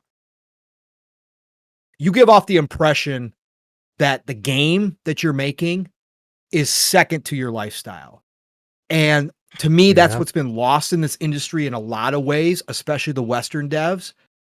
They think of gaming as a celebrity status for a lot of devs and obviously higher ups as well, versus the passion, the grind, crunch, for God's sakes, which has become an absolute terrible word due to Jason Schreier and shit. That's used to what made the games come out quickly. That's used to what made the games come out in good states, is because you had a bunch of people that did this. I've talked about this multiple times. So for me, when I saw Rare and I saw these weekly posts from their leadership team over there acting like everything was rosy and we got the best job in the world. Yeah, you got the best job in the world. You're sitting around contemplating how you're going to make a game out of something that you had ideas for, but you're never really going to put anything down. Now, again, Phil in February claimed that he saw Everwild and was shaping up good, and he was excited for the team and glad they were able to give him time to put that game together. Whenever Phil talks about your game, it's kind of like the kiss of death. The only one that's kind of worked out is South of Midnight so far, because he was all over South of Midnight for a long ass time. Yeah. So, but let me tell you something. If South of Midnight had not been as far along as it was and released when this all came about, I think that would have got cut too. They would have been cut too. Potentially, yeah. Potentially. But anyways, so I look at this Rare situation a little differently. This needed to happen. This needed to happen years ago. This is one of the ones I can look at and go, again, it's wonderful. Rare, the nostalgia factor of Rare and who Rare used to be, right, is there, and I understand. We used to be strong, bro. Yeah, I understand it. They produce a lot of favorite games for a lot of people, right? But who Rare is now is not the same studio. However, they did create Sea of Thieves, which almost failed if it wasn't for Xbox. Almost failed if it wasn't for Xbox sitting them down and going, do you guys want to continue or not? Yeah. And them deciding to continue and Xbox funding it, and then they should have been on top. And at that point, you knew that studio had a problem. Right. Exactly. So I think that this should have happened a long time ago. So I don't have a whole lot. I've given Rare smoke in the past. You guys can go back and hear random jokes that I'll throw in about the solar panels. Again, it just, that shit just bothers the hell out of me when you're trying to make games. None of that shit matters. And bragging that you got however much millions of dollars worth of solar panels attached to your dev studio, and you're so green and you're so, oh God, that stuff does not matter to me. Make your fucking games. Make your games. So that's what your job is. So is that another one where we just look at Xbox and say, oh, but you missed an opportunity. You should have just developed Everwild. No, this should have been canceled 5 years ago. Like, this should have been done. They should have let go of this team that was working on Everwild long ago, in my personal opinion. Everwild is a little bit different to me. Again, I was excited for it. I thought it looked cool. But the minute that they started having all these problems and couldn't get it together, that should have been it. But anyways, Steele, your thoughts on Everwild and getting canceled? I mean, you pretty much knocked it. I mean, again, I feel like I'm just going to be a parrot on a lot of these topics. I mean, because again, it does just definitely go back up top. I mean, again, if you want to stick it to Phil and say, hey, Phil, why did you say that this game was in a decent place in February or whatever when you met with the studio last? And again, it's kind of like Jim Ryan with the cookies. You know, you go into the studio, you giving them cookies, say, oh, high five, and everybody saying, whoa, y'all doing great. And then the next thing you know, they're fucking obliterated, you know? Phil taking pictures with Tango Gameworks? Oh, yeah, the same thing, you know? And coming to find out that he didn't know what the fuck was going on. Like, it's like, dog. In those aspects, again, it does not reflect well or look good. But again, it is another one of those scenarios where it's like, okay, where if you're saying that it was decent or you're happy with how it's progressing, then where was the game at in production then?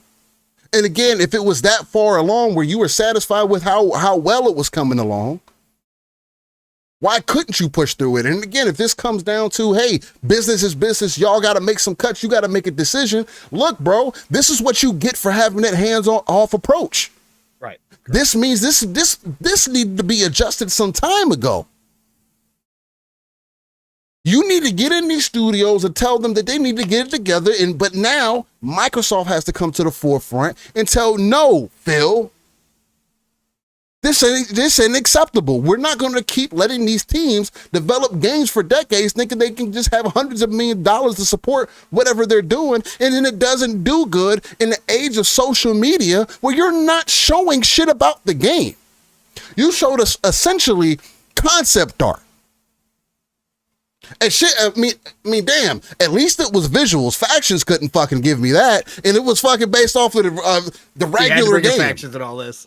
I always got to. I'm always going to be salty about that. That's always going to be my sticking point. Hey, they were being developed just as long. No, but anyway, it's just, there definitely seems to be, to me, an ongoing trend of mismanagement. 100%. Like, I can't, nobody can excuse it. You can't say, oh man, Booty's great. Yes. As far as Phil, Booty, and Sarah getting games on Game Pass, second and third party, yeah, they are doing phenomenal with that. But as far as internal studio goes, where you have to be, where you are letting them drive the wheel, this shit is off the fucking railroad, bro, with no plan to get back on. And the excuse that, oh, people should just make their games, man. Oh, this is the 80s. We need to be hippie, happy, go lucky all the fuck. Like, people are smoking a blunt in the back saying, hey, man, this shit look good, don't it? Like, no, dog. This is fucking business at the end of the day. As much as I may appreciate Xbox and appreciate what the vision that they're going down and think that they are speaking to me as a consumer moving into the digital era, dog. What are we doing? Because yes, you're giving people more ammo to not believe in the product that you're trying to pitch. And I'm telling people right now, if you do not like what Microsoft and Xbox are doing, sell your shit and stop playing their fucking games. Stop. That is the only way that you, as somebody who's extremely upset, because I see a lot of that happening, stop engaging. That is the only way to get your message across. Now, fortunately for me, these weren't big things for me. It does expose an issue, but they're not major things for me. And I can see the bigger picture. I can see that things needed to happen. I can see that things need to be cut. I agree with Microsoft in these happenstances. I don't like that people lost their job because people don't know how to manage shit. But goddamn, that's a fact of reality.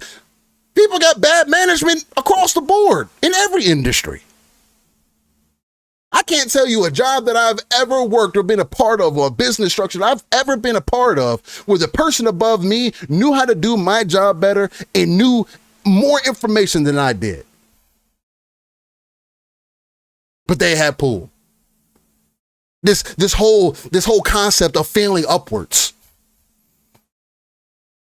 And that does seem to be happening with some of this stuff, man. You know, it's unfortunate. I get people's hype behind it. But like I mentioned with motorsport, business comes knocking on the door, bro. So that's all I got to say about Rare, man. We'll see.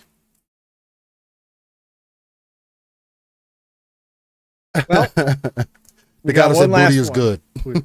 Oh my God. Booty is good. Whether it's in MechaBreak or well, it depends what type of booty we're talking about. Not mad though. But we'll see. We'll see. Again, I mean, he has to make something shake. He's still there. Well, so I mean, when you do what's requested of you, Steele, in a corporation like that, a lot of times you're rewarded. But that's my point. But that's also my point. Again, I've seen too many people fail upwards in gaming. This is the worst time for somebody to be blatantly failing. And maybe he's doing magical shit behind the scenes. Maybe he ain't doing magical shit. He's just doing what he's told. Bro, he's one of those guys that doesn't rock. He doesn't rock the boat, Steele. He's one of those. Maybe We that's all what know it those is. people. We Maybe all that's know what those it people. is. Still, we all know those people. Maybe that's what it is. Underperforming, under-talented. With hundreds of You millions work of with them, dollars, though? but then yeah, but you do what you're told, and you never question things, and you don't rock the boat, and they fail upwards, like you say. I can't tell you how many people I've watched promoted up into management for those reasons. I'm right there with you. I'm bro. right there with you. Right there with you. Anyways, okay.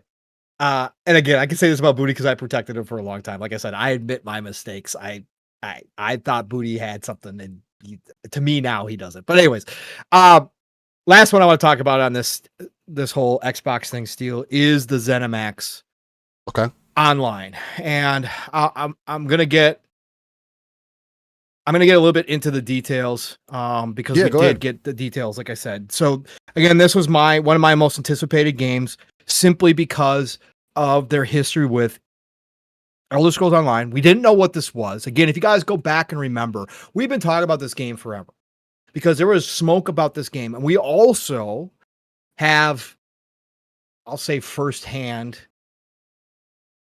word on this game way back 2-3 years ago as well, and how great it was going internally and how excited this team was. So we've been talking about this game for a long time because there was rumors that it was licensed, right? We had guessed if it was licensed IP that it would be Star Wars, right? That it could be something else, licensed Marvel, right? We talked about all those kind of ideas. We guessed maybe it was the Starfield MMO to go along with it because, obviously Bethesda likes their MMOs. They've got an Elder Scrolls MMO and they got a Fallout MMO. So Starfield is the third big game. So maybe this is a Starfield MMO. Yeah, maybe. Yeah. And there was also rumors that it was a brand new IP. Mm-hmm. Right? So we've been talking about this forever. And we kept asking, why is it not shown? Why have they not even teased it? Why have they not even given us the title of this game? Mm-hmm. Like, that's abnormal. Well, again, we gave Xbox, we were just talking about some titles that got told to us too far in advance. Steel. We've talked about that before. Perfect Dark was announced way too far in advance, right? But again, Xbox has been known to do that. But this game was kept under wraps, and nobody knew what it was for sure. That was the other thing. There was no leaks, Steel. None. 0 leaks out of this game. Nobody had any clue to, as for sure, what this game was. And that was also crazy. So this game was far along. This game started production in 2018. So we are 7 years in.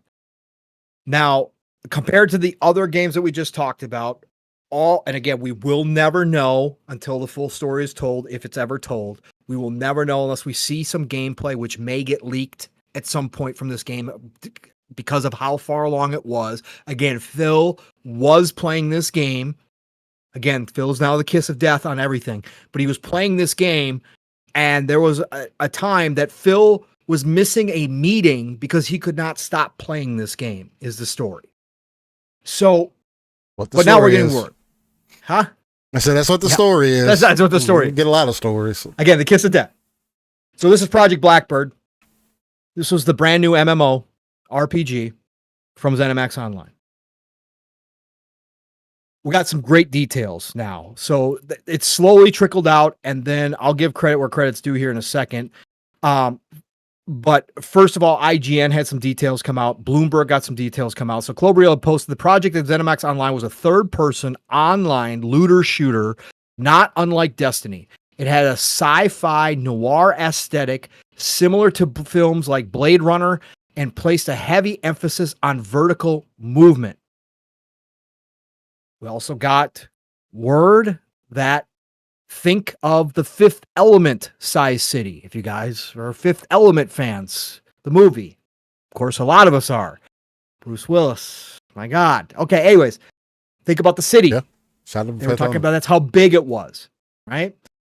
With flying cars and everything.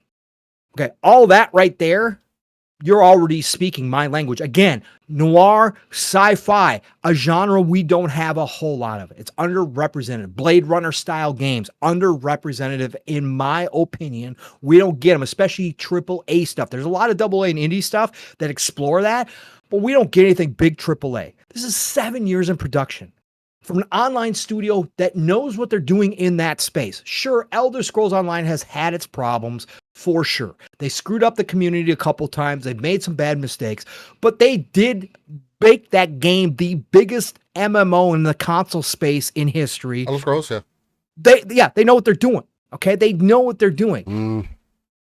So, well, they do. Obviously, there's another fan. There's another fan base and community there that says that they're not listening to the community. But that's what I just said. That's what I just said. They screwed up the community a couple times, and they've had a dip. But how long has Elder Scrolls been around, Steel? It's been around for about over a decade. Yeah. Yes. So again, this is a studio that. So did I. Anyways, get back to it. Tom West. Shout out to Tom West. From True Achievements. Of all places. Again, shout out to True Achievements. Shout out to Tom West. They got details from an insider. They got details from a dev. Insider. About more. Insider. More of what this game was. Right? So there was over 200 people working on the game. It was huge. They were adding people. Just recent months, they were adding people because they obviously had no idea this was going to get canceled. They were ramping up big time as they went. So Here's the stories. And I'm going to read this to you because, again, I'm biased. This game was my most hyped out of the bunch that got, Perfect Dark was right there, but this was the one that I really wanted, and I can't believe it's gone forever, and this upsets me. Again, if this was this far along, there's still room for crossing my fingers and clicking my heels and spinning around 3 times and hoping that maybe Phil sleeps on it and doesn't want to regret this one and finds the money elsewhere and gets this one going again. I don't think that's going to happen, but this one hurts. So in Blackbird, again, this was the project name. It was Blackbird. You would have played as a revenant, an operative working for an alien syndicate on a remote, tidally locked planet called Soteria. One side of the planet burned under an endless sun, while the opposite side was covered in ice. Between the two regions would have been a habitable area known as the Twilight Band. While the game offered a huge open world to explore, there was a focus on the planet's capital, Exodus, and the many secrets and mysteries hidden within the hovering megacity. Despite being controlled by a sentient AI called Pan, which operated the city's systems and kept everyone in check, 5 alien syndicates ruled the population in a stratified society with human revenants acting as neutral force to maintain balance. The syndicates were designed to act as a faction system similar to Bethesda Game Studios RPGs, and included the Menst, an ancient race of arrogant aliens that believe they are superior to every other species. Alternatively, there was the Kalpatan, famous media experts who charm and manipulate their way through power struggles in the city. There's also a strange aquatic species called the Nemocytes that were used exosuits to survive in Exodus, completely opposite to the Nemocytes were the Wahuran, a tall, furry species of clannish aliens who were masters of business. Finally, there were the Trat, a race feared and respected for the unique abilities to extract someone's deepest, darkest secrets. We would have also come across many other alien species in our travels, from humanoids to animal-esque creatures, large quadrupeds, and insectoids. When not exploring Exodus, you'd be sent out on missions to unlock fresh rewards similar to Destiny and Warframe. General missions and activities would support up to 4 players, while strike missions would have been tackled by up to 6 players, likely due to being tougher challenges to conquer. The main storyline involved players solving a high-profile murder and restoring order to Exodus, while repeatable assignments from Pan would see you working to maintain balance within the city, and various side quests would have been. I can see why people felt like it was Star Wars. Because I saw Bo mention it. I know we've mentioned it previously, where we were like hearing some things behind the scenes where we felt like, oh, maybe it's a Star Wars IP, if it was a licensed thing, whatever was going on. But the more and more that you're like getting into it, it definitely sounds like a space opera type of thing. Space opera, absolutely, yes, exactly. And various side quests would have see you learning more about the aliens inhabiting the world. Large public events called firefights would have also been planned, forcing you to survive within the Exodus's constant power struggles. The missions would be offered by the alien syndicates you work for, seeing you making new friends and enemies as you work to unlock powerful new rewards. Much like ZeniMax's other MMO, Blackbird would have offered players new ways to customize their character, craft and upgrade gear, and complete progressive challenges for higher quality rewards. There were also plans for a housing system, daily login rewards, and PvP, although much like the Elder Scrolls Online, Blackbird would have primarily focused on co-op gameplay and shared world elements. ZeniMax had already planned out a launch district called Old Central and had live service goals in mind. The team had wanted to roll out new events weekly, monthly, and quarterly to keep players busy. It's a similar event system to see how we see or what we see in ESO now, so the events could have been filled with unique loot. Further story chapters included fresh districts, main quests, and zones, and would have expanded the world further. Again, similar expansion style that they've used previously. I'll stop it there. That gives it goes on and on. Again, this is a great article again from True Achievements. Go check it out if you want to read more about exactly what the revenants were. Traversal was a core aspect of the game, with Exodus offering a vertical playground for players to explore, equipping players with a grappling hook, and according to our source, you'd have been able to climb and wall run on any surface. The team wanted movement to feel natural and fun, similar to found in games like Spider-Man and the driving in GTA. ZeniMax wanted players to learn to feel the rhythm while moving, pushing them to adapt to changing obstacles by ensuring the environment had its own visual language. If it looked like you could climb something, you could climb it. With that said, it would have been important that no content was blocked from players who found something challenging. It wasn't a platformer. Thank you. That would have been great. So they were also toying with ideas for the multiplayer side of combat and that kind of stuff. There was stuff they were talking about and experience a little like Titanfall 2 being included in this eventually. Mm-hmm.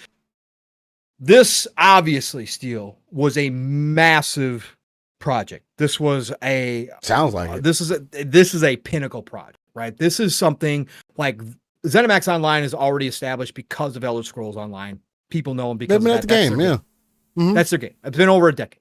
But this is the type of game, new IP, Steel, fresh IP, that takes something, a studio like ZeniMax Online from, oh, that's nice, they make Elder Scrolls Online, blah, blah, blah, and puts them on the map if they pull it off, right? This makes them, oh my God, right? This is how, like Bungie. When Bungie went, they created Halo, made this massive name, right?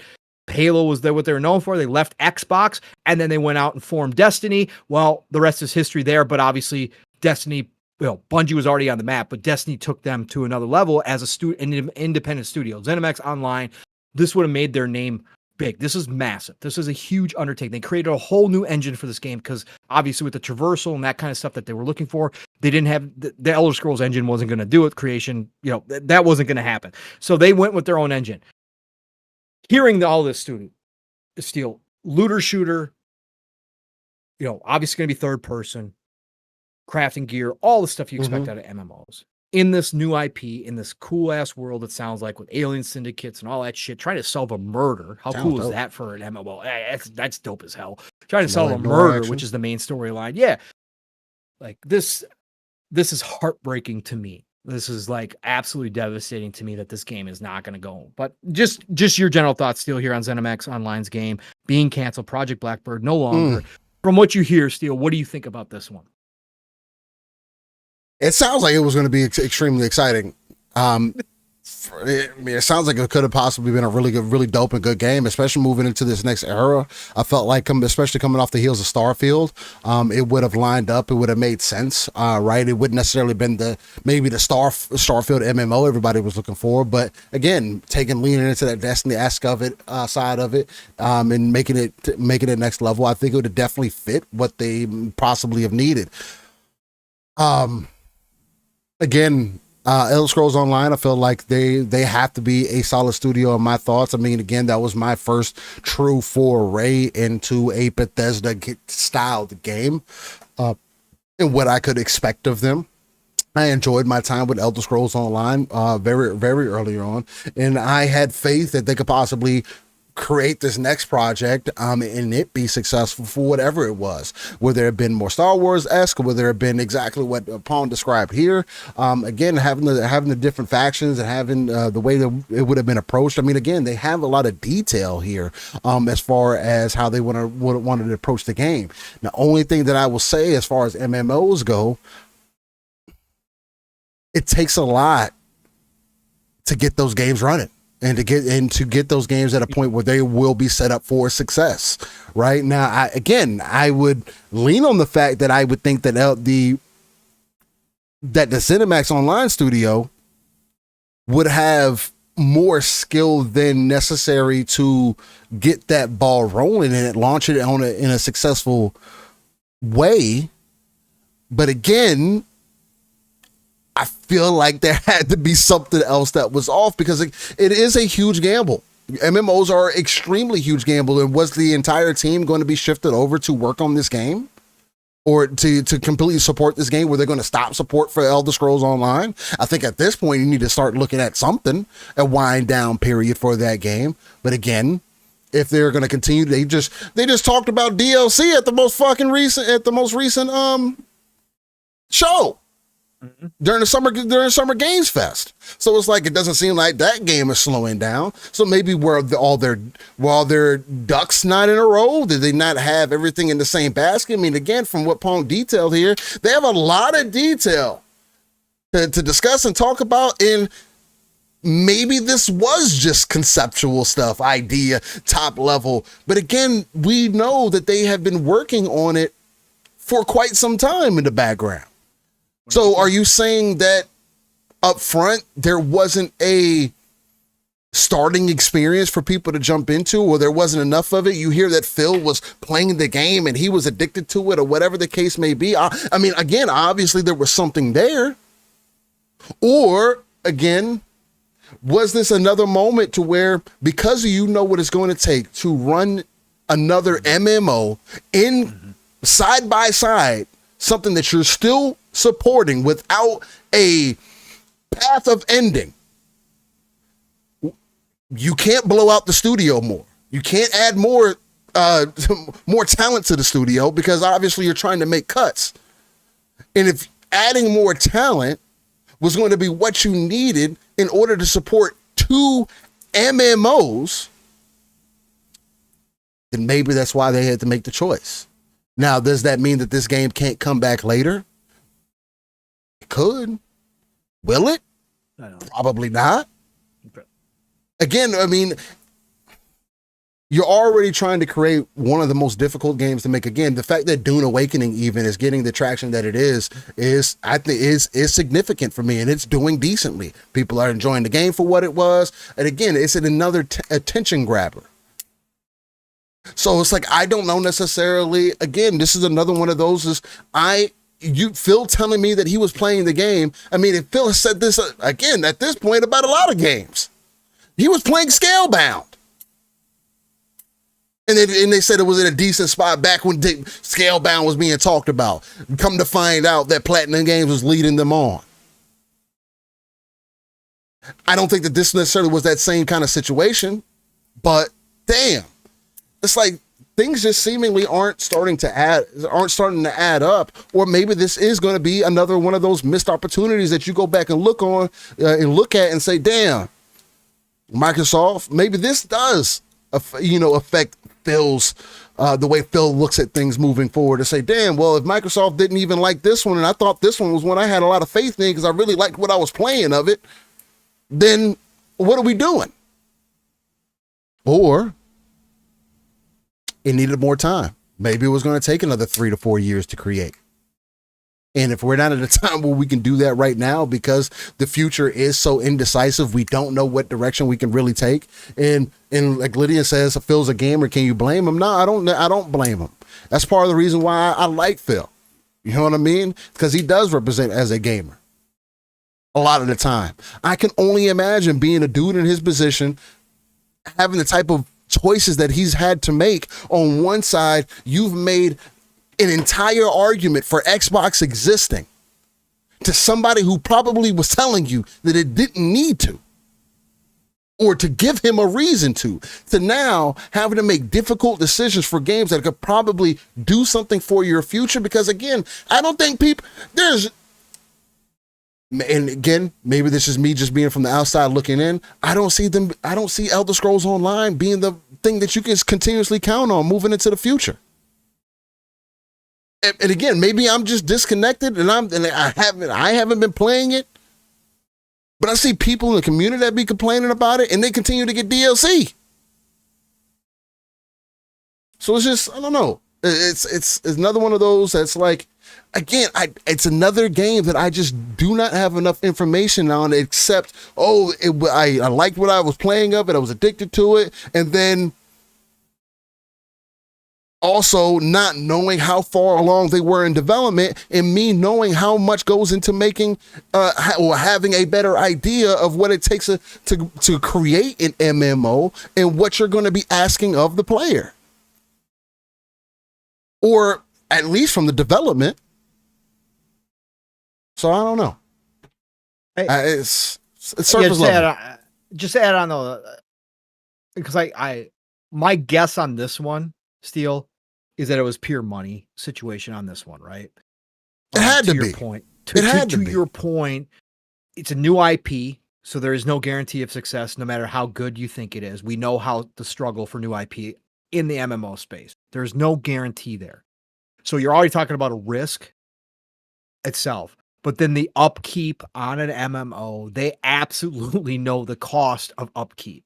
And I think when they looked at what that was going to, let's say they projected out next 3 to 5 years, what that was going to cost them, I think that was ultimately what did this one in. I think this AI or me keeping up the servers for this fucking game.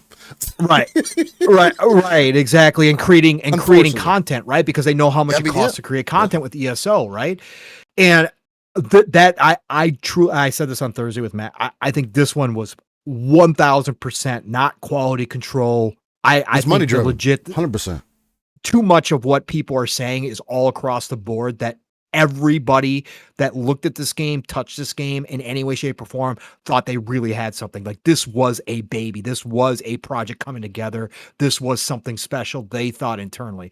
I think this one was just completely budget because of the cost. And unfortunately, it's hard for me to look at Microsoft and say, hey, you made the wrong decision, because again, if the game would have came out and the people wouldn't have connected with it, it would have just been a loss. But if people would have, maybe it would have been your next big thing to transition people over from Elder Scrolls. It could have been huge. But are the Elder Scrolls the moneymaker? Are the Elder Scrolls fans looking for that type of experience? I don't know. They're still making hand over fist on Elder Scrolls too. Sure, they've had a dip, but they're still making hand over fist on that game. That game is still pumping money left and right. Yeah, Nixon, it is extremely costly to maintain an MMO. Oh, no. An MMO is one of the worst types of games that you can make, because you are literally dependent on servers.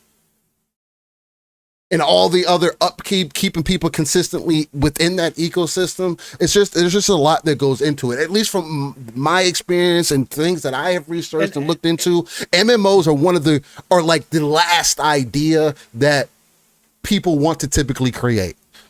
Yep. And they get one of the biggest stigmas too, because people give you the smoke if your MMO is complete ass. It lives and dies off of that release. Yeah, for sure. In most cases.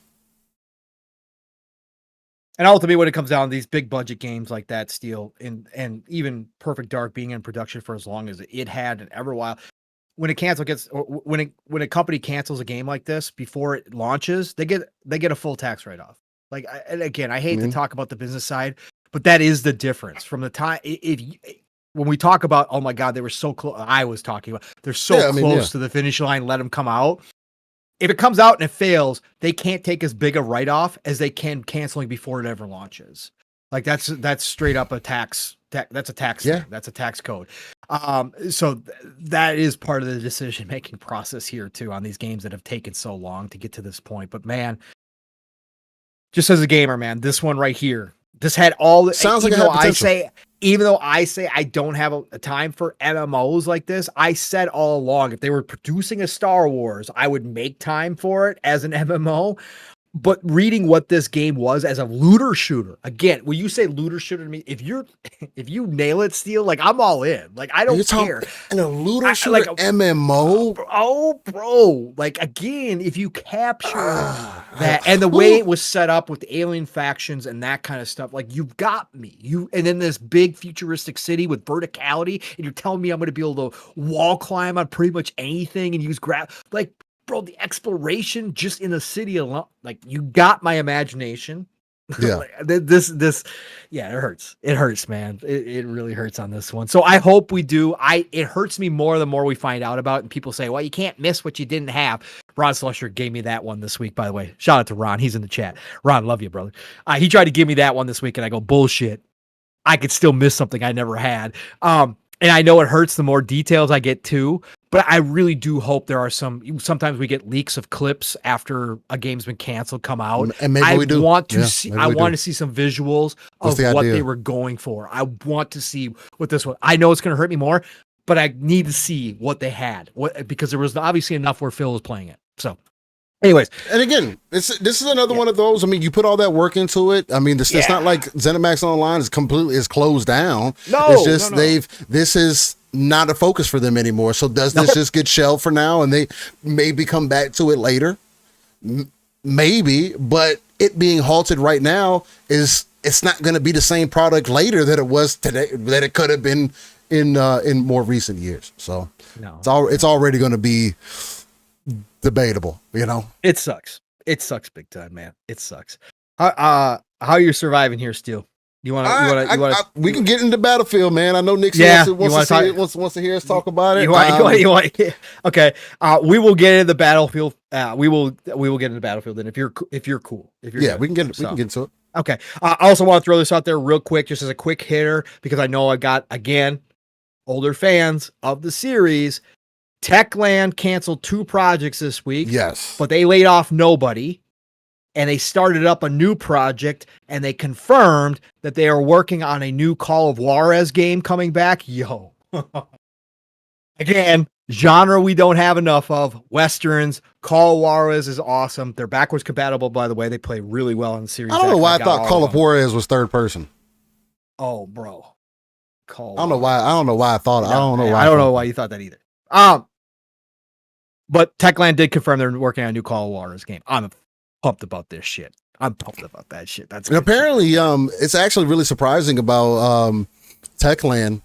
Yeah. Well, I mean, because supposedly I guess them developing the other games aren't necessarily surprising because again, apparently they're going through their own internal issues. So I mean, we'll see how that turns out. But they didn't lay off anybody. So. Yeah, they didn't lay off anybody. That's good. So that's good. Yeah, that is good.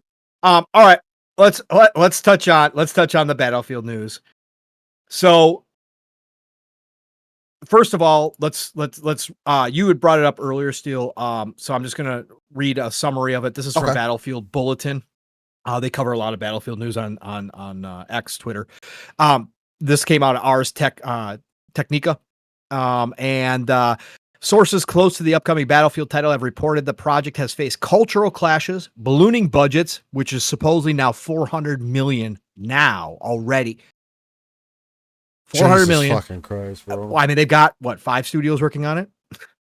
Single player, this is just so ridiculous. Yeah. This is so and there's word that they're cutting down the single player campaign. It might be less than 6 hours because of the problems, because of the budget, because of the time. Yes, Battlefield. I don't care. I don't care. Give me the multiplayer, and the multiplayer is looking great. Steel. They put out another video of classic Rush, and it looked good. It looked really good. Anyways, major culture clashes, ballooning budgets, and major disruptions that have left many team members fearful that parts of the game will not be finished to the player's satisfaction in time for launch during EA's fiscal year before April 2026. According to these first-hand accounts, the changes have led to extraordinary stress and long hours. Jesus Christ. Oh, poor babies. You mean you need to get the shit done? Get the shit done. Anyways, with people burning out and needing to take leave. Jojo. Cool. It said that EA leadership has also made major structural and cultural changes. This is where, again, EA is setting this up for failure. And we're going to talk about the other part of this real quick, but this is what EA is the opposite of Xbox in a lot of cases and is too hands-on, Steel, when the people that aren't gamers are walking in and messing with the games mid-development and changing shit. Get the fuck out. Get the fuck out. You can keep us on track. You can keep us on time. Keep us within budget. All that shit's in your control. but don't tell me how to make fucking games. Don't tell me what to do, especially Zampella. I'm about to say, we got Zampella at that. That's why it's hard for me to believe that like this is going to end up bad, because Zampella's history states that he doesn't release bad games. Well, Star Wars had its technical problems, so I mean, there is that. Technical issue. But again, it wasn't a bad game. No. And Zampella we trust, and that's why I have such high hope for this. Anyways, to how Battlefield games are created to ensure it can release titles of unprecedented scope and scale, as they want it to hit 100 million players with the next game. That's right, everybody. EA's management is sounding like Square Enix on steroids. What's their timeline? Their expectations are they want Battlefield 6. Battlefield, again, that has been on the decline for the past three iterations. I think we're at now. Heavily on a decline over the past 3 iterations. They want this to turn into Fortnite and Call of Duty instantaneously. 100 million players. Yeah, that's Steel. This sounds like you're just setting it up for failure. This sounds like you're setting, like, and again, I hope that Battlefield turns. I hope Battlefield takes the crown from Call of Duty. I hope we're back to the old days where it's side by side with Call of Duty, and we got a whole massive amount of people playing Battlefield like back in the day where you honestly, yeah. And honestly, Battlefield and Call of Duty were never in the same conversation. But as far as like they were close during they started getting years. They started getting together. Yeah, they started becoming closer, close. But Battlefield was always it's a different experience, bro. You can't this isn't COD. You can't be coming over here thinking you about to be playing, running around, sliding all over the place, thinking you about to just do whatever you want over it. Nah, man. That's why I don't think personally that their ground war mode or whatever their big mode in Call of Duty hits or works as well as what Battlefield is.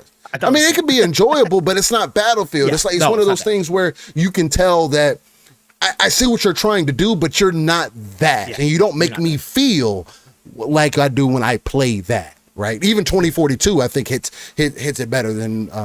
For sure. Oh, for sure. It plays great now. 2042 plays great. But anyway, Steel, let's stay on focus so we can get you out of here too.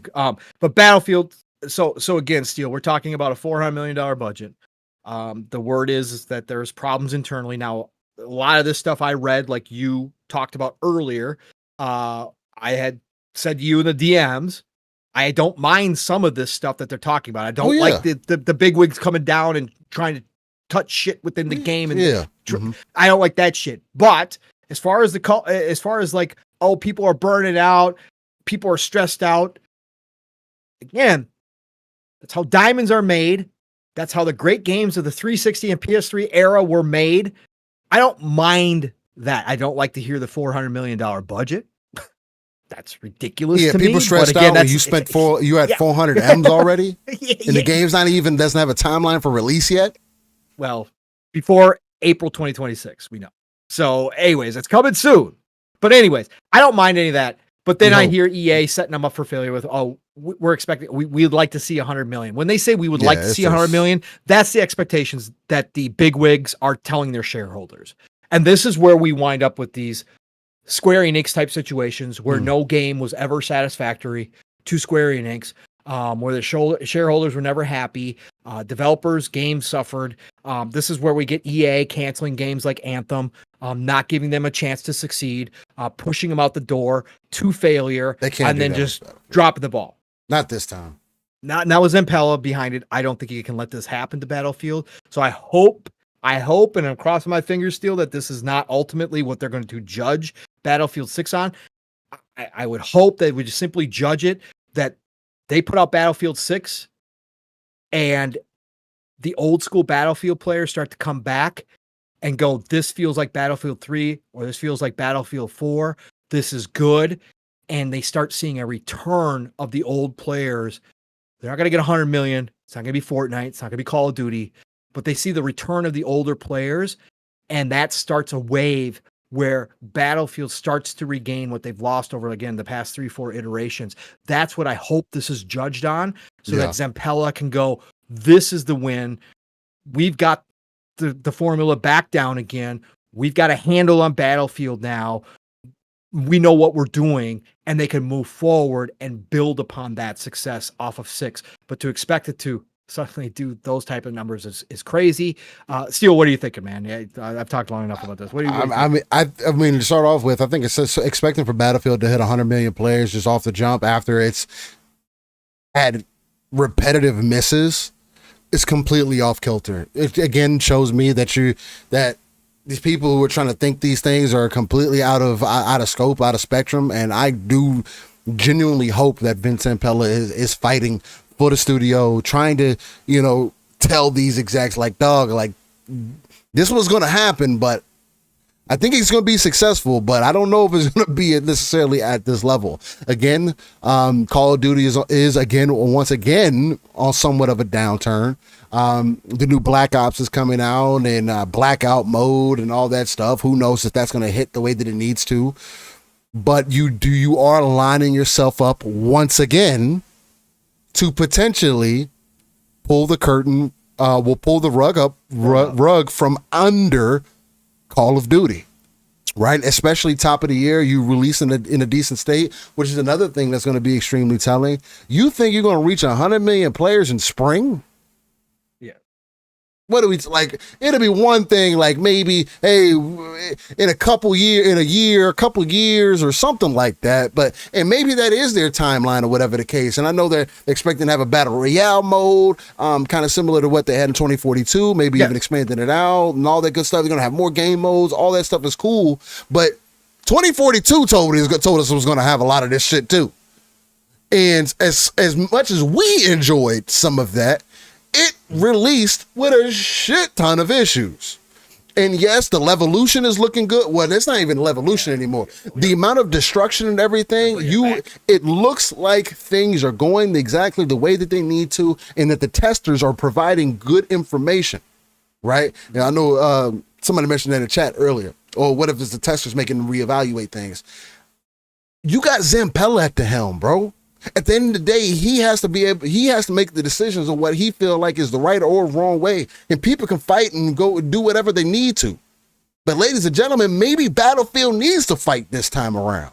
I am still of the mind, I don't think Battlefield needs a campaign unless it's going to be a Bad Company style. And it doesn't seem like this one's going to be. They're taking another serious tone. And Battlefield was not known for its campaign. I understand people like it.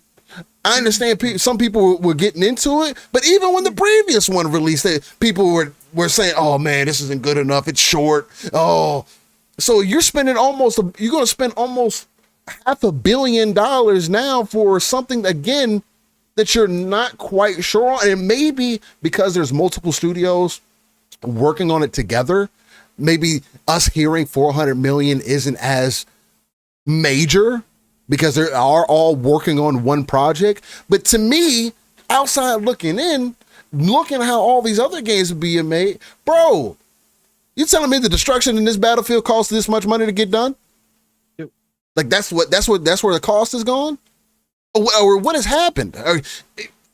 You've been working on this game since what? After the first year, 2040, you've seen that 2042 wasn't doing what it needed to do? And what was that? We're 4 years in at this point? When did 2042 release? Hold on. I need to see. It was 2021.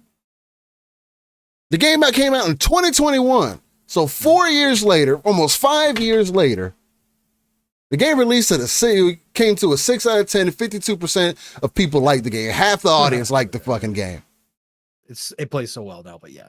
Yeah. I know it plays decent. I mean, again, we had our time. We had a freaking fun time with it. But it's obviously not where Battlefield needs to be and where it has been previously, right? The amount of recognition and amount of attention that it got. So now it's like, but still, they're going to have to think about this. If they're 400 million, let's just say they wind up at let's say 500. Let's just say 500 million. Let's just call it with marketing. Okay, 500 million. They're going to have to sell. After their cuts, you're going to have to sell 7 to 10 million copies just to break even. At least. And again, if the game is good, sure. Yes, they could. I don't think the campaign is going to do that, though. No, the campaign's not going to do that. But I'm just saying EA themselves, the higher ups at EA setting this up for failure. I hate that. I just want Zampella to do well on this. But anyway, sorry. I have faith. I mean, again, with Zampella being at the head, there's no other time that I would have faith in Battlefield coming back up to the form. You could buy Battlefield 2042 right now for $3. Oh yeah. I don't think any other Battlefield in previous years. Battlefield 4, even a decade later, is not that cheap, I don't think. Well, how much can I buy Battlefield 4 right now? Well, I'm about to look. Battlefield 4, how much can I buy this game for? Oh, it's $1.90. It's $1 less. Your most recent game is $1 more than a game that came out in 2013. What are we doing?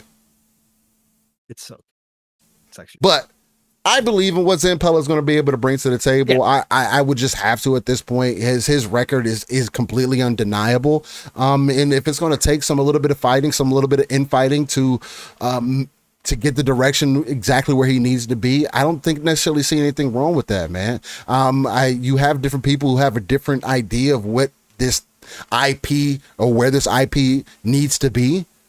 And I don't think that Zampella is one of those guys that you can necessarily question as far as the direction goes. So, no. I mean, obviously people are, obviously the executives are. So we'll see how things continue to play out, but like, damn. Oh, you're already at 400 M's at this point? 7 to 10. I mean, again, I can see Battlefield doing it. I know people are thirsty for it. I know people are looking. Yeah. People want Battlefield back on the forefront. Yeah, they want it to succeed, bro. And again, the release of these videos, I mean, again, it started under NDA, and then everybody gave positive feedback, so they allowed them to continue to happen. But these release of videos have done wonders already because people are seeing this and going, holy shit, this does look like Zampella's serious about bringing it back to the previous Battlefields, the good ones. People are already comparing this to 3 and 4 and saying it looks a lot like that.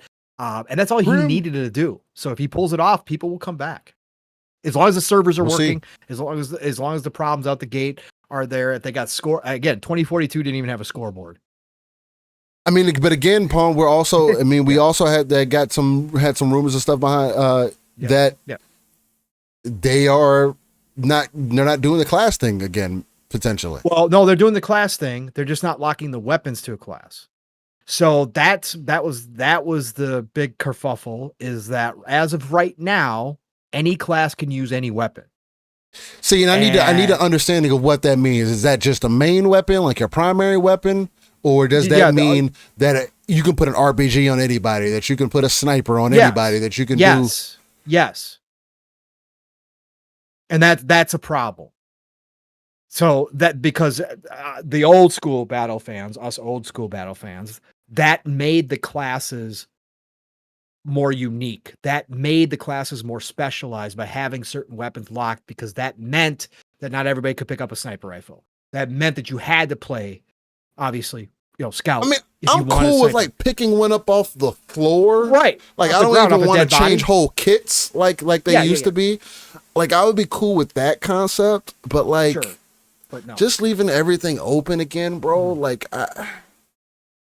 no. Yeah, so we'll see if they change it, because there was a big uproar about that. That happened a couple months ago. That happened a couple months ago, and there was a big uproar. So we'll see if they rethink that, because again, that I love that they're bringing back the class system. The class system's definitely there, but that weapon lock again really solidifies the class system and really makes people think, because you got to focus in. You earn and work your way through that class and learn that class. That's what makes it special. It's it's just the roles, weapons. Bro. Like, everybody had a role. Now with full destruction, right? I think it's just going to make those roles so much even more impactful this time around. You know what I mean? Absolutely. Like, again, if the concession is you can pick a sniper up off the floor if you're a medic, sure, that's 100% fine. Real battle, like, I could see that happening in Battlefield. That makes sense. I don't want to swap whole classes out, but damn, bro, loading in. I just hopefully they get it right. Yeah, hopefully. Yep. It's just leaves much to be desired when you hear some of the rumors being. Oh yeah. Absolutely. Well, that's all I got, Steel. You ready? Get everybody out of here, buddy? Yeah, I think that's pretty much it, ladies and gentlemen. I'm getting to a point where I'm running on fumes here. We've been going 4+ hours strong after coming off the night shift there. And all week it's been kind of, I've been lacking sleep. But hopefully you liked a little bit of that good cop, bad cop that we played today. A lot of the conversation that we had, the different perspectives, the different angles, chat, greatly appreciate y'all getting involved as well, right? Now, who knows if Pawn was being serious? Maybe he'll take this on to the next episode, and I'll just continue to be the ultimate Xbox. But you're the new favorite Xbox. Nonetheless, spot. Steel's the new best spot. Let's go. Gotta be. Somebody gotta stand up strong. But nah, to continue to see how the industry is going to play out, is going to be interesting. Again, I just saw Jez put out there that Amy Hood, apparently the CFO for Microsoft, put unrealistic expectations on Xbox, and that's why we're seeing a lot of the cuts that are happening now, and it's only going to get worse. Apparently, money, people. It's always the money men, Steel. It's always the money men, bro. So like I don't know what that necessarily means. I don't know what that's going to lead into. And if I know Jez and Rand had a little bit of conversation because Jez had kind of made the point, hey, what if I know if you mentioned this point too, what if they never would have required ABK? Right. Who knows? It's hard to know for sure. If this is truly about AI, Steel, and this is truly about that, I don't think they would have changed. I don't think it would have mattered. They still would have had cuts. I think they still would have made. Well, if they didn't do ABK, they would have bought somebody else. Again, that was it would have been something else. It would have been something else, or it would have been multiple things. Right? But it would have been smaller. WB and maybe somebody you throw else. money in other places. I don't know. Right, but I still think the cuts would have been required of them at this point. I don't think that necessarily. If this is truly about the AI spending, I think that they still would have been required to make cuts. Maybe not as deep if they didn't spend 80 billion, but I still think it would have happened, right, one way or the other. But yeah, I don't know. Maybe not. But I have a feeling that would have been the case no matter. We'll see how things play out. I mean, again, I would definitely hate for y'all to be right with Microsoft treating this like some of their other projects, and especially when Xbox isn't one of your other projects. This is something it hasn't worked ideally the best for you guys, but goddamn, do you got skin in the game here? This is not where you start fucking things off and start, kicking your consumer in the ass. Like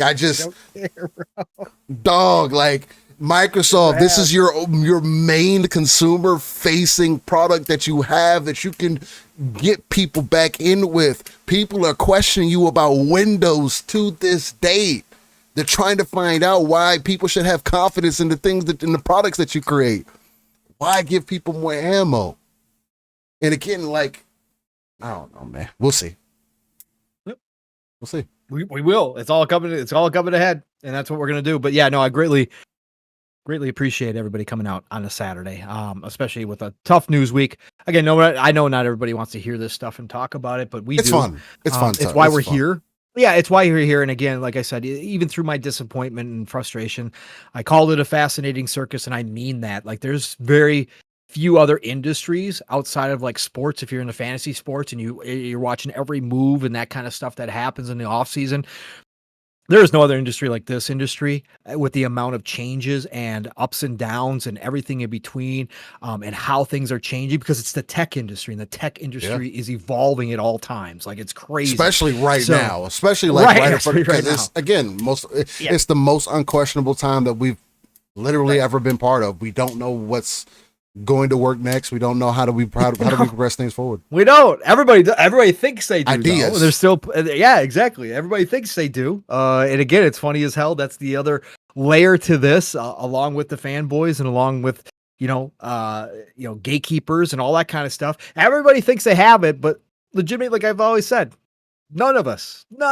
including the smartest human beings in this community, have ever been inside the boardroom of a video game company and understand what decisions are being made right now. And so it's all speculation. It's all opinion. It's all fun. And like I said, it's ever changing. And to me, that makes it interesting because it's never boring. Shit's always happening. Sometimes it makes you happy. Sometimes it makes you sad, like this week did to me. Like, it made me really sad. I was like really devastated about some of this shit.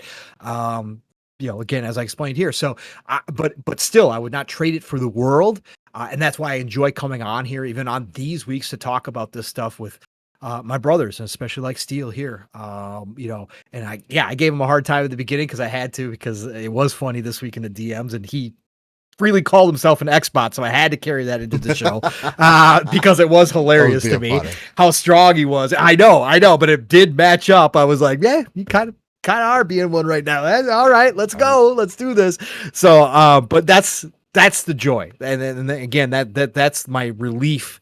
Part of my relief, stress relief of real life, is to come here with these guys, with chat, you guys, and just talk about this stuff. And, I wouldn't have it any other way. So thank you all for being here on another episode of Living Split Screen, a little different episode, with me taking the lead this week.